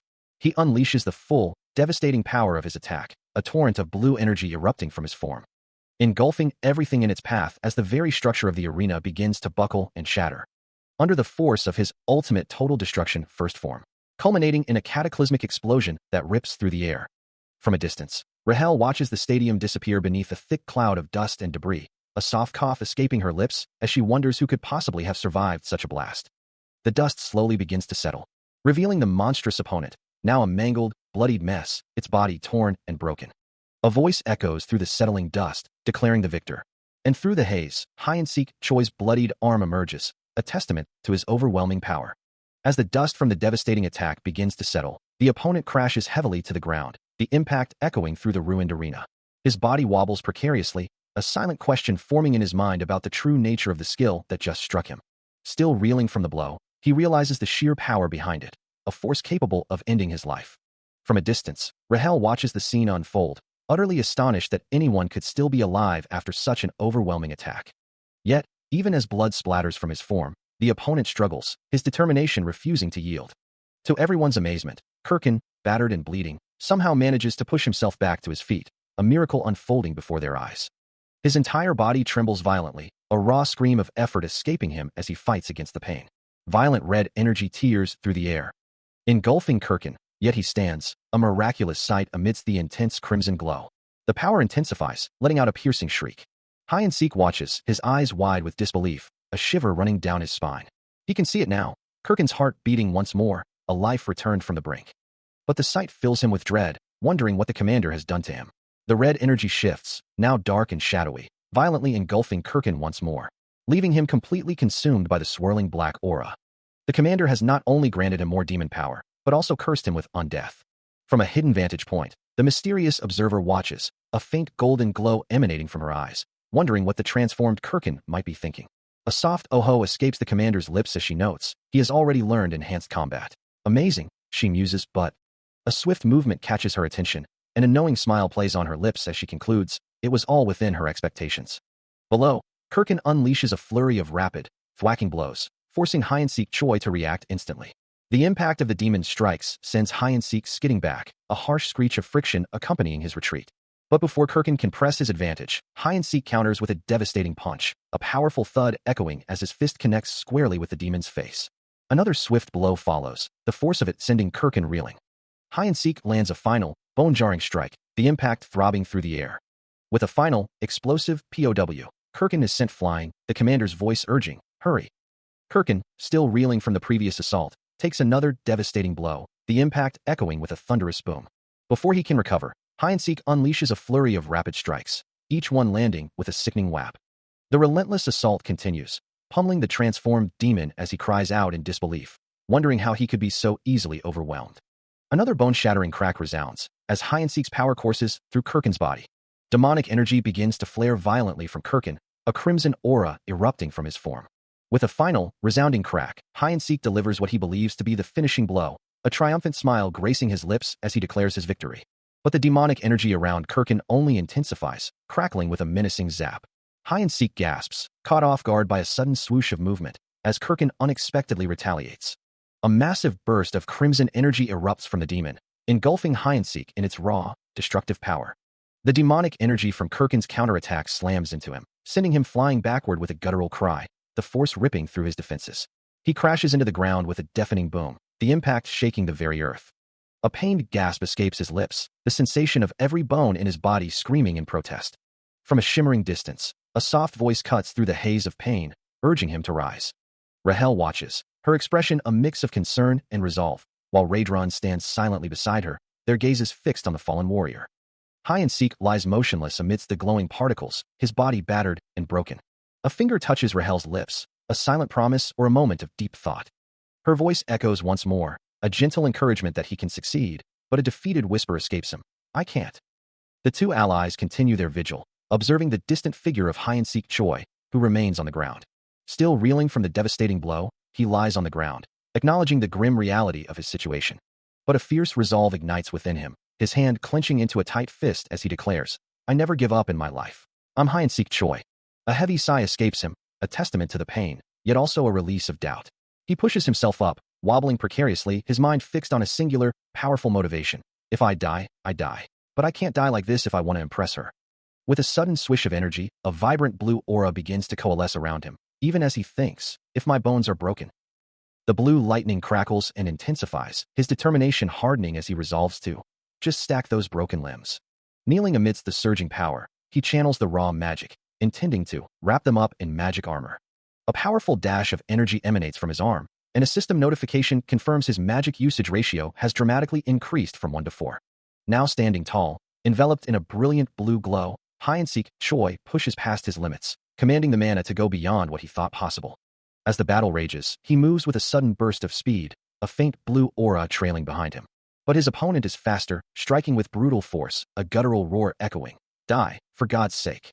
The impact sends him flying, blue energy crackling around him as he crashes down. A heavy foot stomps him into the ground, the force shaking the very earth. Blow after blow rains down, blood splattering from his mouth with each strike. He struggles, gasping for air, his body pinned and overwhelmed. Despite the pain and the relentless assault, a fierce resolve hardens his gaze, the blue energy around him intensifying. As his tormentor boasts of a power that can shake the world, hide-and-seek's eyes ignite with a brilliant blue glow, a new determination taking hold. His fist clenches, radiating an intense, vibrant blue light. He moves with a sudden, explosive force. His fist erupting with a brilliant blue light, delivering a devastating blow. He wonders aloud, "Let's find out," as his entire form becomes a blur of white and blue energy, charging forward with unstoppable momentum. Another powerful impact echoes through the air. Nearby, a group of small, green-skinned creatures stand frozen, their surprise palpable. From a hidden vantage point, the mysterious observer watches, her golden eyes wide with disbelief. "No, this is the first time I've seen it." Meanwhile, hide-and-seek looks down at his own body, his eyes glowing with the same blue energy as his fist, acknowledging the immense power now coursing through him, even in his injured state. A voice, filled with concern, warns him, "Oh, then you must be careful." As the dust settles from his last display of power, the mysterious observer remarks, "Because you've created a monster." Her golden eyes gleam with an unsettling intensity, a smirk playing on her lips as she considers the implications of his strength, noting that a warrior in the demon army. Hide-and-seek reminds me of someone. Let's observe. A low, resonant hum echoes around her as she anticipates the unfolding events, believing that it seems things will get even more entertaining. Suddenly, a sharp, cracking sound reverberates through the air, followed by a pained cry. The observer watches, unblinking, as the scene unfolds before her. Meanwhile, in a different location, a golden retriever barks excitedly at hide-and-seek, who asks, "Where is he?" The dog responds with another bark, prompting hide-and-seek to wonder, who won the fight? The dog nudges his hand, and hide-and-seek, understanding the unspoken message, confirms, "You won." He then adds, "The saint just forgot to say goodbye before leaving. Let's take a look." He stares at his updated status screen, his level now a staggering 212, with all his core stats dramatically increased. A scoff escapes him as he notes the 2-level jump and the boost to his other attributes, even mentioning that Raydron could heal him now. But his attention is drawn to a particular entry, magic usage, now ranked D. The captain's hand, adorned with a ring, hovers over the glowing text, clearly as surprised as he is. Hide-and-seek ponders the implications of this new ability, wondering how he could possibly use magic. He muses aloud that magic isn't something that just appears like a fairy tale, his expression serious. Elsewhere, a folded note lies on a surface, its contents a mystery. A dark, ethereal gateway shimmers with blue light, revealing Abelson's chambers. A figure with long, flowing white hair, clad in a simple, elegant white garment, stands with her back to the viewer, a silent presence. Her delicate features and distinct ear are visible in profile, as she gazes into the distance. She gazes into the distance, a soft swish of movement accompanying her thoughts, wondering aloud why she had acted as she did. Yet, the truth remains, he is undeniably strange, his magic awakening in a mere 3 days. Not only that, but he also mastered advanced combat techniques with impossible speed. No ordinary human could achieve such feats, his potential must be truly immense. Still, a slight clench of her fist betrays her lingering concern, as his personality is, to put it mildly, very off. A soft swish of her robes accompanies her upward glance, a silent question forming in her mind. Has God truly answered my prayers? Regardless of his quirks, this is a good development, for he was the only one to return victorious from the abyss, perhaps the very person she has been searching for. Her thoughtful expression deepens, the weight of her discovery settling upon her. A sharp knock echoes through a stone-walled corridor, drawing the attention of a figure in heavy armor who turns from an open doorway, asking, "What is it, Rahel?" Stepping into view, her crimson eyes meeting his, Rahel replies, "I have a favor to ask." Her hand gestures subtly as she continues, "I'd like to take a walk." The message, adorned with delicate roses, reads, "After dinner, please meet me in the garden of Abelson." Hide-and-seek Choi stares at the tablet in his hands, his expression a mix of shock and disbelief, realizing this is the date invitation he'd been dreaming of. Later, Rahel observes him, a faint smile playing on her lips, as Hide-and-seek, now in armor, stands before her, visibly flustered.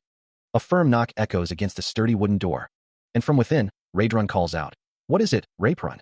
The white-haired figure, standing outside, replies, "I have a favor to ask." She continues, "I'd like to take a walk. I need to see for myself the one that turns this world upside down." Internally, the white-haired figure's thoughts race. A date. A real date. What should I do? Ask for his number? No. I must only write letters now. Raydron, seemingly aware of her inner turmoil, dismisses her with a wave. "Ignore that. Let's just go back to your room." Meanwhile, elsewhere, Hide-and-seek Choi moves with decisive force, grabbing hold of something unseen.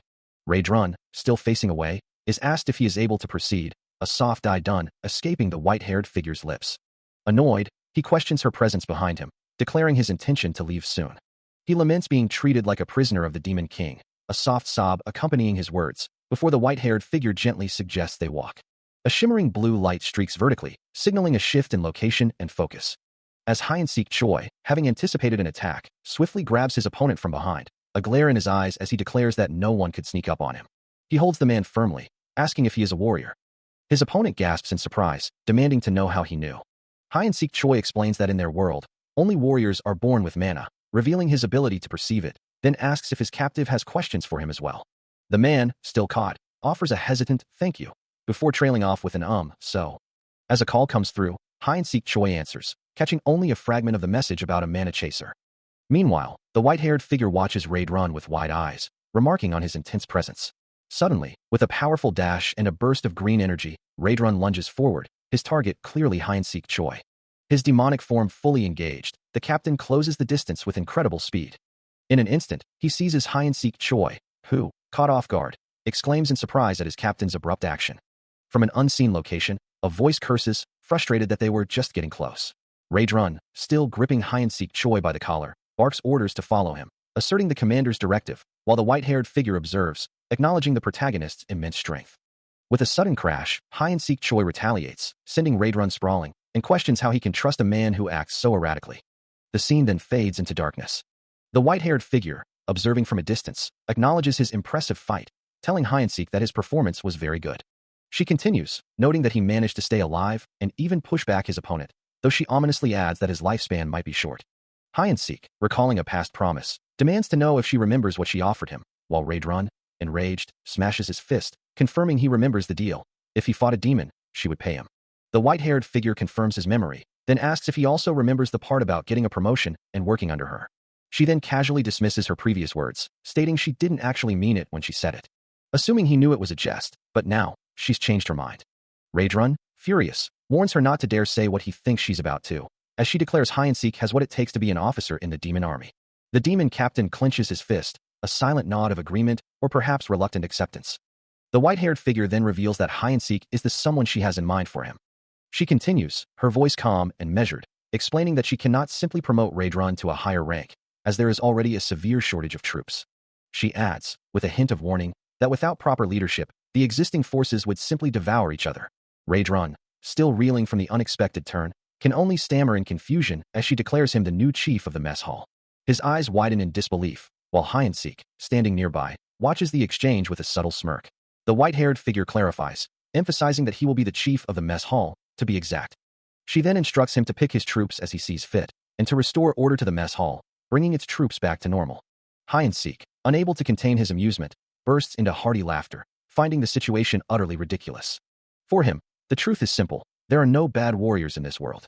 Hyeon-sik Choi moves through the desolate, glowing passageway, a sarcastic thought echoing in his mind about his new promotion. A faint creak draws his attention, and he wonders how long it has been since he last wielded a broadsword. With a determined glint in his eyes, he accepts his new officer duty and prepares for whatever lies ahead.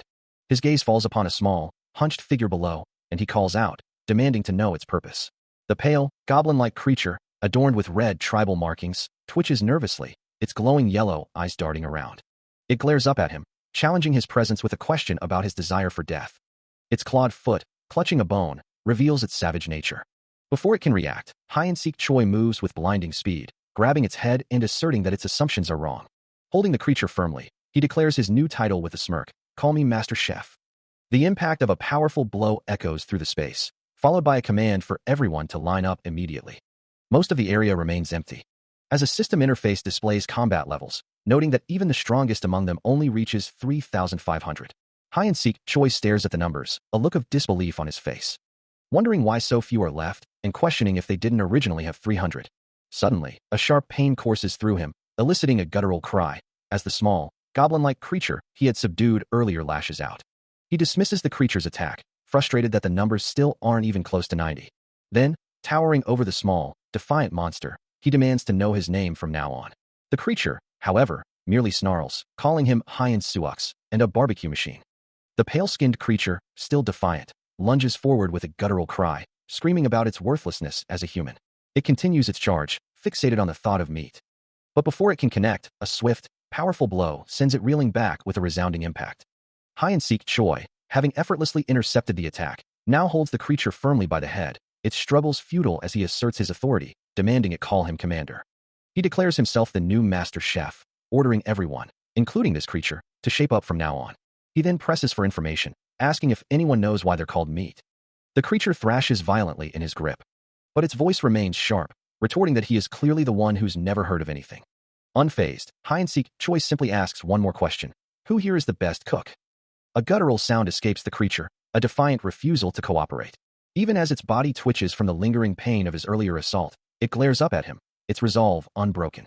He presses for information, asking about the meat it mentioned, but the creature only snarls, refusing to divulge any secrets. With a dismissive wave, Hyeon-sik Choi sends the creature away.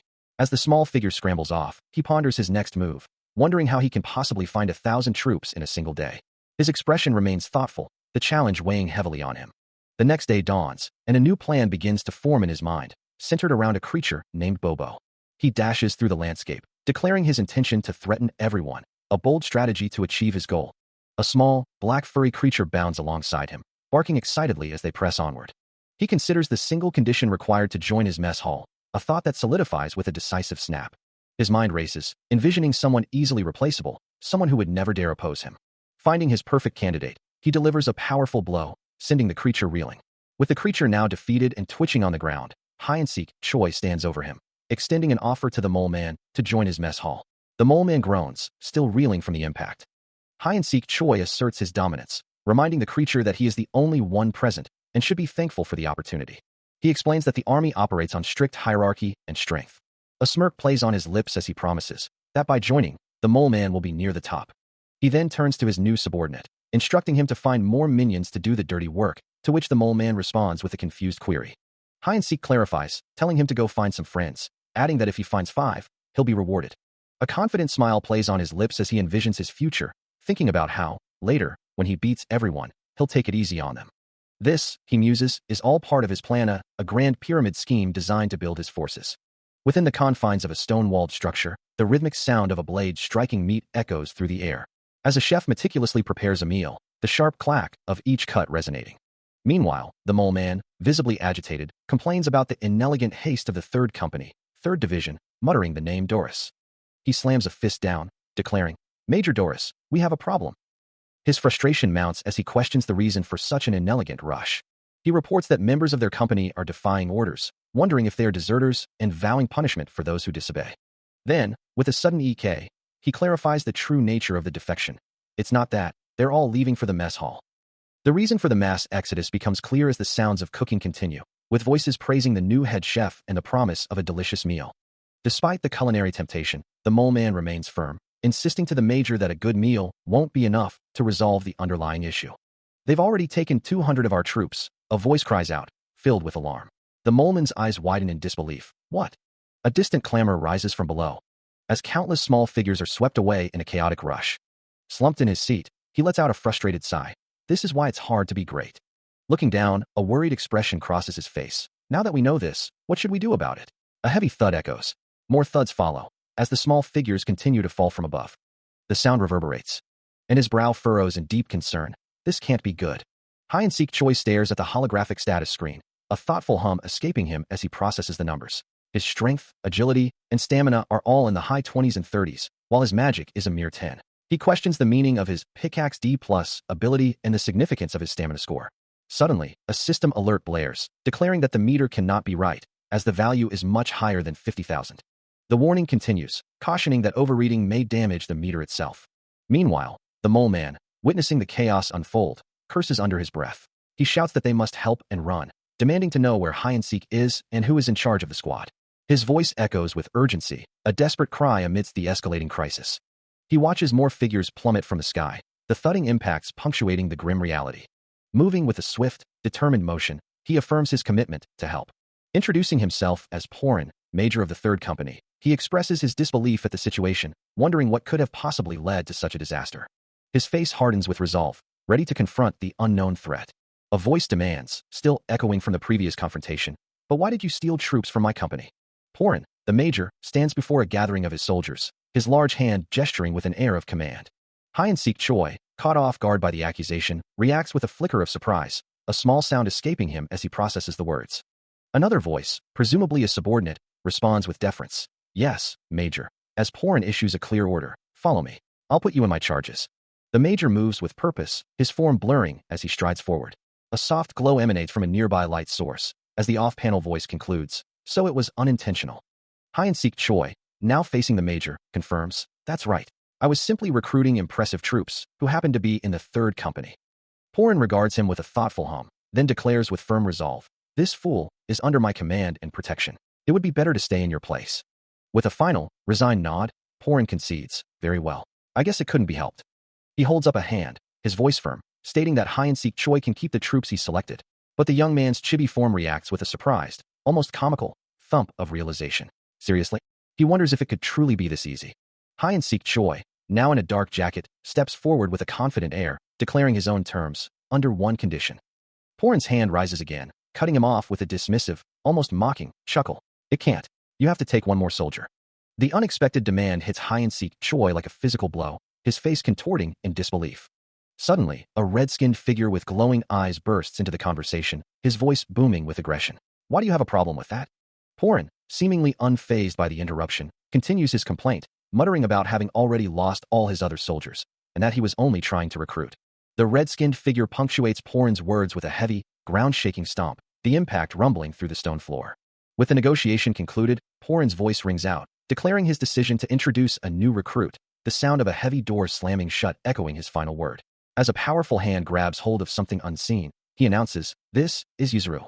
Yuzuru's face, a fierce blend of green skin and yellow eyes, turns towards the Major, his words punctuated by a violent smash. "Yuzuru is waiting, Major." A system notification flashes, labeling his power as immeasurable, as a vibrant red aura pulses around the hulking figure, radiating raw, untamed strength. Hyeon-sik Choi observes the display, a thought crossing his mind. He's not the brightest, but he's strong. Hope he's useful. With a heavy thud, Yuzuru settles down, Porin watching him with a slight gulp. Standing before a vast assembly of figures, Hyeon-sik Choi prepares to address them. "I'll introduce myself, again." He mutters to himself, the rumors of a robot still echoing in his mind, something he'd never heard of before. Around him, the new recruits, including the hulking Yuzuru and the ever-present Mole Man, gather, looking towards a massive, dark structure, their attention drawn by the unfolding situation. Suddenly, Mole Man delivers a sharp, disciplinary tap to Yuzuru's head, calling him a good boy and a brute in the same breath. Hyeon-sik Choi observes the interaction, a thoughtful expression on his face as Mole Man looks back at him. A new organization chart is presented, detailing the structure of their burgeoning force. His hand holds the document, its intricate details now laid bare. The command rings out. They are to consult the chart and line up accordingly. Hyeon-sik Choi explains to Mole Man that while Yuzuru possesses the intellect of a child, he has organized him purely by his strength level. Mole Man, ever eager, asks where they are headed, ready to take the lead at his Master Chief's command. He lays out the new assignments, declaring that the left flank will now be responsible for the mess hall, while the right flank will be on combat duty. Then, with a firm gaze, he challenges his new recruits, announcing that there will be no complaints or questions, but if anyone has an issue, they should step forward. Before the words fully leave his lips, a massive fist shoots up, Yuzuru's voice booming. "I have a complaint." His complaint is simple and direct. "I want to go hunting." He continues, his desire clear. "I want to eat fresh meat." But before Yuzuru can finish, a swift, sharp strike connects, snapping his head back, a powerful blow from Hyeon-sik. Hyeon-sik takes a deliberate step forward, closing the distance with purpose. He looks down at the reeling Yuzuru, his voice unwavering. "Let's see what you got." Without hesitation, he follows up with a devastating kick, sending Yuzuru sprawling with a resounding impact. Yuzuru groans, his body still wobbling from the impact, as Hyeon-sik Choi looks down at him, dismissing his challenge. As Yuzuru struggles to regain his footing, a system message flashes, indicating that due to his cruelty, Hyeon-sik Choi's hidden charisma score has increased. He glances at the floating screen. Another notification appearing to confirm his leadership ability score has also gone up. Turning to the other recruits, who stand in silent apprehension, Hyeon-sik Choi challenges them, asking if anyone else wishes to step forward. Met with only the sound of crickets, he clears his throat, his gaze sweeping over the group. His voice rings out with renewed authority, declaring that if everyone is ready, they will become combat troops of the field. With a determined clench of his glowing fist, Hyeon-sik Choi announces it's time to go hunting. Their destination, the giant forest, now known as the Great Black Castle. A vast forest stretches out, its silence broken only by the distant, indistinct sounds of many creatures moving within its depths. Within a rocky alcove, a blonde-haired woman observes the quiet, wondering aloud why the forest feels so still today, especially after the recent Naga warrior raid. An elf-eared man, standing beside a masked figure, agrees with her assessment, though he hesitates to voice his full concern. He knows the two individuals they speak of are their strongest fighters, and the thought of them being taken out is unsettling.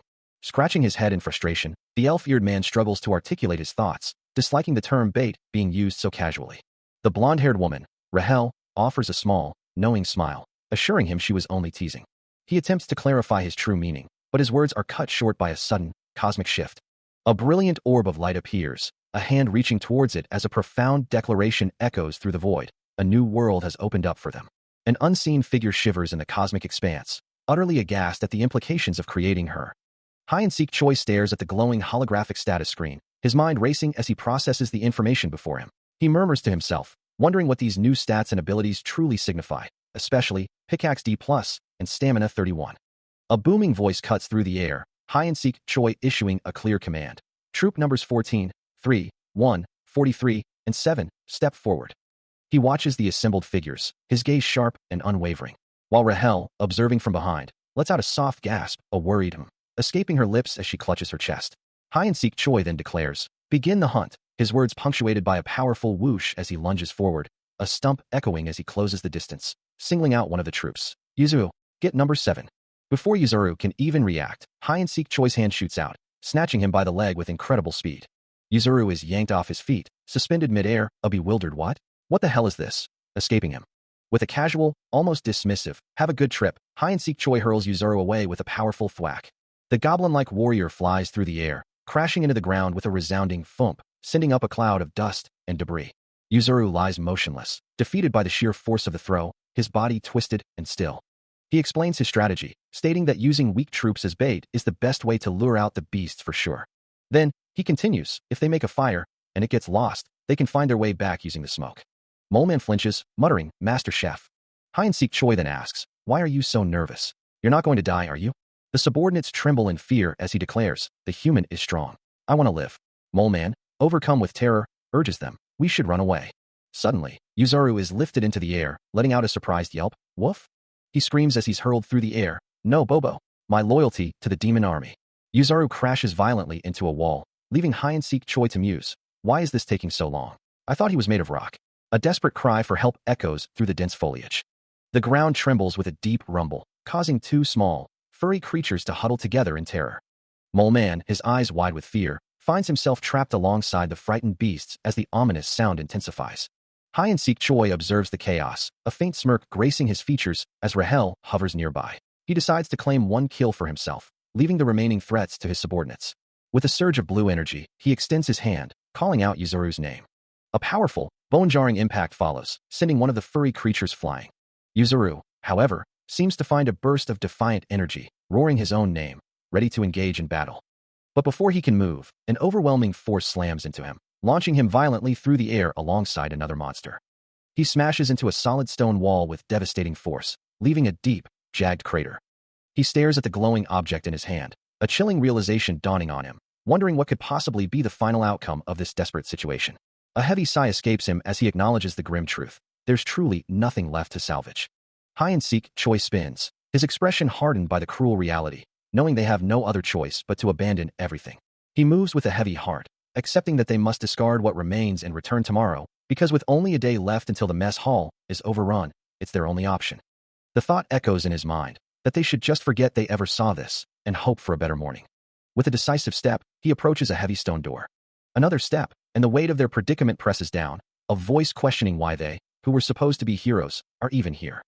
Hide-and-seek Choi stands firm, his resolve solidifying, determined to do whatever it takes to prevent this place from being destroyed, if it even can be saved. He clears his throat, a silent affirmation of his commitment, his gaze sharp with renewed purpose. He delivers a sharp, impactful blow, demanding attention from the Vice Master Chef.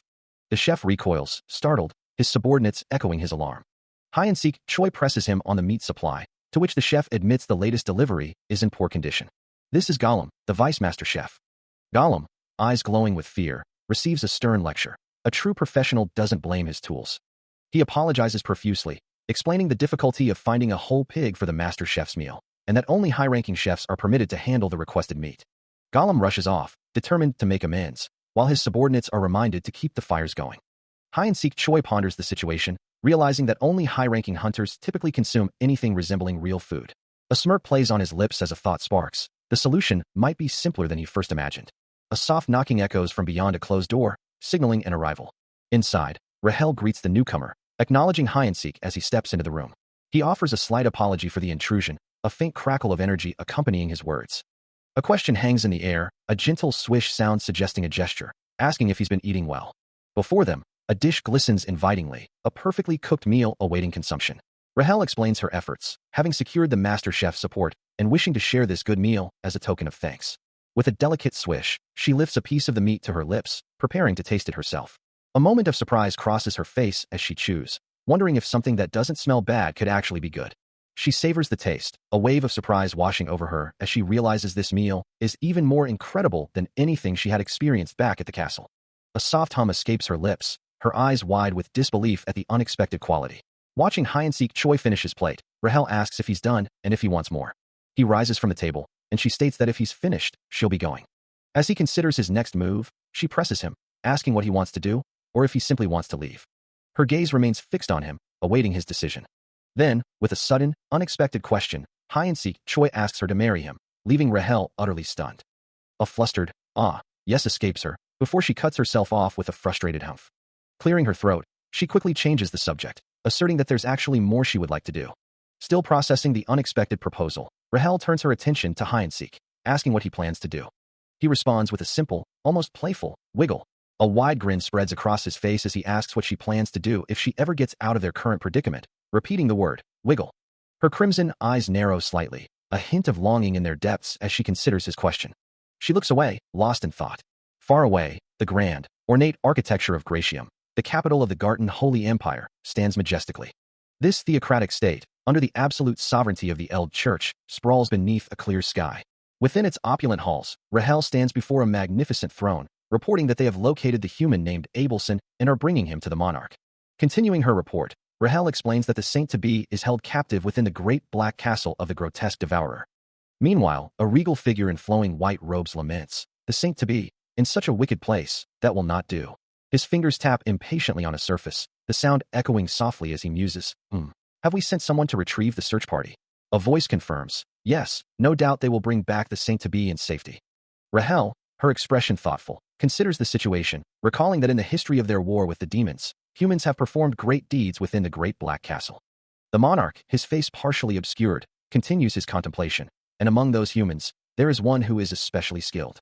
His gaze sharpens slightly as he concludes, it would be reckless to charge in now. Rahel, with a determined look, offers a suggestion, send a secret rescue squadron. The elderly monarch, his wise eyes now fully visible, makes his decision, call our hero, the Oselda Knight. His decree is made under the emblem of the Emperor of Garten and the Holy Empire of the Eld Church, Orban IV. The forest stretched out, a canopy of green under a bright, open sky, as the sounds of distant chatter echoed through the trees, guiding the way along a winding path. A quiet thought drifted through the air, a longing to simply do nothing at all. Hyacinth Choi, however, found himself pondering a different question, wondering what she could have possibly meant by her words. His foot landed with a solid stomp on the ground, a new thought forming that this place looked promising, just as a command rang out. Sergeants, attention. Following the order, Hyacinth Choi and others began to dig into the earth, the rhythmic sounds of their tools echoing the repeated command to hunt. He swung his pickaxe with practiced ease, a determined expression on his face. Suddenly, two glowing red objects began to shake violently from the disturbed ground, causing him to question what exactly he was unearthing. From a distance, a massive, muscular figure watched the scene unfold, a silent query forming in his mind. Is this a trick? Is he getting rid of scraps? A small, spider-like creature, seemingly a system interface, expresses confusion, wondering why it's alone, then barks out a command to a larger, wolf-like beast. Suddenly, a large, clawed hand reaches down, and with a gulp and a splash, something transforms. The newly empowered, red-skinned creature gasps, overwhelmed by the amazing power it now possesses, pink floral particles swirling around it. It then pledges its full loyalty with a resounding thump. Surrounded by a diverse group of creatures, a wolf-like beast, the red-skinned warrior, and a green-skinned brute, the spider-like interface urges them on, asking for just one more bite. Hyacinth Choi observes the scene, a small, glowing red object clutched in his hand. The spider-like interface then barks out a command, telling them to go out and bust their asses, as a system message confirms the platform is now open and monsters will spawn in 30 seconds. With a unified rush, the wolf-like, red-skinned, and green-skinned creatures charge forward, spurred on by the interface's cry to get those beasts. Hyacinth Choi watches them go, pondering that if they want to continue living, they must go through this training. He moves with incredible speed, a blur of motion, delivering a powerful strike that fells his foe, and a notification of his level up flashes into existence. Hyacinth Choi glances at the floating status window, noting his increased stats and the 10 levels he's gained from his busy hunting. Standing over the defeated beast, he watches as one of his small, beast-like subordinates giggles. While others play in the background, he considers hiring a dungeon cleaning platform, but decides to join one of them instead. Of what? He wonders aloud, then dismisses the thought, commanding, who cares? Go hunt for scraps. The small subordinate immediately responds with a dutiful, yes, sir. Deep inside the Abelson Black Castle, a figure moves with purpose, his steps echoing through the blood-stained corridors, each one bringing him closer to his destination. Finally, he arrives at a massive wooden door, a sense of accomplishment settling over him as he declares, I've finally made it. Meanwhile, on the other side, a young woman with light hair waits anxiously, her thoughts racing as a distinct knocking sounds from beyond the door. She wonders if she should have listened to him, but knows she can't wait forever. With a slow, drawn-out creak, the heavy door begins to open. A voice calls out a name, Abelson Marriott, as a cloaked figure steps into the light. The figure, Hyacinth, moves through the threshold, revealing a man with glowing golden eyes and blonde hair, who confidently announces, I'm here to save you. He stands before a shadowy figure, dismissing their plea. Sir Geffen, did the Emperor send you? the figure asks, but he simply laughs. Huh? Yes, who else could it be? His hand presses against his chest in a gesture of mock solemnity, as he states, I apologize, but I will not return. His gaze is firm, unwavering. So please, Sir Geffen, leave me. He spreads his arms, his black cloak billowing slightly. I'd be happy to go back, but I have orders. A slight pause, then, no choice. His eyes narrow, a hint of blue light flickering within them, as he continues. As you know, the original owner is in this castle. If you're taking him. With a sudden burst of speed, he dashes forward, a faint blue aura trailing behind him, closing the distance to the anxious woman. I'll use my holy power to call him here, and... The woman, Rahel, clenches her fists, a pained gasp escaping her lips. He pulls her into a protective embrace, his voice firm. I told you before, I'm not some prince. I'm a saint. His glowing blue eyes soften as he looks down at her, offering a gentle reassurance. Just take a nap. You'll be out of this castle before you know it. Overwhelmed by a sudden surge of despair, Rahel trembles violently, her crimson eyes glowing with an inner light as she questions why her power has failed her. Her consciousness fading, she collapses, a desperate plea escaping her lips to never return to that place. Just as she falls, Abelson Marriott moves with blinding speed, a blur of motion as he reaches out. His voice cuts through the air, sharp and commanding, warning an unseen presence to keep their hands off her. Before the words even fully register, he delivers a devastating blow, the impact echoing through the chamber as his fist connects with an armored figure. The force sends the assailant flying, their body crashing to the ground. Cradling the unconscious Rahel, Abelson Marriott glares down at the fallen Sir Geffen, his voice laced with menace as he challenges the subordinate's audacity. He reiterates his demand, his gaze unwavering as he commands Sir Geffen to release his claim on her. From the floor, Sir Geffen, though defeated, acknowledges the unexpected power, muttering about the unfairness of the situation but admitting Abelson Marriott's formidable strength. Hide-and-Seek launches a sudden, powerful attack, his glowing weapon striking Abelson Marriott with a resounding impact, leaving her no time to react. With a determined grunt, he presses his assault, his eyes burning with a fierce red glow. The saint stumbles backward, her expression one of utter surprise as her simple task unravels before her. She collapses to the ground, defeated. Rahel watches in disbelief, her mind reeling at how quickly the warrior was taken down with a single blow. A gasp escapes her as she panics, wondering what she should do next, even considering calling for Bobo. She unfurls a glowing scroll, sensing an unfamiliar energy emanating from it. With a resolute expression, Rahel decides that if she needs to take another person, she will simply correct the scroll. She stomps her foot in determination, her sudden resolve prompting a nearby inquiry about the matter. A new figure, with long dark hair and pointed ears, emerges from the shadows, a small pastry held delicately in her hand, as she playfully asks if anyone would like some help. Her presence triggers an internal alert, identifying her as a grotesque devourer, though no information on her level can be found. With a soft giggle, she clarifies that she prefers to be called the gourmet. Hide-and-Seek flinches, sensing no malicious intent from her, yet he wonders if this is the devourer from their quest. The name echoes in his mind. Hemis, the grotesque devourer. Reading further, he notes the legend that she has devoured thousands of soldiers, a claim he now finds himself believing. As a purple aura flares around her, Hemis offers a little treat for their guest, her eyes glowing with an ominous light. Gold coins begin to fall from her form, the purple energy intensifying around her midsection. Then, with a sudden whoosh, she moves, leaving a vibrant purple trail in her wake. Hide-and-Seek Choi braces himself, a grim realization dawning that he hadn't truly been ready for this encounter, yet a flicker of his old fighting spirit ignites, hoping for a chance to unleash his full power. But the purple energy surrounding him intensifies, making his head spin, and a wave of dizziness washes over him, leaving him questioning the nature of the attack. He stumbles backward, the realization hitting him with crushing force. It's already too late to escape. The purple energy lashes out, tearing into him, sending crimson splatters across the dark space. Hemis watches his struggle, a predatory grin spreading across her face as coins rain down around her, declaring that his resistance only makes the experience more delicious. Pinned and helpless, Hide-and-Seek Choi can only despair, knowing that in his current weakened state, escape is impossible. Suddenly, a blinding golden light erupts, engulfing him in a powerful surge of energy, and a voice echoes, proclaiming the mission a failure. Hemis looks on, surprised by the sudden intervention, a soft, "Oh, my," escaping her lips as the light fades. The angelic figure of Rahel soars away, leaving a trail of light in her wake, while Hemis laments the departure of her guest, who rejected her personal invitation. Hemis, left alone in the aftermath, looks down with a thoughtful expression, purple energy swirling around her as she muses that no matter what, the situation only grows more interesting. A faint smile plays on her lips, as she declares that things are truly beginning to heat up. Ancient legends speak of formidable beings, like the grotesque devourer and the immortal witch. Yet among the countless named entities stands Hemis, commander of the Third Demon Army. Countless demons have risen and fallen throughout history. Yet only a select few, like the Demon King and Hemis herself. Their power is absolute, but an eternity can render all things dull.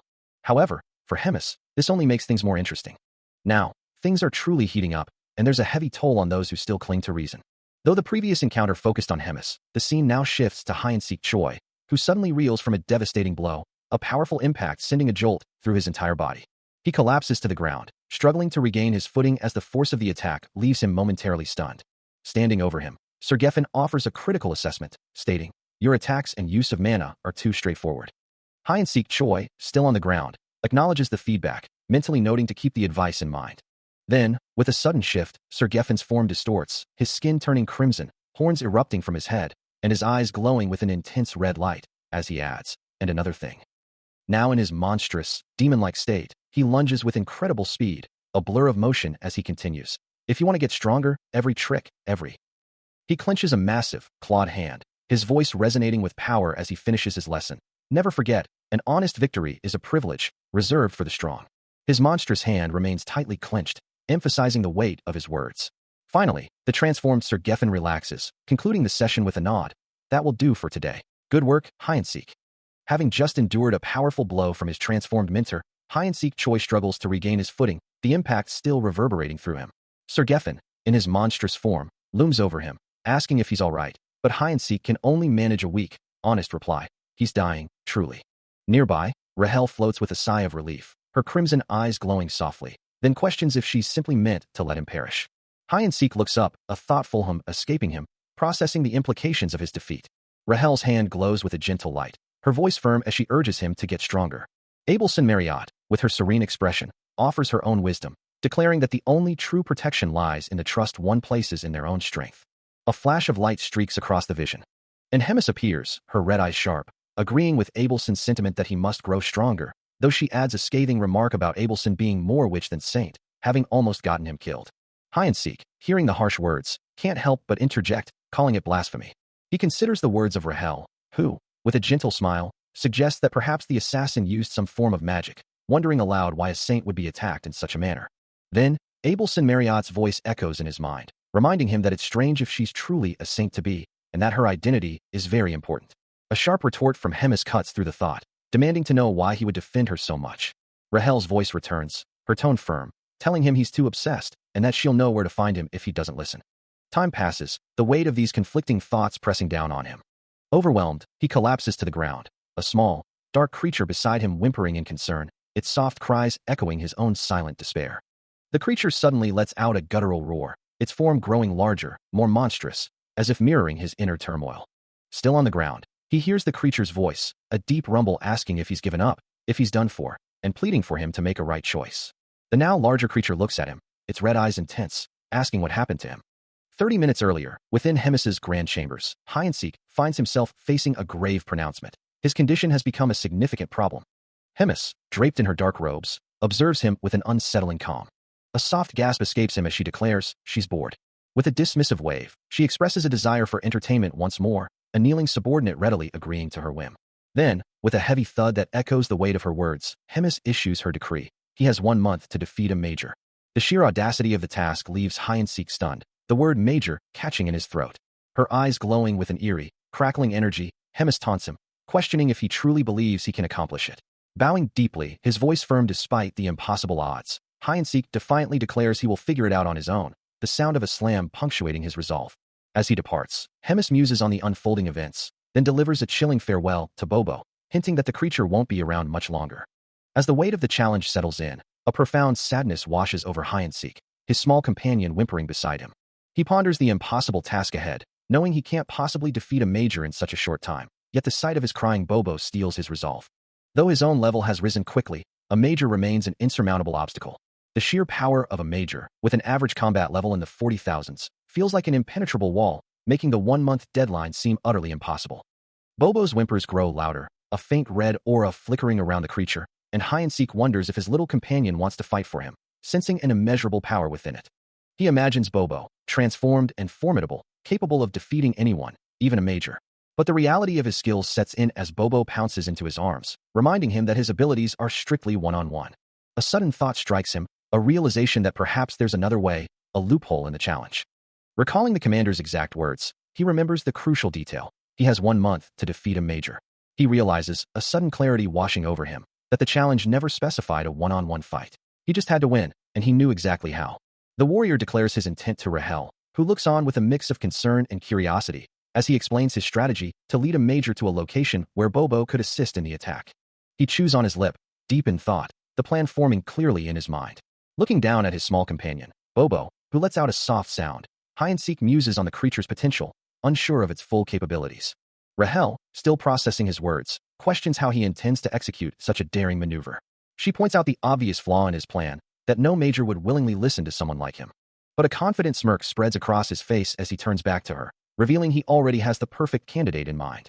His eyes gleam with a cunning resolve, knowing full well that this individual already owes him a significant favor, making their cooperation all but guaranteed. He knows his target, and he knows their weakness, food. The third ingredient, a rich, golden honey, drips slowly onto the meat, a thick, viscous bloop echoing in the quiet kitchen. This is Oran meat, saved for a special occasion, and to properly prepare it, honey must be added to wash out the blood. With precise, rhythmic movements, he begins to chop, chop, chop, the blade making a clean bleh sound as it severs meat from bone. He continues to chop, chop, chop, meticulously separating every piece of meat and bone. As the culinary preparations begin, the first ingredient to be considered is a cluster of many-eyed mushrooms, a peculiar fungus boasting a combat level of 50, which hide-and-seek intends to use for its rich umami flavor.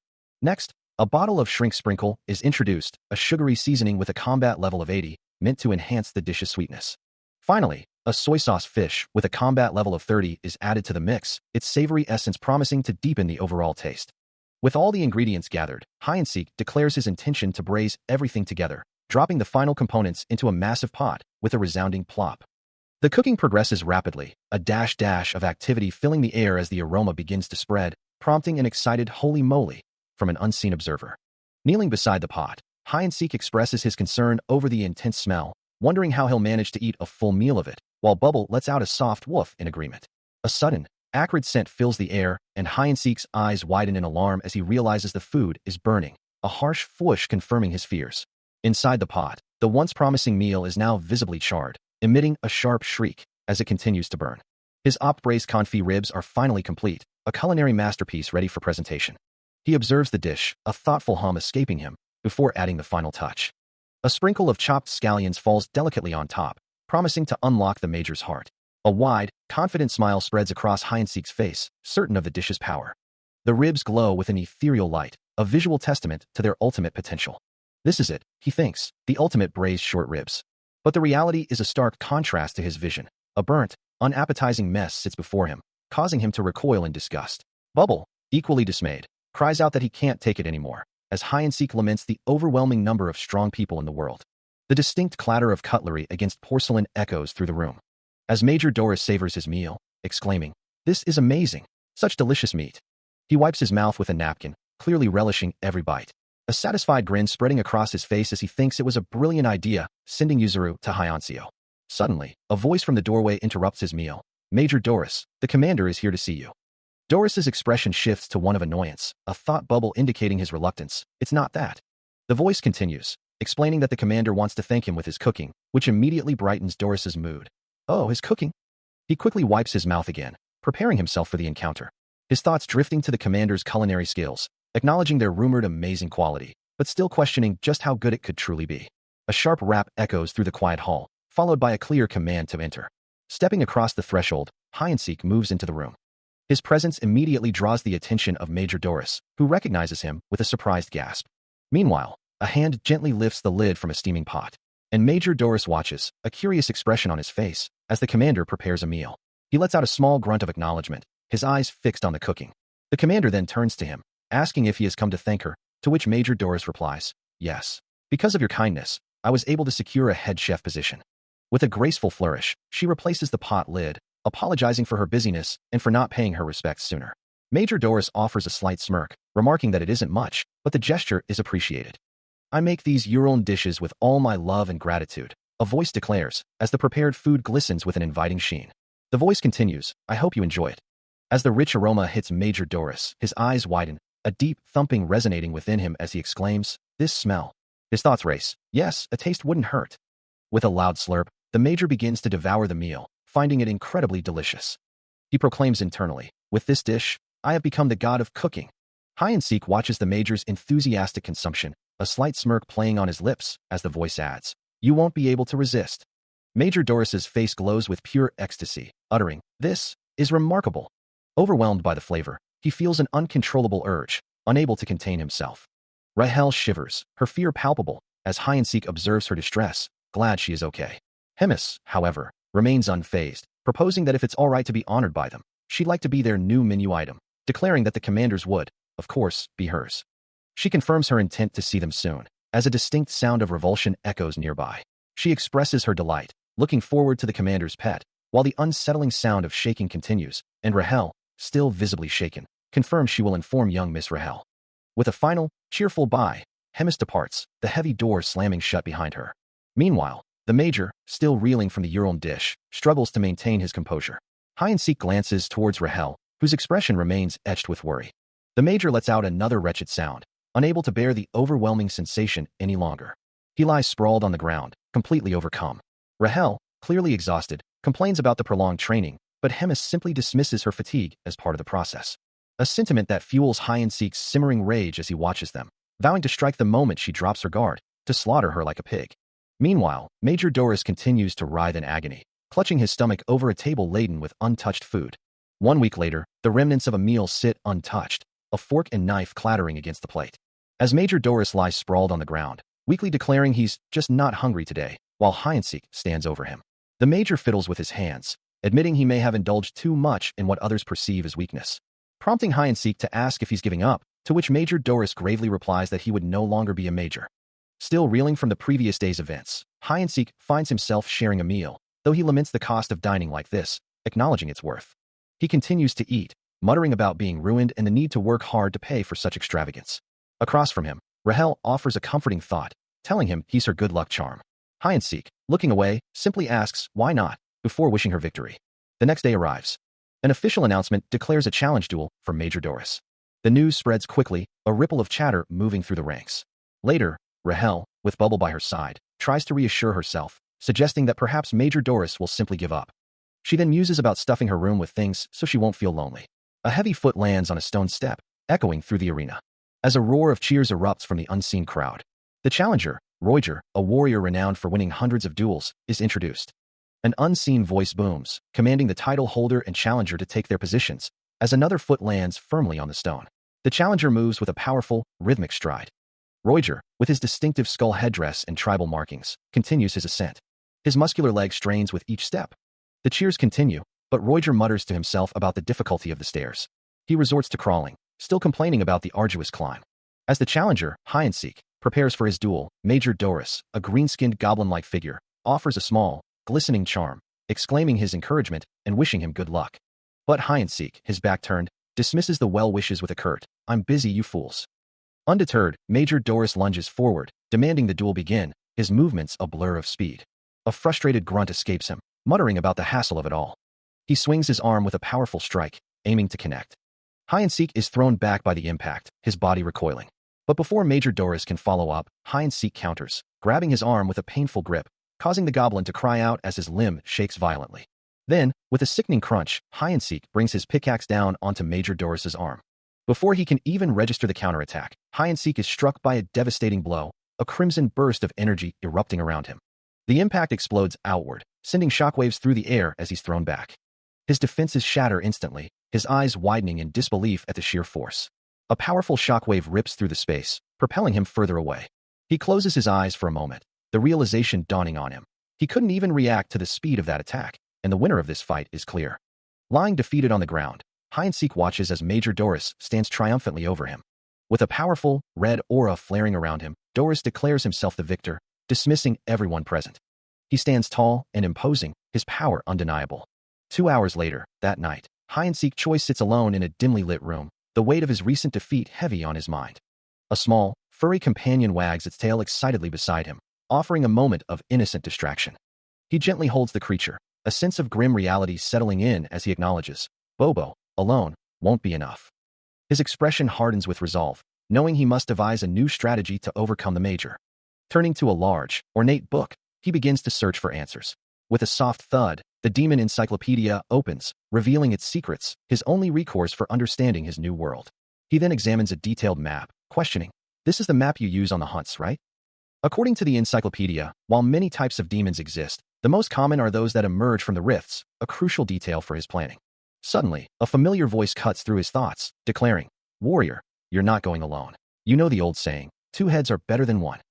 Hide-and-seek Choi considers his options, a grim determination settling over him as he realizes that the enemy of his enemy is his friend, he declares, his fist clenching with renewed resolve. He muses, if Major Doris proved to be a formidable opponent, then his path forward must involve finding a magic beast even stronger than the Major. 3 days later, deep within a gigantic forest, the sound of footsteps echoed softly as the journey continued. A small, ethereal figure groaned, lamenting the past 3 days spent memorizing the magic beast encyclopedia, feeling as though her head might explode from the effort. Hide-and-seek, clearly exasperated by her complaints, simply demanded the map before he lost his composure. Their first destination lay 10 kilometers away, marked clearly on the map. Rahel pointed out a creature that resembled a giant worm, identifying it as a common slime, a popular and easy target for hunting, as small explosions erupted around it. Though they were weak, Hide-and-seek cautioned that they shouldn't be underestimated, while Rahel added that they still offered a good fight. Puffing out her chest, Rahel asked if she was amazing, cute, and brilliant, to which Hide-and-seek offered a dry, "Yeah, sure, right," as she landed softly beside him. He smirks, a thought crossing his mind that even the foolish can sometimes prove useful. Dashing forward, he hears Rahel's voice asking about their next destination, but his focus is on the creature ahead, suggesting they might need to wait. As he closes the distance, Rahel identifies the monster as a weak slime, yet he notes the sheer number of them, realizing caution would only prolong the inevitable. With a resolute expression, he concludes there's no choice but to engage them head-on. Charging forward, he declares they will feast like kings today. The monsters swarm him, their collective impact creating a booming sound as he plunges into their midst. Amidst the stampede, he challenges them to kill all they want, while Rahel, from a distance, encourages him to eat whatever he catches. He swings his pickaxe, the force of his attack adding to the chaotic stampede. With a powerful slash, he cleaves through a monster, proclaiming it fresh meat.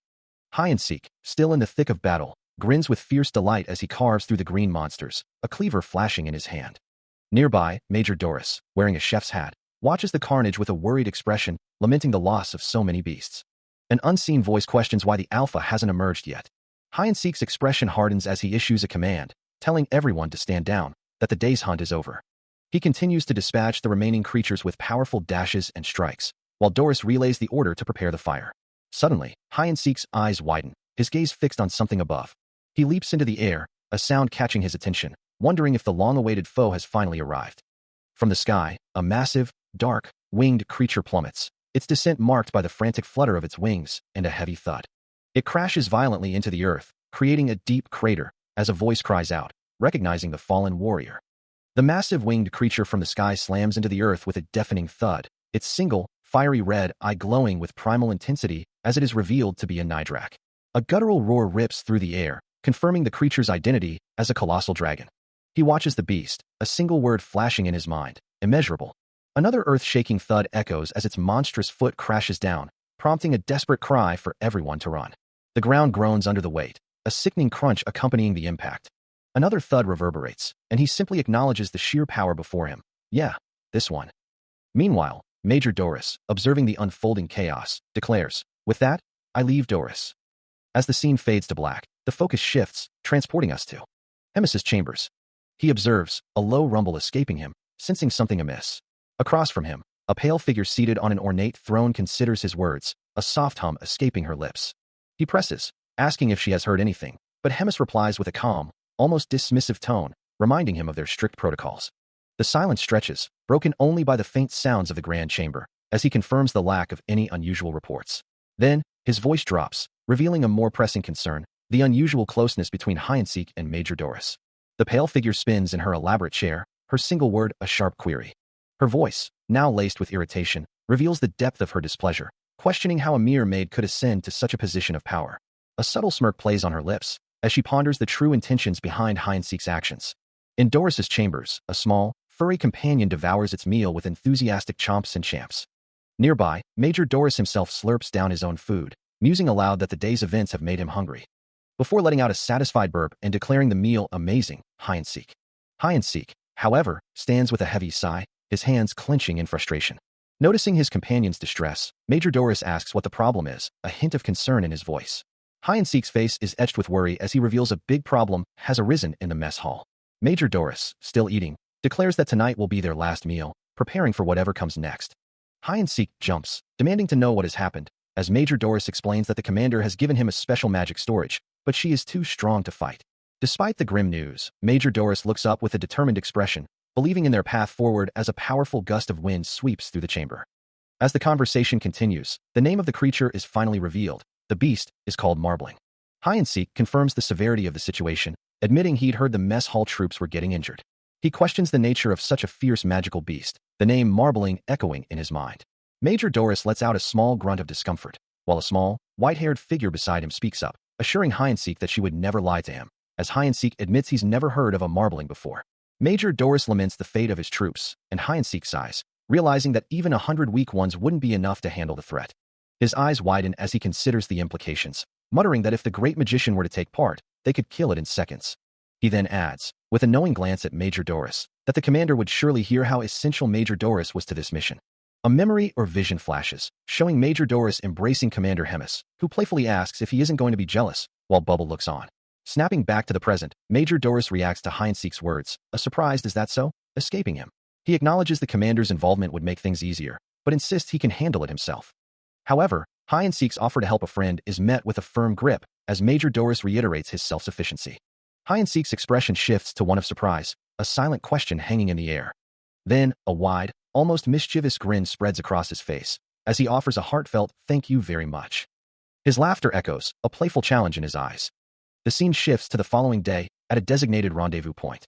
Hyeon-sik stands ready, a confident smirk playing on his lips, acknowledging his own punctuality. Nearby, Commander Hemis addresses Bubble, inquiring about the progress of their mission.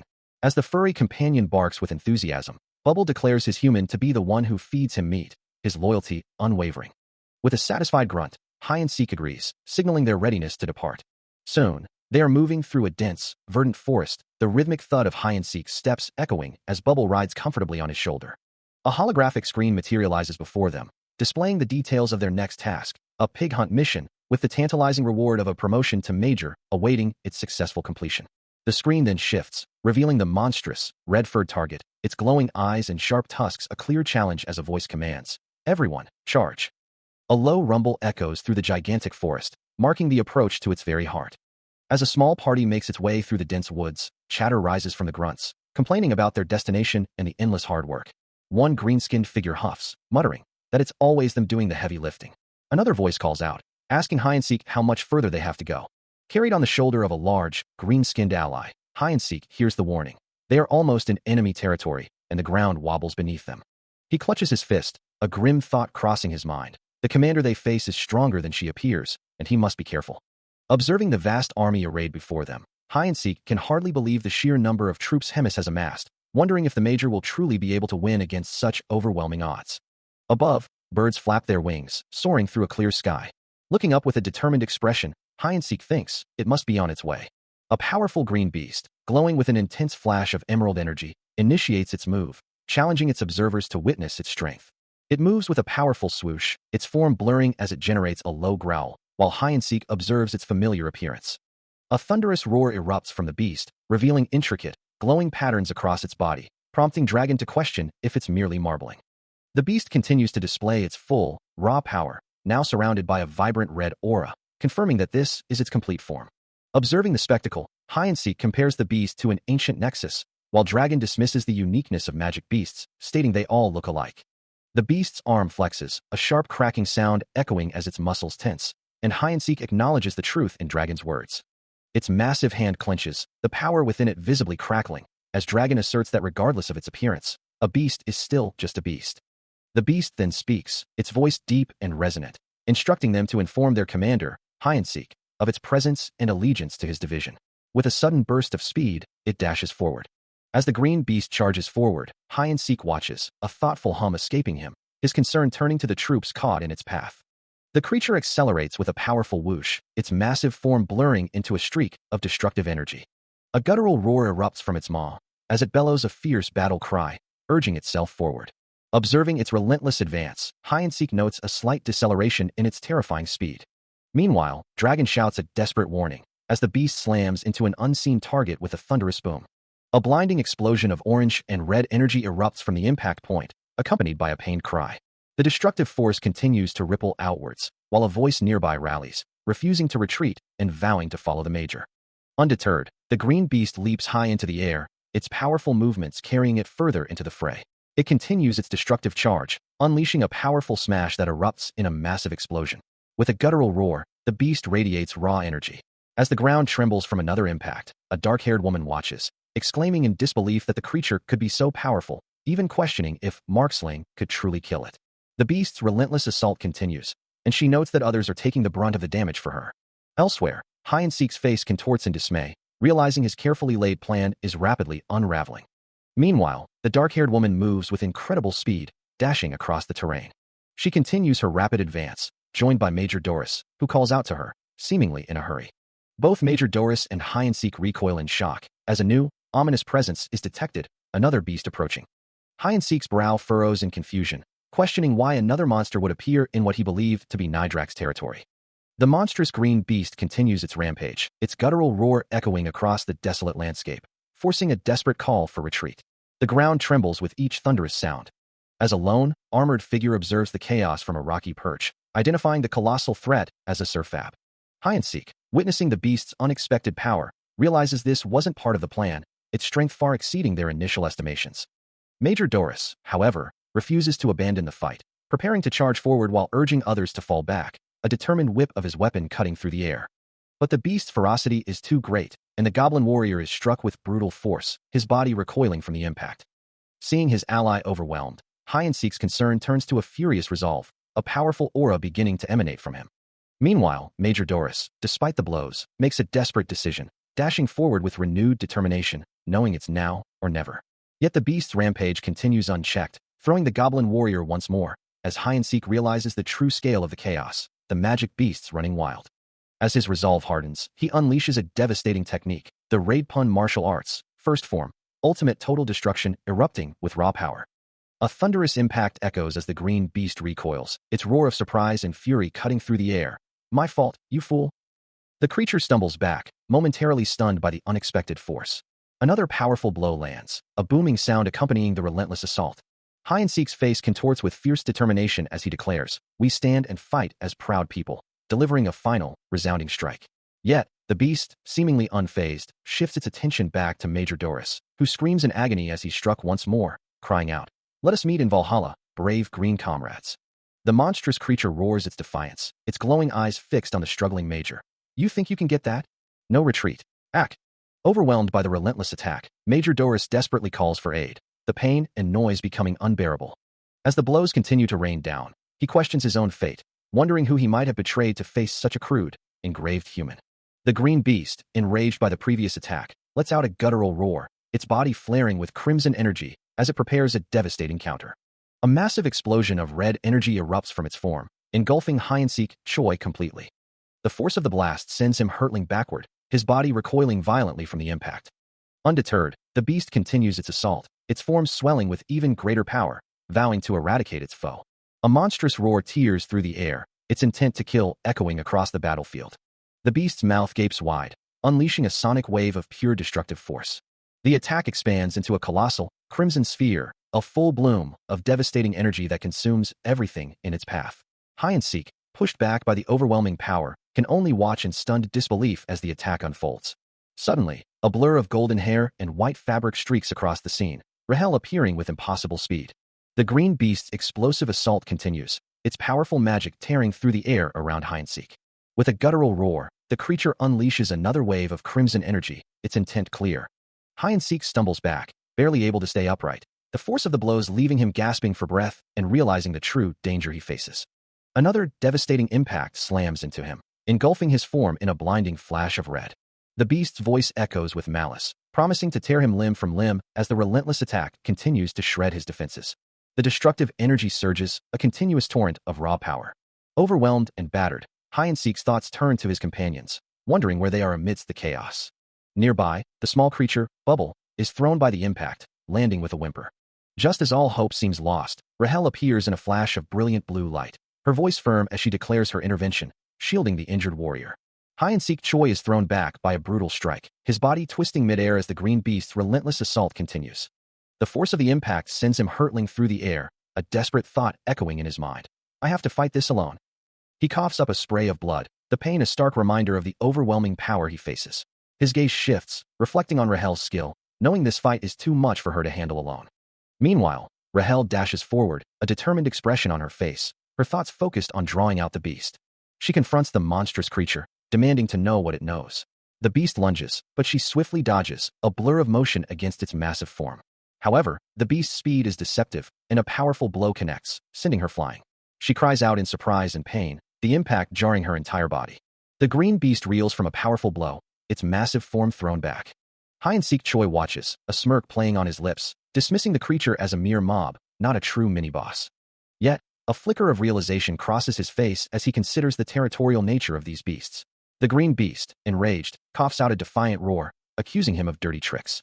But Hide-and-seek's expression hardens, his mind made up. He declares that he will show no mercy. With a surge of crimson energy, he unleashes a devastating attack, striking the beast. The red power engulfs the creature, tearing into its form. The energy intensifies, crackling with destructive force as it continues to consume the green beast. A voice echoes with a chilling resolve, declaring, "No mercy for you." Then, with a surge of crimson energy, the green beast lunges forward, roaring, "You die right now." Its attack intensifies, a blur of red power. The creature unleashes a devastating technique, the Flomote third stage, falling petals, a swirling vortex of destructive force. It boasts of its overwhelming combat style, proclaiming itself the strongest among demon fighters.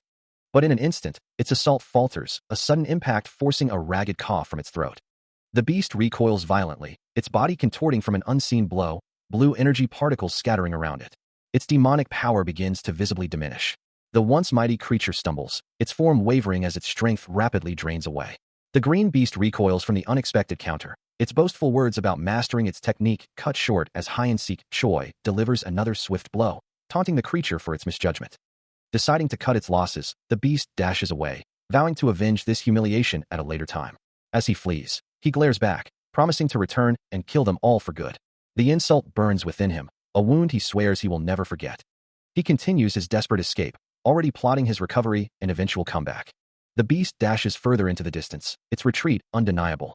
But before he can truly escape, Hide-and-seek Choi, now wreathed in a golden aura, swoops in, challenging the beast's earlier assumption that he was an easy target. His glowing fist connects with brutal force, the tables now decisively turned. The green beast cries out in outrage, unable to comprehend how a mere human dares to fight it with bare fists. Still reeling from the previous blow, the green beast finds itself facing another onslaught, as Hide-and-seek Choi unleashes a new martial arts style, activating the formidable Raidrun martial arts 7th form. A powerful blue energy erupts, striking the beast with a resounding impact, identified as a shattering strike. Even as the force of his attack reverberates, Hide-and-seek Choi notes the beast's incredible resilience, wondering if it can truly withstand such a blow. The green monster is engulfed once more in the glowing assault, its form visibly taking the brunt of the relentless energy. Yet, through the pain, a furious roar escapes it, challenging its attacker not to underestimate its power. The crackling energy continues to surge, locking the beast in a relentless barrage.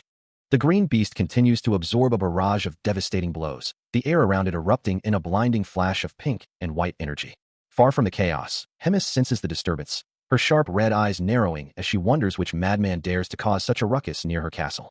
Another concussive force slams into the beast, the impact echoing like a thunderclap. Still, the relentless assault persists, another explosion of vibrant energy engulfing the creature. A swift, sweeping motion follows, kicking up a cloud of dust and debris. Then, a powerful kick lands with a dull thud. The green beast reels, its head throbbing from the continuous impacts, a dazed confusion clouding its red eyes. Nearby, a shadowy subordinate cries out in desperation, pleading with their commander to save them. The green beast struggles, visibly wobbling under the sustained punishment. Despite the relentless assault, the green beast wobbles, refusing to yield, declaring that it has not yet lost and that this is no challenge. Meanwhile, in a distant chamber, Hemis, surrounded by a crimson aura, snaps at an unseen subordinate, ordering them to be silent. Back on the battlefield, another powerful blow lands on the green beast, the impact echoing with a deep, resonant boom. Hemis's frustration mounts, her voice laced with contempt as she wonders what fool would allow a mere human to push them to such a point. Her red eyes glow with fierce intensity as she reminds herself of the ongoing war and the utter disgrace of being beaten by a human. A powerful whoosh of energy surrounds her as she contemplates her next move, muttering that she should intervene. On the battlefield, Major Doris, seeing the green beast finally falling, cries out desperately for the commander's help. Hyeon-sik Choi, having delivered the final blow, turns to the goblin, a determined expression on his face as he echoes Doris's words. He then dismisses the goblin's plea with a sharp retort, declaring that the creature is no major. He declares his victory with an unwavering voice, asserting his dominance over the fallen foe.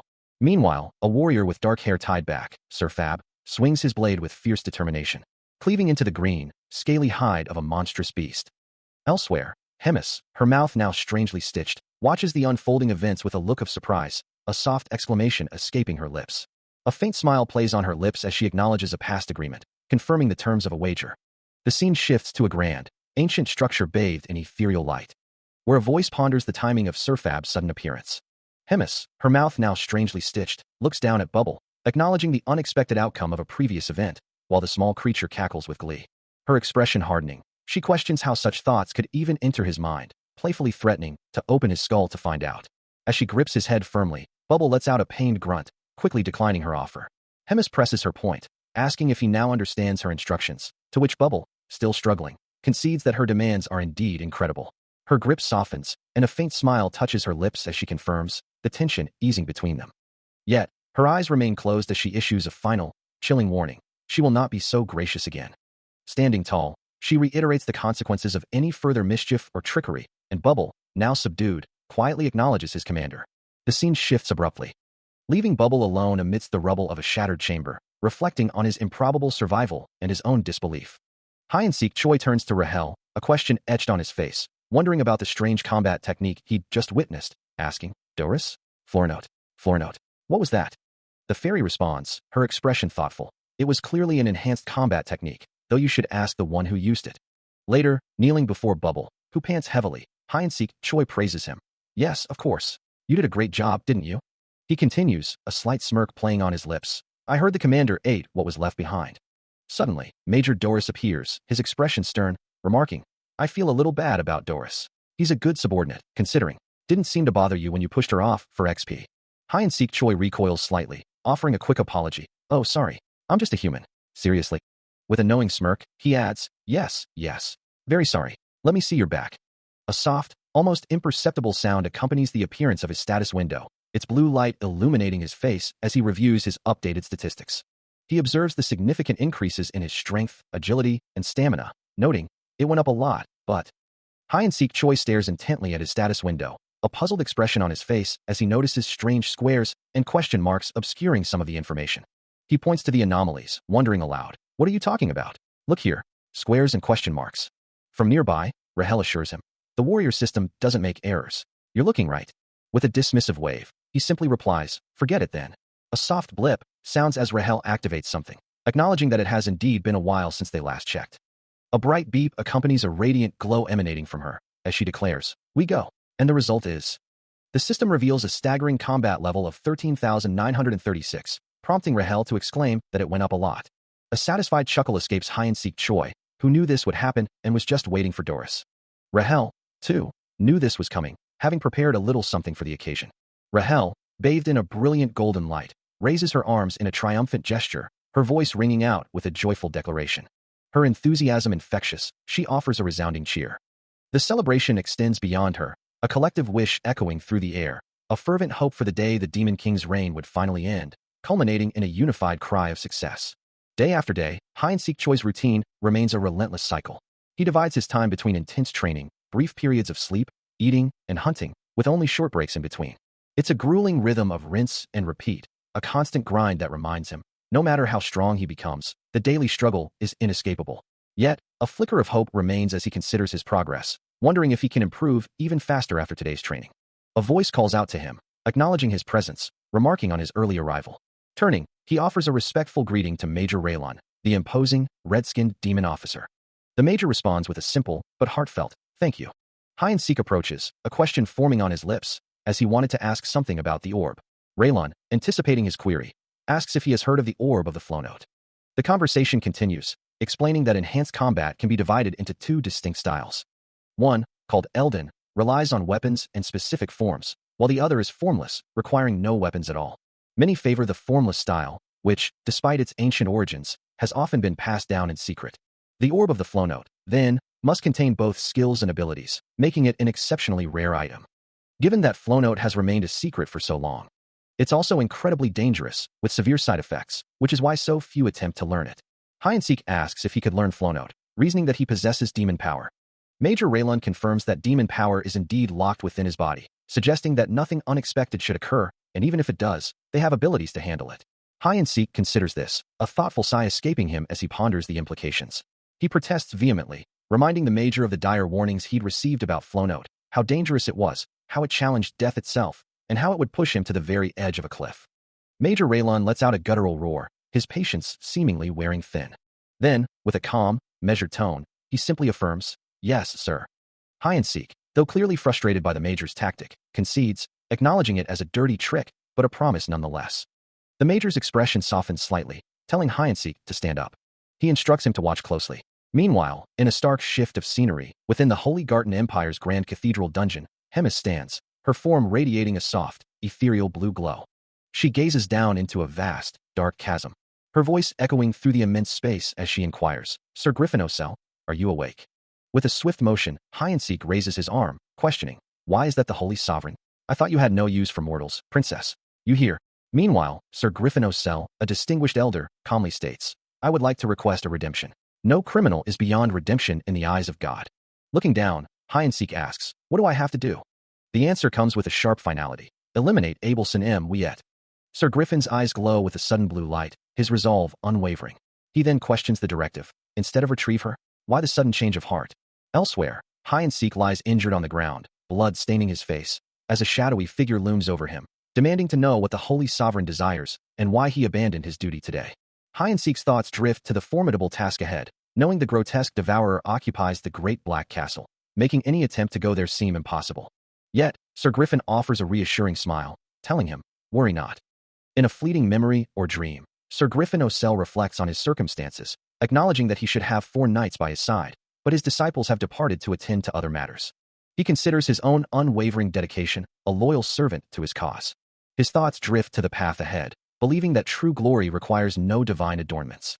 Suddenly, a jolt of raw energy rips through him, snapping him awake as a voice demands, "Hide-and-seek, Hide-and-seek, wake up." A guttural cry escapes his lips as the pain intensifies, his body trembling under the unseen assault. The searing energy courses through his arm. As a red-skinned hand clamps down, a harsh voice reprimanding him.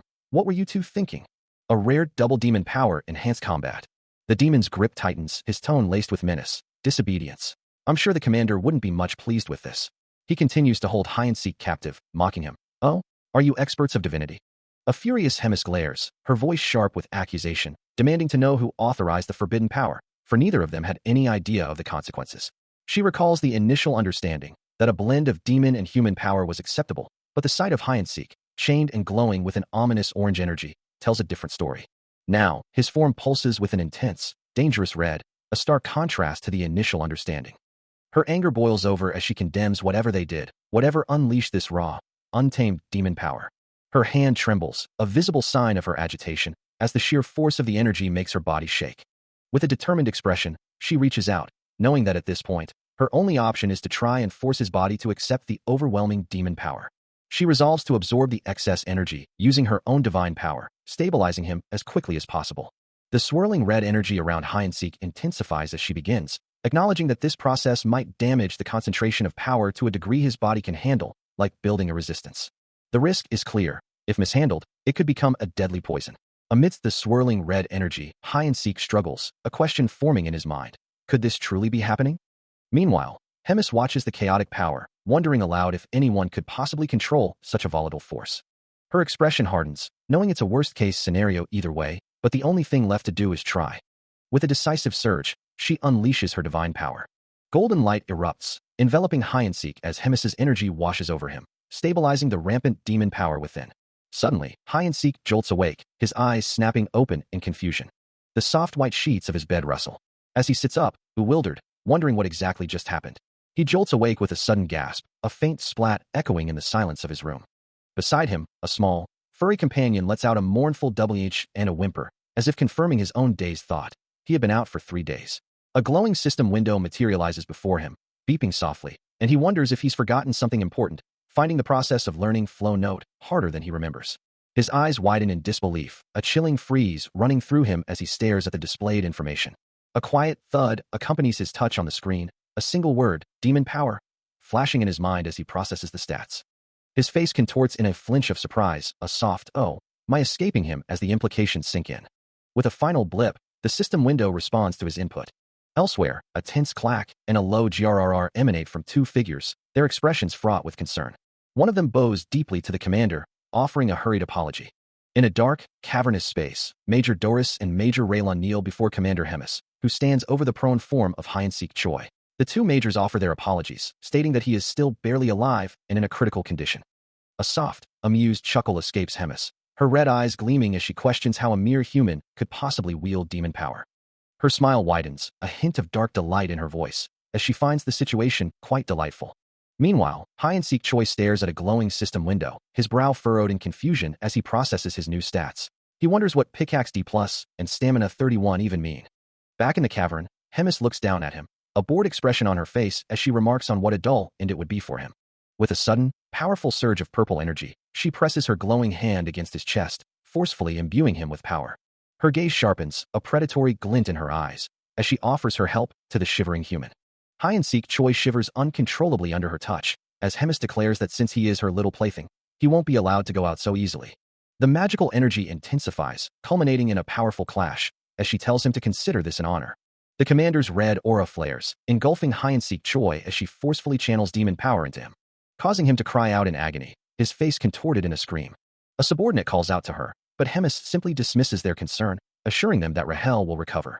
With a throbbing surge of energy, she grips his head, intensifying the demonic infusion. Then, with a swift motion, she vanishes from the chamber. 5 days later, within the confines of Bobo's house, the quiet hum of recovery settled over the small dwelling.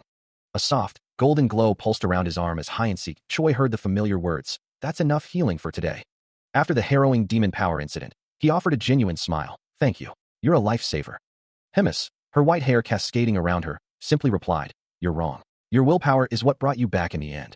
Hyeon-sik's eyes widened slightly as she added, "And you're my only friend." He could only stammer, "What did you just say?" With a final, decisive stride, he announced, "I shall be on my way now." So many questions plagued his mind. What was truly happening in this strange new world? His gaze was distant, lost in thought, as he wondered what exactly was going on. As an outsider, he had no choice but to wait and hope for the day she would tell him everything. He knew he couldn't force it, but it felt good to finally be recovered. He should be fine, he thought, as he didn't rely on magic, but looking at his stats, he wondered what Pickaxe D+ and Stamina 31 even meant. Hemis hummed, then asked, "Has it already been a week since Commander Karen died in combat?" She continued, explaining that these events regularly happened at the Demon King's castle, but something about this felt different. "Sir?" a voice called out, causing her to turn, realizing she must be busy calling for Commander Hemis. A small laugh escaped her as she replied, "Is there something you need, Raylon?" She then added, with a dismissive wave, "Just find the commander and tell him to come back soon." He continues his training, a dull thud echoing as Major Doris reminds him to focus on getting stronger, not on him. The major affirms, "Yes, sir." Hyeon-sik grows a little stronger every day, and as the demon power spreads through his body, changes are inevitable. A deep throb pulses through him, his eyes glowing with a fierce red light as he mutters, "Oh." With a shuffle, a bright yellow aura flares around his foot. Then, a flash of light erupts from his arm. A scraping sound draws Major Doris's attention, who questions, "Sir?" Hyeon-sik clenches his glowing hand, realizing someone other than the demons is in the castle, wondering if his own demon power could be the cause of this new awareness. A creak echoes through the halls, and Major Doris confirms, "We have an intruder." His body still radiating a faint, crimson glow, Hyeon-sik prepares himself, instructing any unseen companions to remain hidden while he assesses the situation. Meanwhile, through the castle's shadowed corridors, a group of cloaked figures moves with practiced silence, one of them remarking on the unexpected ease of their infiltration. Another figure, leading the charge, acknowledges the success, attributing it to a diversion orchestrated by their commander, and addresses his companion, Sir Griffin. Sir Griffin, his expression a mix of caution and smugness, warns his subordinates to remain vigilant, even with the commander's absence. A third cloaked figure adds a chilling reminder, mentioning the formidable major known as the Red Nightmare. Suddenly, Hyeon-sik's senses flare, his eyes burning with an intense red light, having pinpointed the intruder's exact location. The unexpected revelation of his presence and knowledge of their plans catches Sir Griffin off guard, his face contorting in surprise as he wonders how a mere human could possess such information. As panic begins to ripple through the cloaked ranks, one of them quickly tries to restore order, urging everyone not to panic. As the confrontation begins, Sir Griffin O'Sell's subordinate confirms their targets, Lucas, Michael, and the Saint, declaring they will be their worst nightmare. The red-skinned demon reiterates, they are indeed after the Saint. Sir Griffin clenches his fist, assessing the situation. The Demon King's power feels too thin, and their commander would not pose a difficult battle. He ponders the challenge of keeping half of their forces from leaving, while simultaneously fighting the other two. Suddenly, the red-skinned demon dashes forward, shouting an urgent command to Raedron. Sir Griffin follows, a blur of motion, the gravity of the situation weighing heavily upon him. The subordinate turns, concern etched on his face, asking if his leader is all right. Sir Griffin reacts with a sharp intake of breath, a sudden realization dawning. The red-skinned demon, however, sees an unexpected turn of events, declaring it a blessing. The red-skinned demon, Major Raylon, shatters a barrier with a powerful strike, his voice urgent as he commands, if for some reason they find the Saint, go get her and escape. Then, extending a hand, he offers a glowing necklace, insisting, take this necklace for now. The unseen recipient questions the sudden gift. Necklace? What for? To which Raylon replies with firm authority, it will show that you speak for me, a metallic clang echoing through the space. Suddenly, a blonde-haired figure lunges, attempting to intercept him, shouting, how dare you? Summon the remaining officers here. But Raylon is already in motion, acknowledging the command with a swift, got it, as he dashes away. He continues his high-speed escape. The blonde figure shouting in frustration, what are you doing? Stop him, his feet scraping against the ground in a futile pursuit. With a final burst of speed, Raylon declares his unwavering loyalty. No one will take the commander's commission, disappearing into the distance. With a surge of power, he winds up a devastating strike, his fist glowing with fierce red energy as he prepares to unleash a technique from the Raedron martial arts. He executes a rapid dash, moving with incredible speed, a crimson blur across the battlefield, unleashing the seventh form of his martial art. The impact is explosive, a shattering strike that reverberates with immense force. Red energy flares around him as the attack continues, a testament to his raw power. There are no bad warriors, only those who haven't found their path. Later, standing alone in a simple room, Hyeon-sik Choi ponders his situation, realizing a warrior guide is desperately needed. He wonders if he must continue protecting himself, as a new warrior quest appears before him. Protect the Saint at all costs. He wonders why humans would attack the Saint, his brow furrowed in confusion. A sudden thought strikes him, and he questions what is happening, a sense of unease growing.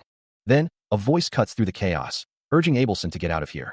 A powerful explosion erupts nearby, confirming the attack as the cry, humans are attacking, echoes through the air. Inside, Hemis reacts with a gasp, recognizing the assailants from a past encounter. A sharp scrape of metal against stone announces the intruder's breach. Hemis remains within the building, as the realization dawns that the attackers are already inside. A hooded subordinate of General Raedron commands his forces to hold the line, as Hyeon-sik Choi and Major Doris stand ready for battle. With a clang of steel, the subordinate orders Hyeon-sik Choi to take the Saint and go. He finds himself in a tense standoff, the air still ringing from a recent clash. Moving swiftly, he grabs her arm, attempting to halt her movement. She pauses, a thoughtful expression crossing her face, as if considering her next move. Then, with a quick apology, she dashes away, leaving him behind. Her form blurs as she continues her rapid escape. Meanwhile, in the meeting room of the Demon Army's 3rd Division, a figure mutters to herself, reflecting on Major Doris's past failure to the commander. Seated on an imposing throne, she laments the indignity of losing to a mere human. Revealing herself to be Roiger, the commander of the Demon Army's 3rd Division. A crimson aura flares around her as she clenches her fist, frustrated by her own circumstances. The air in the meeting chamber hung heavy with frustration as a robed figure stood at the head of a long table, her back to the assembled subordinates, while a greenskin major at the far end delivered a tense report. Suddenly, the greenskin major, his face contorted with alarm, shouted, declaring an emergency to the colonel. He continued, his voice strained, revealing that the human who had been seen with General Raedron's necklace was now involved. The major's report escalated, stating that the human had attacked the castle and kidnapped the Saint. At the head of the table, Hemis's red eyes narrowed, her expression tightening into a deep frown. Turning from the table, she began to walk away, demanding clarification from the major. He elaborated, explaining that Raedron had served a greater power, but his words were cut short. Another major, Raylon, holding a small, furry creature, took over the report, his voice filled with urgency, confirming that the human had indeed found others who intended to kill the Saint. The news of the Saint's kidnapping and the human's involvement sends a ripple of disbelief through the command center, a voice echoing the collective shock. Regaining her composure, Hemis calmly instructs everyone to settle down, her expression firm. But before she can elaborate, a sudden, violent tremor shakes the very foundations of the building.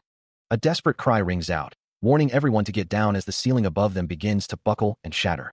Hemis, reacting instantly, dashes forward, a blur of white and red against the chaos. The structure gives way completely, a deafening crash signaling the intruder's violent entry. Amidst the dust and debris, a demon soldier spots the assailant, shouting a frantic alarm that a human has breached their defenses. Hyeon-sik Choi lands with explosive force, his powerful impact sending shockwaves through the ground. As he moves, carrying the saint, Abelson Marriott, in his arms, demon soldiers scramble to guard her. Their cries of "This is ridiculous," echoing the sheer audacity of the attack. As the chaos of the breach settles, a white-haired demon clutches Abelson Marriott, the saint, to his chest, his red eyes wide with a sudden, alarming realization. The humans are really trying to kill the saint?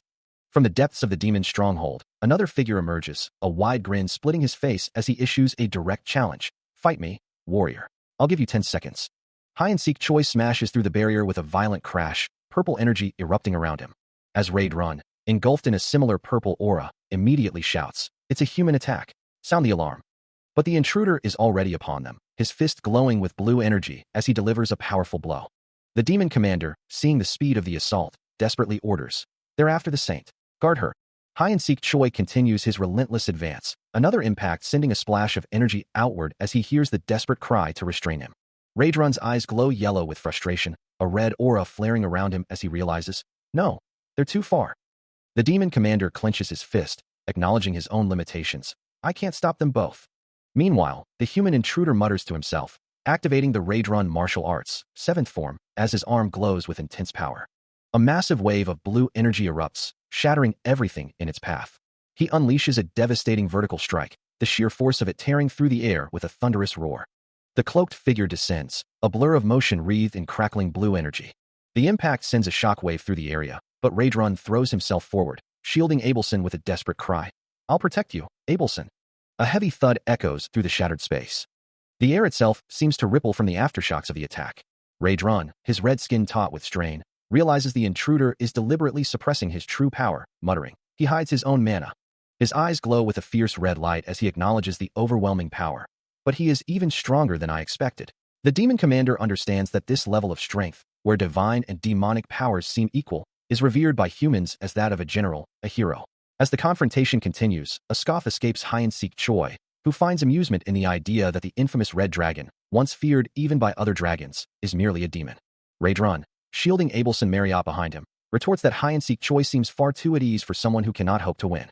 He continues, his voice laced with a mix of defiance and underlying fear, explaining that with the grotesque devourer gone, the only monster left is the red dragon himself, his nightmare. Hyeon-sik Choi's expression hardens slightly, a knowing glint in his eyes as he states that only he knows the devourer will return. Raidrun's thoughts race, wondering how Hyeon-sik Choi can be so certain the commander is away, and how he knows the true strength of their official goddess. The demon's mind reels, struggling to comprehend the depth of his opponent's knowledge. Cutting through the tension, Hyeon-sik Choi declares an end to the talk, challenging Raidrun's understanding of them. With a swift, decisive motion, he draws his sword, proclaiming that time is wasting and it's time to finish this. A confident smile plays on his lips as he asserts that at their respective ranks, they are evenly matched. As the confrontation begins, a surge of raw, red energy erupts from Raidrun, his power described as too easily legal, and a force that bends time itself. The crimson aura intensifies, rumbling with a deep, resonant sound, pulsing with destructive force. This overwhelming power expands outward, threatening to crush all ranks before it. Amidst the chaos, a shadowy figure observes the unfolding might, a thought echoing about unexpected demons remaining in the army. But before the red energy can fully consume everything, Hyeon-sik Choi moves, his fist glowing with a sharp, blue light, a silent wish fueling his counterattack. Abelson Marriott watches, her expression one of shock, as a voice accuses her of being the saint, that traitor, revealing that some humans have indeed fallen to the demon's side. With a swift movement, Hyeon-sik Choi closes the distance, his sword flashing as he strikes Raidrun, declaring his opponent's failure and warning that the grotesque devourer will soon arrive. Raidrun recoils from the blow, seemingly defeated, as Hyeon-sik Choi stands triumphant, his confidence unwavering as he asserts his superior strength. Yet, a sudden, unsettling smirk spreads across Raidrun's face, his hair now a stark white, as he challenges Hyeon-sik Choi's assessment, asking, "Failed? Are you sure?" As the battle intensifies, and with whispers of Raidrun's enhanced strength echoing through the air, a cloaked figure begins a solemn ritual, golden particles swirling around her. Her voice rises in a fervent prayer, offering her very being as a conduit for fire, her eyes glowing with divine intent. She calls for strength, a golden burst of energy erupting as she seeks to punish all evil. From the ground beneath her, golden flames surge upward, forming a protective barrier. With a focused hand, she unleashes a torrent of divine magic, the raw power radiating from her.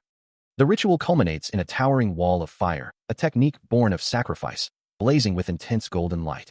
This formidable barrier, a wall of sacrifice from the holy knights, stands as an unyielding defense. Standing resolute before her creation, she warns that merely touching it would be fatal for most.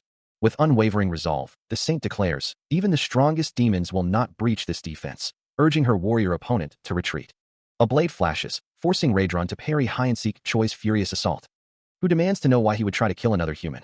Raedron deflects the attack, insisting that Abelson is on their side. A golden, fiery aura flares around hide-and-seek Choi as he lets out a frustrated roar. Raedron questions his outburst, only for hide-and-seek to scoff, dismissing the idea of their saint before Raedron corrects him, calling him by his true name. The Holy Empire, it is said, abandoned God a long time ago. As Abelson Marriott stands bathed in a soft, golden glow, hide-and-seek confronts her, demanding to know what she is doing. He accuses her, claiming that all they want is to use her for their own gain. His voice rings with conviction, asserting that they do not care if she is a real saint. A sword plunges into the ground with a resounding clang, its blade glowing with an ethereal light. As a brilliant burst of golden energy erupts, a voice cuts through the air, declaring an end to any further discussion. With a confident smile, Raedron promises to conclude the fight in mere seconds. Hide-and-seek Choi, his gaze intense, silently questions how long he can possibly endure against such power, a mental countdown beginning at 10. His hand glows as he reaches forward, a faint fwish accompanying the surge of energy, knowing there's only one desperate course of action left. A powerful red aura bursts from him with a whoosh, swirling upwards, the countdown now at 9. The crimson energy intensifies, forming a complex magical circle around him, as Flomote First Stage Bloom activates. From a distance, Abelson Marriott watches with alarm, questioning if hide-and-seek Choi is truly about to unleash demon power, reminding him of the dangers if he can't control it. Hide-and-seek Choi's defiant reply echoes, insisting that if he doesn't take this risk, they will both perish as the count reaches 8. Engulfed in a searing red aura, Hide-and-seek Choi gritted his teeth, the raw power of the demon ability coursing through him with a heavy thrum. The thrumming energy intensified around his legs, his resolve hardening as he affirmed, I have to do it, no matter what. Above him, an intricate magical symbol flared to life, signaling the full bloom of Flomote, second stage. The strain was immense, forcing ragged breaths from his lips as the red aura continued to surge. Meanwhile, Abelson Marriott's voice cut through the air, urgent and concerned. Listen carefully, hide-and-seek. Flomote has 3 stages, bloom, full bloom, and falling petals. Each stage takes more energy and is more dangerous. So please. He glanced back at the monstrous, red-skinned manifestation of his power, a silent acknowledgement of the warning, yet his thoughts continued. Move on to the next stage until I have no other choice. Before. Red energy streaked upwards with a low rumble, as he internally conceded, You've told me 1,000 times. I'm sorry, Raedron. Engulfed in the crimson glow, he stood firm, the number 5 appearing as a stark reminder of the ticking clock. His eyes burned with fierce determination, as he declared, I have to push it, one more time. Hide-and-seek Choi's body screams in protest, his heart threatening to explode as the demonic power surges through him, demanding he stop. Yet, he pushes past the agony, his chest thumping with an unnatural rhythm, as his very willpower drains away to nothing. From somewhere, Abelson Marriott's voice cuts through the chaos, pleading with him to stop, warning him that using flow mode is too dangerous. But Hide-and-seek Choi ignores her, a flash of red energy marking the countdown at 2. The power erupts, revealing the falling petals stage of flow mode, its third and most dangerous form.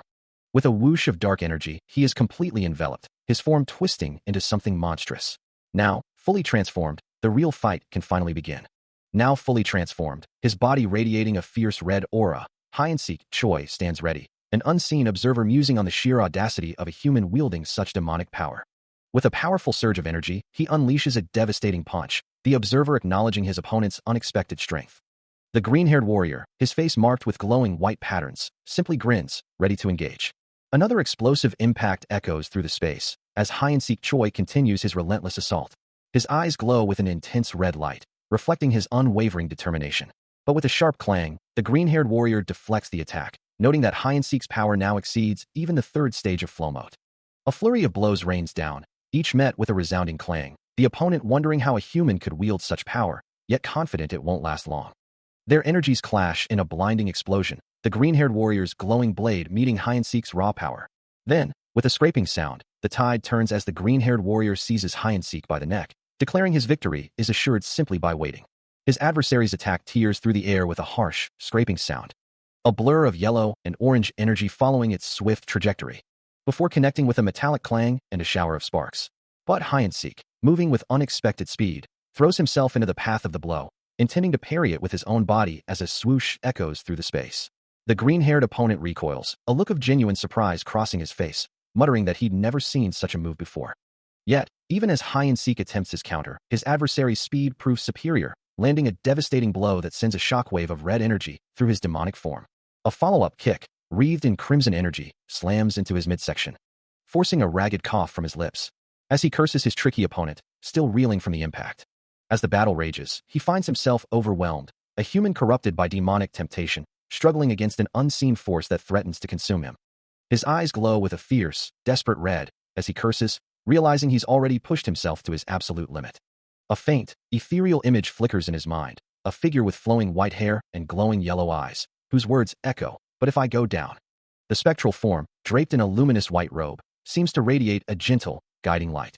A voice, perhaps a memory, reminds Hyansik to slowly push his body to its limits, especially when adding enhanced combat. With a surge of raw power, his form shifts, transforming into a hulking, horned demon, skin turning crimson, as his true strength manifests.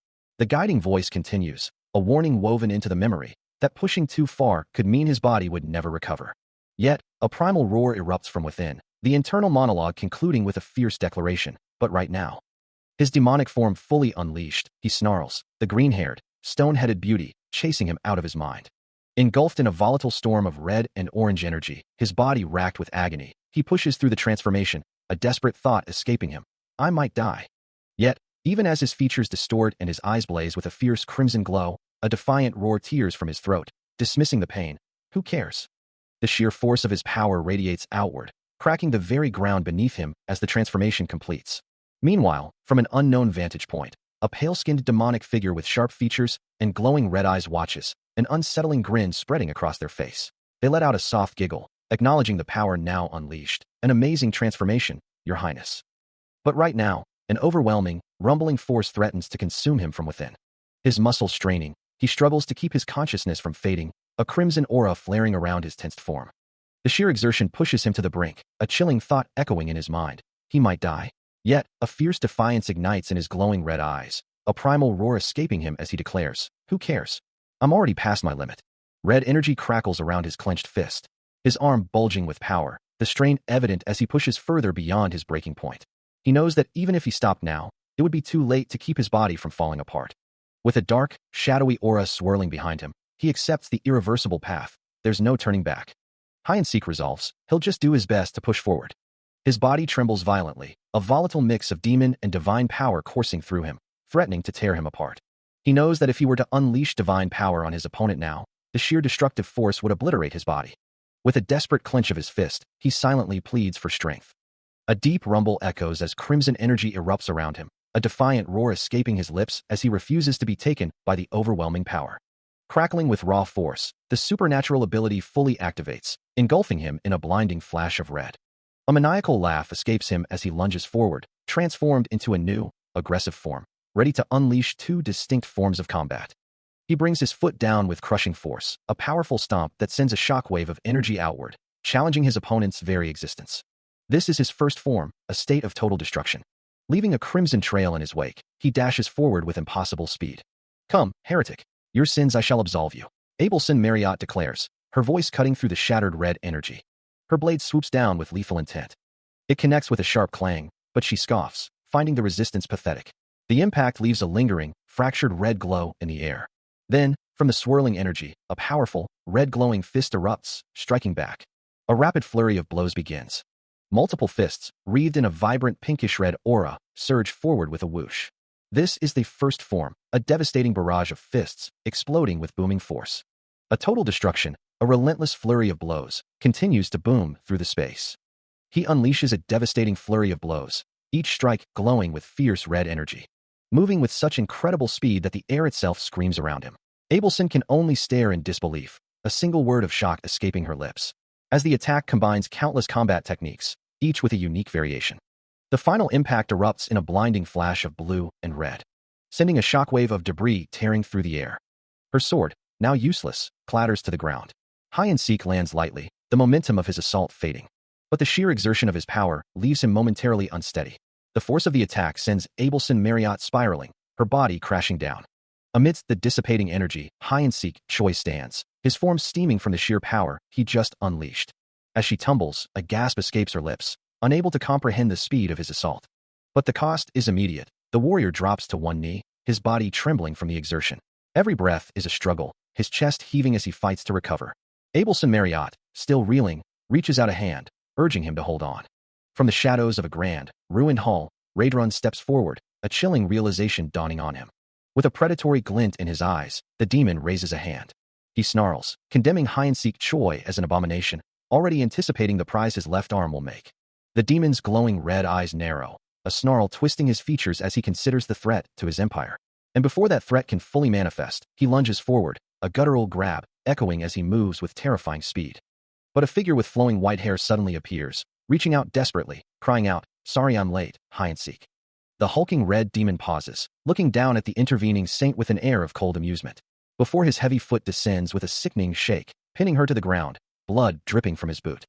He observes her with disdain, remarking, "I see you used enhancement magic after all," then with a casual toss, flings her aside. Nearby, Hide-and-seek struggles to breathe, a ragged huff, escaping him as he lies helpless, the saint's desperate plea echoing in his ears. "Can you save him, saint?" With a pained huff and a trickle of blood from her lip, she forces out a determined promise, "I'll do everything I can." Her eyes close in a moment of resolve, steeling herself against the pain and the overwhelming odds. She clenches her fist, a silent vow echoing in her mind. He cannot die yet. Meanwhile, in a lavish chamber, a clatter of cutlery draws her attention, as Abelson Marriott watches Raedron with a look of disbelief. It is the day of the regular commander meeting, and she can't help but wonder, "I came all this way, and this is what they serve?" A pristine slice of cake sits on the table. But Raedron, with a dismissive smash, declares, "Stop being picky and just stuff it." Abelson's eyes widen in disgust as he finishes, "In your big fat mouth." A new figure, Hyona Park, commander of the Demon Army 4th Division and a former warrior, stands with an air of authority. Raedron lets out a booming laugh, while Hyona, with a frustrated clang of her weapon, demands, "When will you ever learn respect?" He simply replies that the only reason he attends is for a good fighting. Suddenly, a voice cuts through the tension with another clang, announcing, "Commander Hemis. An urgent message from the Black Castle." An urgent message from the Gartran Empire echoes through the halls, as a lone guard stands watch, unaware of the impending chaos. The corridor is soon littered with fallen soldiers, their red armor stark against the stone, as the attackers, identified as hero-level knights, cut through their ranks, leaving many killed or maimed.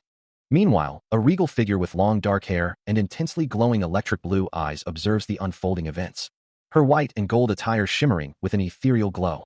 A chilling laugh escaping her lips as she sits upon her throne, watching Hide-and-seek Choi, bound and helpless, on the floor before her. She muses about the human attack, finding it an amusing development. Her smirk widens, the blue light in her eyes intensifying, declaring the situation an amazing convenience for her highness. Later, Hide-and-seek Choi awakens in a bed, his eyes open, a thought echoing in his mind. He is still alive, yet again. Amazing. His body, though recovering, remains still beneath the covers. Still recovering from his ordeal, he lets out a frustrated shriek, unable to believe the situation. A gentle voice responds, assuring him that he is indeed still alive, though the blonde woman admits she thought he might not make it. She confirms his survival, a small boing sound effect accompanying her words as she leans closer. His mind drifts back to the chaos, a memory of the intense combat where he succeeded in using enhanced techniques, but ultimately, it wasn't enough. He recalls the overwhelming force of his attackers, multiple figures closing in, their blows raining down. Despite his efforts, delivering a powerful kick that sent one enemy flying with a jet and kick sound, the battle was lost. Back in the present, the woman explains that she saved him and wrapped everything up, leaving him to marvel at her intervention. She continues, revealing that after that harrowing experience, she had been caring for him. As he sleeps soundly, she watches over him, muttering that she and Bobo had been watching him for some time. Despite the miracle of his survival, the memory of his ordeal lingers, as a small voice echoes his own lingering thoughts. A young girl, her face etched with concern, scolds him fiercely, pleading with him never to act so recklessly again, her worry palpable. With a dismissive humph, he gently pushes her away, a hint of exasperation on his features. But the girl, Rahel, is not so easily deterred, her small frame flaring with a vibrant red aura as she demands to know if he intends to beat Rahel again. Before her anger can fully ignite, a large hand descends, pressing firmly onto her head, squishing her with a playful press. A smirk plays on his lips as he concedes, apologizing for causing her such distress. He then offers a quiet word of praise, telling Rahel she did a good job. The gentle pat on her head is met with a relieved "oh, thank you," her earlier fury melting into gratitude. The scene softly fades. A few hours later, a massive, ornate gate stands as a silent sentinel. Inside, the demon captain continues his reprimand, telling Hyansik he was merely lucky to have used enhanced combat, a feat only possible thanks to Commander Hemis. Nearby, the demon queen, accompanied by a small, bat-like familiar, expresses her exasperation, noting this is the 189th time she's heard such an excuse. She acknowledges his skill but warns him against further recklessness, reminding him that his very life is owed to Commander Hemis's agreement. As Hyansik meekly apologizes, a green weed dangling from his lips. With a sudden movement, she grabs him by the collar, her expression stern. She then asks about his weapon, while he considers leaving it behind, knowing Commander Hemis is always concerned about such things. Hyansik admits he simply blew it off and came straight home, a confession that elicits a surprised, almost incredulous, reaction from the Demon Queen. A sly smile plays on her lips as she muses that the Demon King might prove to be a bitter enemy. The mere mention of the Demon King sends a shiver down Hyansik's spine, a spectral demon looming behind him in his mind's eye. No matter how important things may seem, there are always more important things to consider. Raedrun adds, his voice laced with disbelief, like how a barely captain-level human could possibly be so reckless. Hyansik, meanwhile, is still reeling from the previous conversation, a narration box echoing his internal struggle. He's actually able to use the power I placed in him. The Demon Queen, however, simply smiles, her gaze piercing as she addresses him directly. Hyansik, you never cease to delight.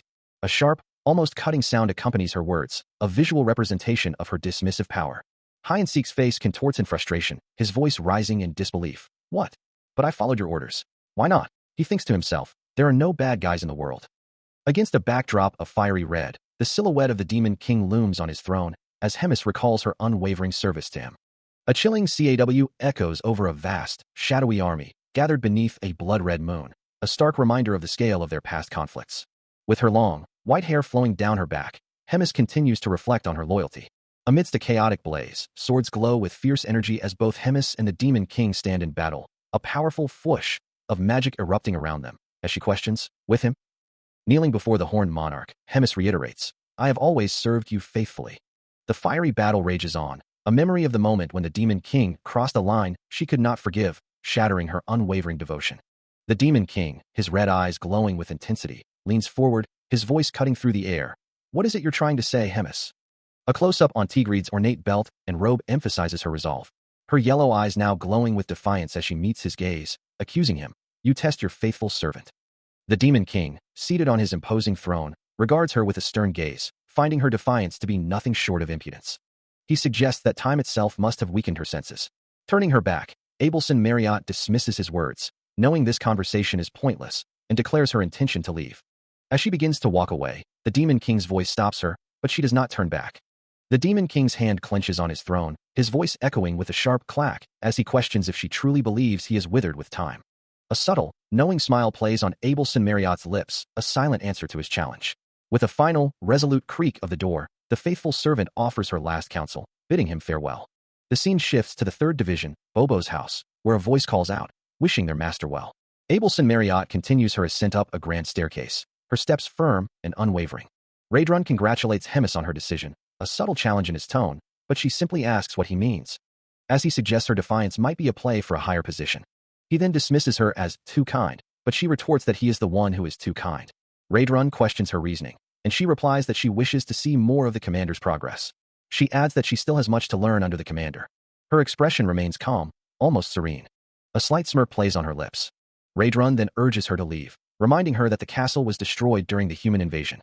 Hemis acknowledges his words, noting that since everyone isn't on the front lines, their guard is down. A female figure with long, pointed ears and flowing white hair smiles, declaring it high time for the 3rd Division to make its move. This comes after a recent event, a tournament held to select new officers. From the darkness, a pair of glowing red eyes watches, a voice echoing the sentiment that there are no bad warriors. Meanwhile, a cryptic message flashes across the system interface, displaying this world and a plea for help. Hyansik Choi, his expression serious, contemplates his current situation. He laments the loss of his advanced armor, now left with only intermediate gear, though a voice reminds him he had no choice, having been focused on completing a quest. As he scrolls through the warrior shop, he notes that at least the intermediate armor is still selectable, observing a vast array of new items and categories available. The system displays options for intermediate armor pieces, legs, helmet, and chestplate, prompting him to wonder if it's time for new gear. Yet, the cost seems exorbitant for what appears to be regular armor, and he recalls a past encounter where even the formidable Red Cowboy was easily defeated. He finds himself overwhelmed by the sheer volume of information the system presents, from stamina and agility to magic stats, and even an ability to gauge an opponent's combat level, requiring 150 mana. Deciding to simplify things, he opts to upgrade his combat level meter, a soft blip confirming the action. His attention is drawn to another option, a function labeled Create Balanced Combat in New Bio, which demands 500 warrior points, prompting him to wonder about its purpose. He quickly deduces that it isn't a mere item, but a tool for personal skill creation, allowing him to transform basic actions, like kicks, into strengthened skills. With a confident press, he activates the function, musing that it's merely his best guess, even as the system seems to challenge his certainty. A triumphant ding echoes as the system confirms the expenditure of 500 warrior points, successfully initiating the Create Balanced Combat and New Bio skill. A vibrant blue aura erupts around him, swirling with crackling energy, signaling the profound change within. The realization dawns on him, a thought escaping his lips about how skills are truly forged, and how incredibly cool it all is. With a determined push, his foot plants firmly, initiating the recording process. The system immediately confirms, ready to capture every nuance of his movement and magic. He begins with a swift, powerful kick, the air displaced by his sudden motion.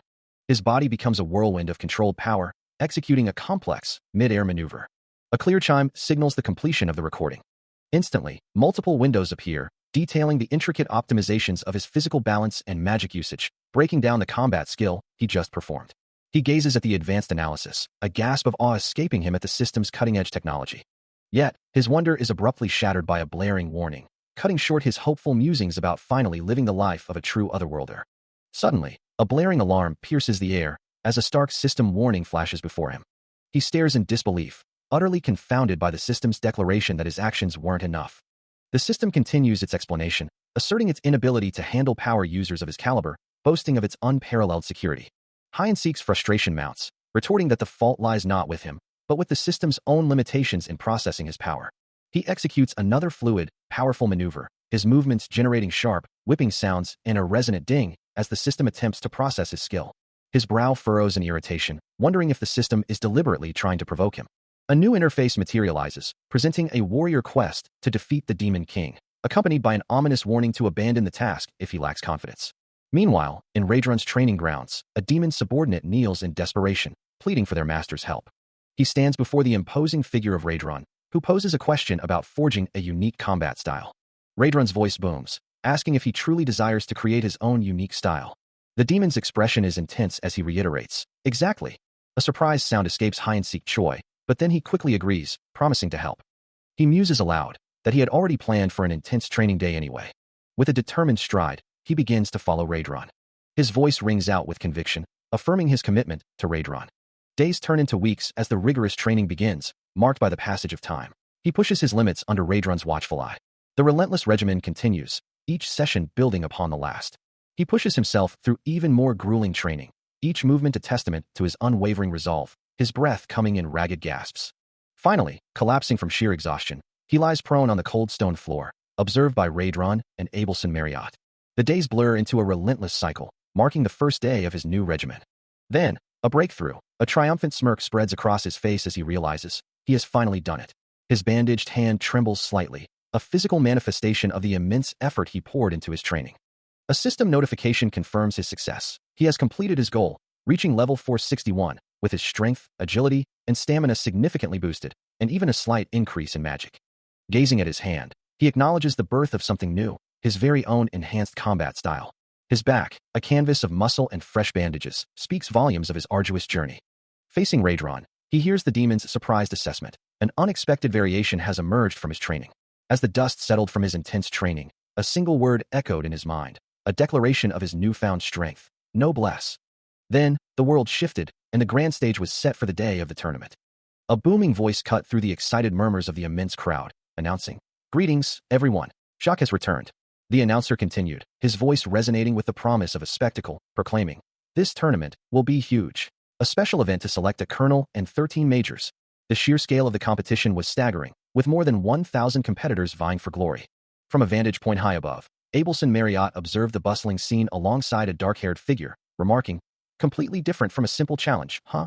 Back on the main stage, a green-skinned announcer with large ears gestured wildly, his excitement palpable.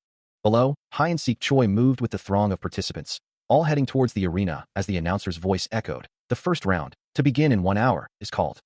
As the tournament begins, a green-haired competitor grins, a hint of mischief in his eyes, as if an accident has just occurred, remarking, "Oops, my knife slipped."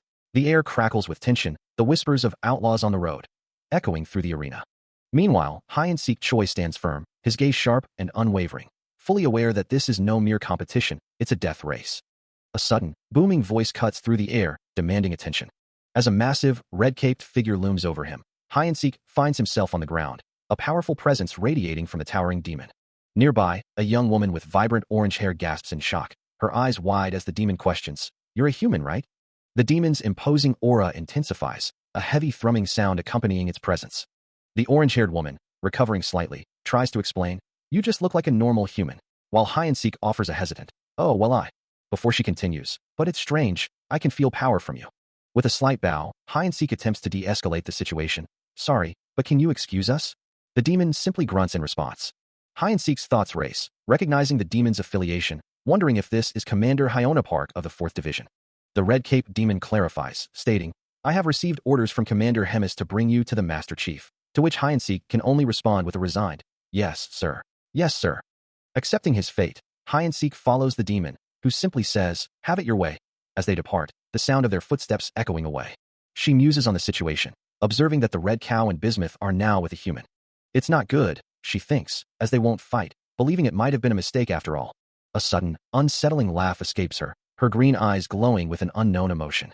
A smaller, green-skinned figure remarks that she is a bit strange, this 4th Division commander, and was once a warrior just like him. The 4th Division commander, now seen with a determined expression, recalls that the demon king himself ordered her to join the tournament.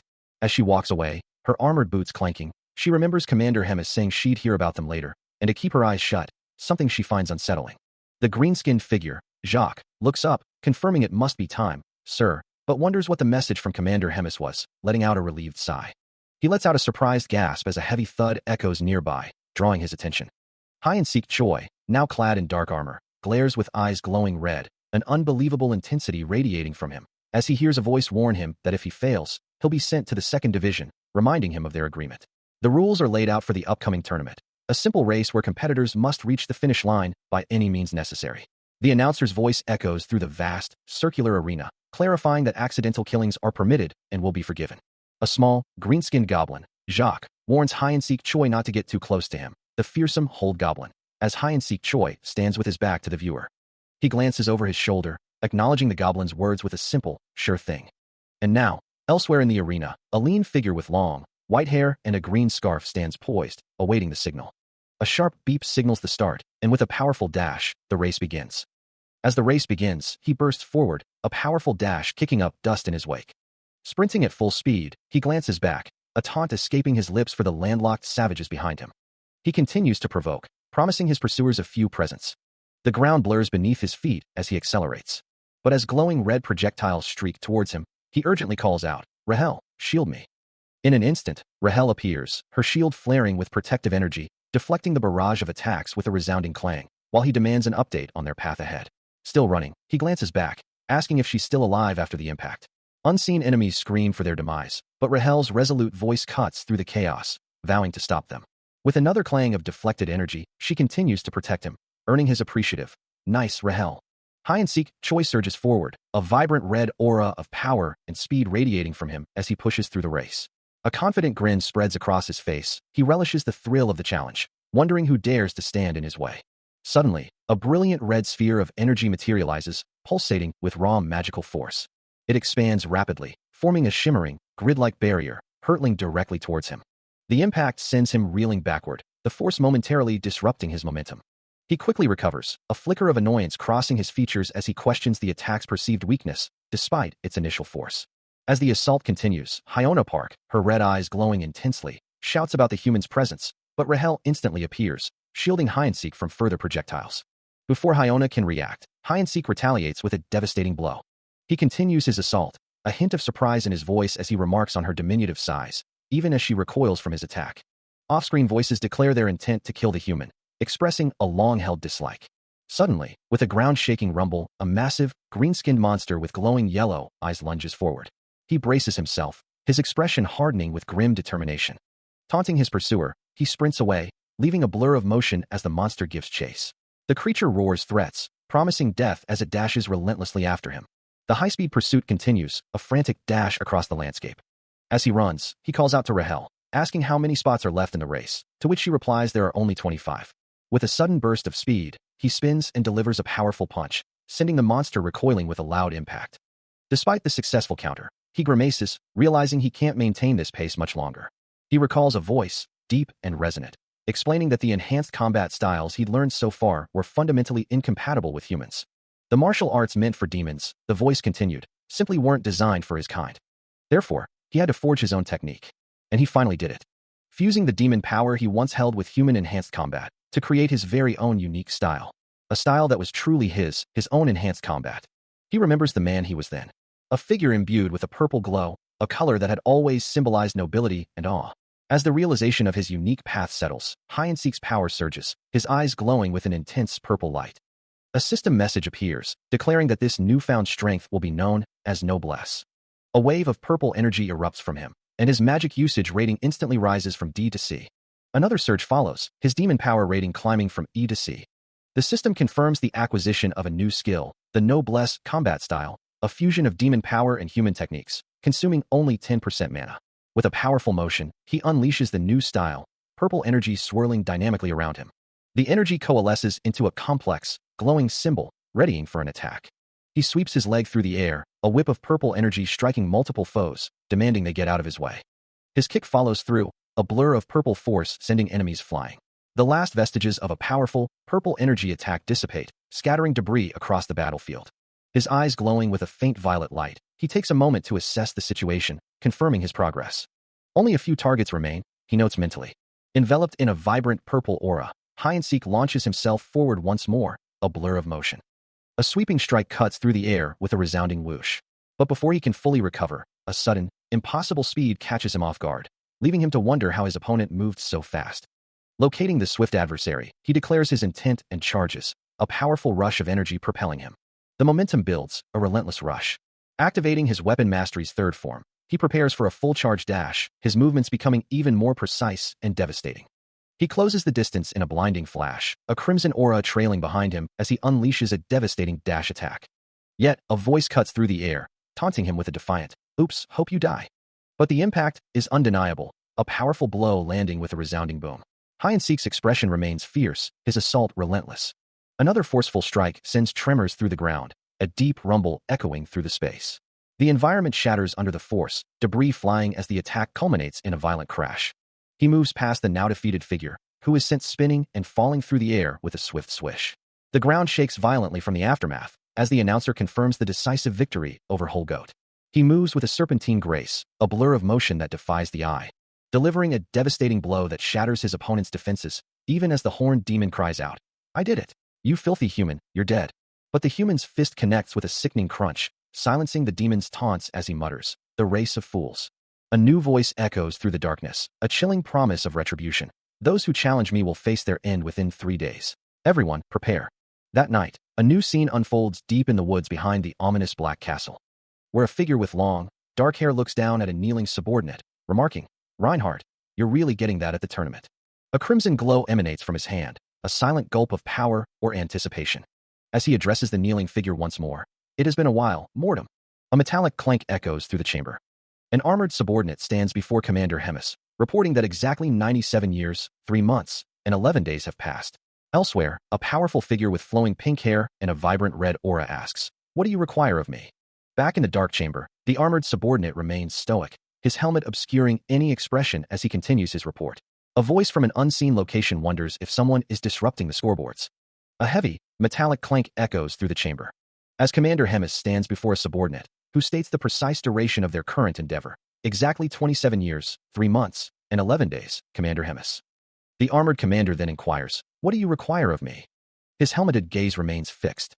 The subordinate, identified as Hemis's retainer, continues to listen intently. While elsewhere, the name Mortem appears, accompanied by a chilling, glowing skull. Back in the chamber, Hemis clarifies his directives, Thus, my orders are to eliminate the contestants' flags. He adds a caveat, however, instructing his retainer. Yes, but don't just kill them randomly. If someone impresses you, you can spare them. Meanwhile, Jacques, a goblin-like figure with orange hair and green skin, scoffs, wondering aloud. Has Big Mouth gone soft? As the discussion continues, Commander Park questions the perceived softness of their approach, her golden eyes sharp with concern. A strategic map highlights the contested territories, illustrating the ongoing conflict, while she ponders why they insist on fighting humans. She explains that their insistence on fighting humans is the reason for their current state, a strategy that has led them to their current predicament. Hide-and-seek Choi, however, holds a different view, firmly believing that strength is everything. He asserts that someone stronger will always win, and the weaker will inevitably lose. He continues, stating that they take their power for granted, but humans are fundamentally different. Humans, he explains, avoid unwinnable situations, instead plotting and manipulating circumstances to their advantage. This, he concludes, is precisely why the demon army keeps losing to seemingly weaker humans, a harsh truth that echoes with a decisive swish. A young man with bright orange hair listens intently, a bandage on his cheek, as if internalizing the weight of these strategic insights. Hide-and-seek Choi lets out a low growl, his frustration evident, while Reinhardt simply hums thoughtfully beside him. The details of their next challenge are laid out on an ornate scroll, revealing the rules for the upcoming second round. Contestants will be divided into teams of 4, each receiving 2 flags. Teams have 48 hours to collect flags and defeat 10 other teams to advance. Reinhardt's face splits into a wide, delighted grin, a booming laugh escaping him as he asks if the plan isn't simply amazing. Hide-and-seek Choi responds with a dry, almost exasperated, acknowledging the other's enthusiasm with a simple, yeah, great job. Later, observing a digital screen displaying a countdown, Hide-and-seek Choi declares that everything is going according to his design, telling Raedron they'll have to wait a while longer to make it to the next round. He and his companion recoil, a sudden, powerful presence making itself known. With a heavy, metallic clack, a formidable foot lands. His eyes narrow, wondering if the imposing figure is made of metal. Above a massive shield, a staggering combat level of nearly 200,000 flashes into existence. The towering figure looms over him, demanding to know if he is the one who has been scoreboard. His companion gasps, recognizing the newcomer as a gold goblin, her voice filled with terror. Ignoring her desperate pleas not to fight, he dashes forward, a blur of motion. The goblin snarls, promising to turn him into flames. Undeterred, he continues his rapid advance, a determined whoosh of movement. He moves with a swift, decisive strike. His attack connecting with brutal force, sending a shower of red energy and impact lines across the battlefield. A generic enemy cries out in dismay. As their flags scatter, a clear sign of defeat. The impact sends the foe tumbling to the ground, defeated. Meanwhile, in a different location, Abelson Marriott observes the unfolding events, a bandage covering one eye, pondering how anyone could have defeated Mortem. A silent, contemplative expression crosses her face as the digital timer counts down. With just over 11 minutes remaining, the ranking board updates. Team 1 holds a commanding lead with 7 flags, while Team 9 languishes in 25th place with none. As the digital timer counts down to less than a minute, a voice cuts through the chaos, demanding that the armored figure halt immediately. Meanwhile, Raedron, surrounded by his demon subordinates, barks orders for everyone to await his signal before attacking, specifically warning one to watch themselves. He observes the flags he'd previously taken from his opponents, a reminder of the fools he'd already bested. The demon captain scoffs, finding the enemy's attacks predictably obvious. With a roar, he finally commands a magic attack. But before his order can be fully carried out, a sudden, crimson energy blast erupts, catching him off guard. A surge of brilliant blue energy follows, streaking through the air with a powerful whoosh. The combined force slams into Raedron, sending him violently flying backward amidst a chaotic burst of red and yellow light. Hide-and-seek Choi, having delivered the devastating blow, lets out a fierce cry, his expression sharp and determined. He surges forward, a blur of motion, his objective clear. Meanwhile, a massive bird of prey swoops down from the sky, its powerful wings beating the air as it descends toward the ground. But Hide-and-seek Choi is already anticipating its trajectory, planning a simultaneous attack. The bird continues its dive, only to be snatched mid-flight by his outstretched hand. Holding the struggling creature, he finds the swift capture surprisingly refreshing, and continues his dash, the bird now clutched firmly in his grasp. He muses that his opponents are still too slow and easy to prey upon, their demon powers proving utterly weak against him.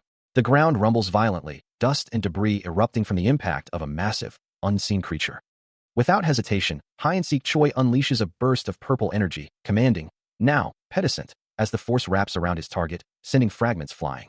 The large, armored bird-like monster struggles against the magical bind, its form obscured by the swirling debris. He channels more power, a determined shout escaping his lips, his body radiating with a vibrant purple aura. Then, with a devastating stomp, he brings his foot down, crushing the creature beneath him. The impact ripples outward, a shockwave of brilliant purple energy engulfing the immediate area. Moving with impossible speed, he swoops away, leaving glowing purple trails in his wake. His hand extends, gathering more of the potent energy, a new technique forming in his grasp. His eye glows with an intense violet light, a confident thought echoing in his mind. If I worked, this should too. The monstrous, armored bird-like creature strikes with a powerful, clawed hand, its voice echoing with a chilling declaration of admirable teamwork. It adds, very decent, if not thrown together. But before its attack can fully connect, hide-and-seek intercepts the blow with a swift grab, crushing the creature's limb with a resounding smash. He follows through with a devastating stomp, purple energy flaring around his foot as he drives it down. A digital timer materializes in the air, counting down from 15 seconds. The winged beast recoils, its voice now laced with surprise. Your power. It's weaker than it was before. What was that huge energy? Unheeding, hide-and-seek blurs across the ground, leaving a vibrant trail of purple energy in his wake. The timer ticks down to 10 seconds, prompting a frustrated thought from him. It, almost out of time. Hide-and-seek Choi's gaze hardens, a challenge echoing in his mind. If you really want to know. He lunges forward, a surge of purple energy radiating from him as he declares, it's now or never. Have a taste. With a sickening crunch, his attack connects, pulverizing the monster's armored limb. And he follows through with a devastating, magic-infused stomp, the ground cracking beneath the force. A thunderous kaboom erupts as the impact sends shockwaves through the air, leaving the creature to stumble backward, momentarily stunned. The digital timer continues its relentless march, now showing 3 seconds remaining. Then 2. Before finally ticking down to 1 second, punctuated by another powerful stomp. His final, powerful stomp reverberates, crushing the metallic surface beneath his foot. But the triumphant moment is shattered by a sudden system alert, flashing game over, as he recoils in shock. A skull-emblazoned flag appears, glowing ominously, as a voice declares the flag counting shall begin, adding that his previous efforts weren't powerful enough. Yet, a smirk plays on hide-and-seek's blood-streaked face as he confidently addresses his unseen foe, calling them a tin can. He gestures sharply behind him, urging the opponent to look behind you. The glowing flag is then violently yanked downwards by an unseen chain, the sound of tearing metal echoing through the space. Hide-and-seek's confident expression twists into one of utter disbelief, his mind racing to comprehend the sudden turn of events. A harsh cough escapes him, blood splattering from his lips as he demands to know if the opponent truly sacrificed myself for nothing. Suddenly, chains erupt from the ground, ensnaring him and pulling him upwards, as the unseen voice calmly reveals that it was all part of the plan. Even after being caught in a devastating trap, hide-and-seek Choi reflects on the previous round, a deep sense of frustration brewing within him. He clenches his fist, a resolute determination hardening his gaze as he vows, let's never make such a mistake again, you worthless tin can. Meanwhile, the goblin-like announcer, Jacques, addresses the unseen participants, his voice echoing through the arena. All of you, move on to the next round. Suddenly, a system notification flashes, revealing a new skill has been acquired, Mana Overload, a technique combining demon power and magic to create a powerful explosion, currently at 0.11% proficiency.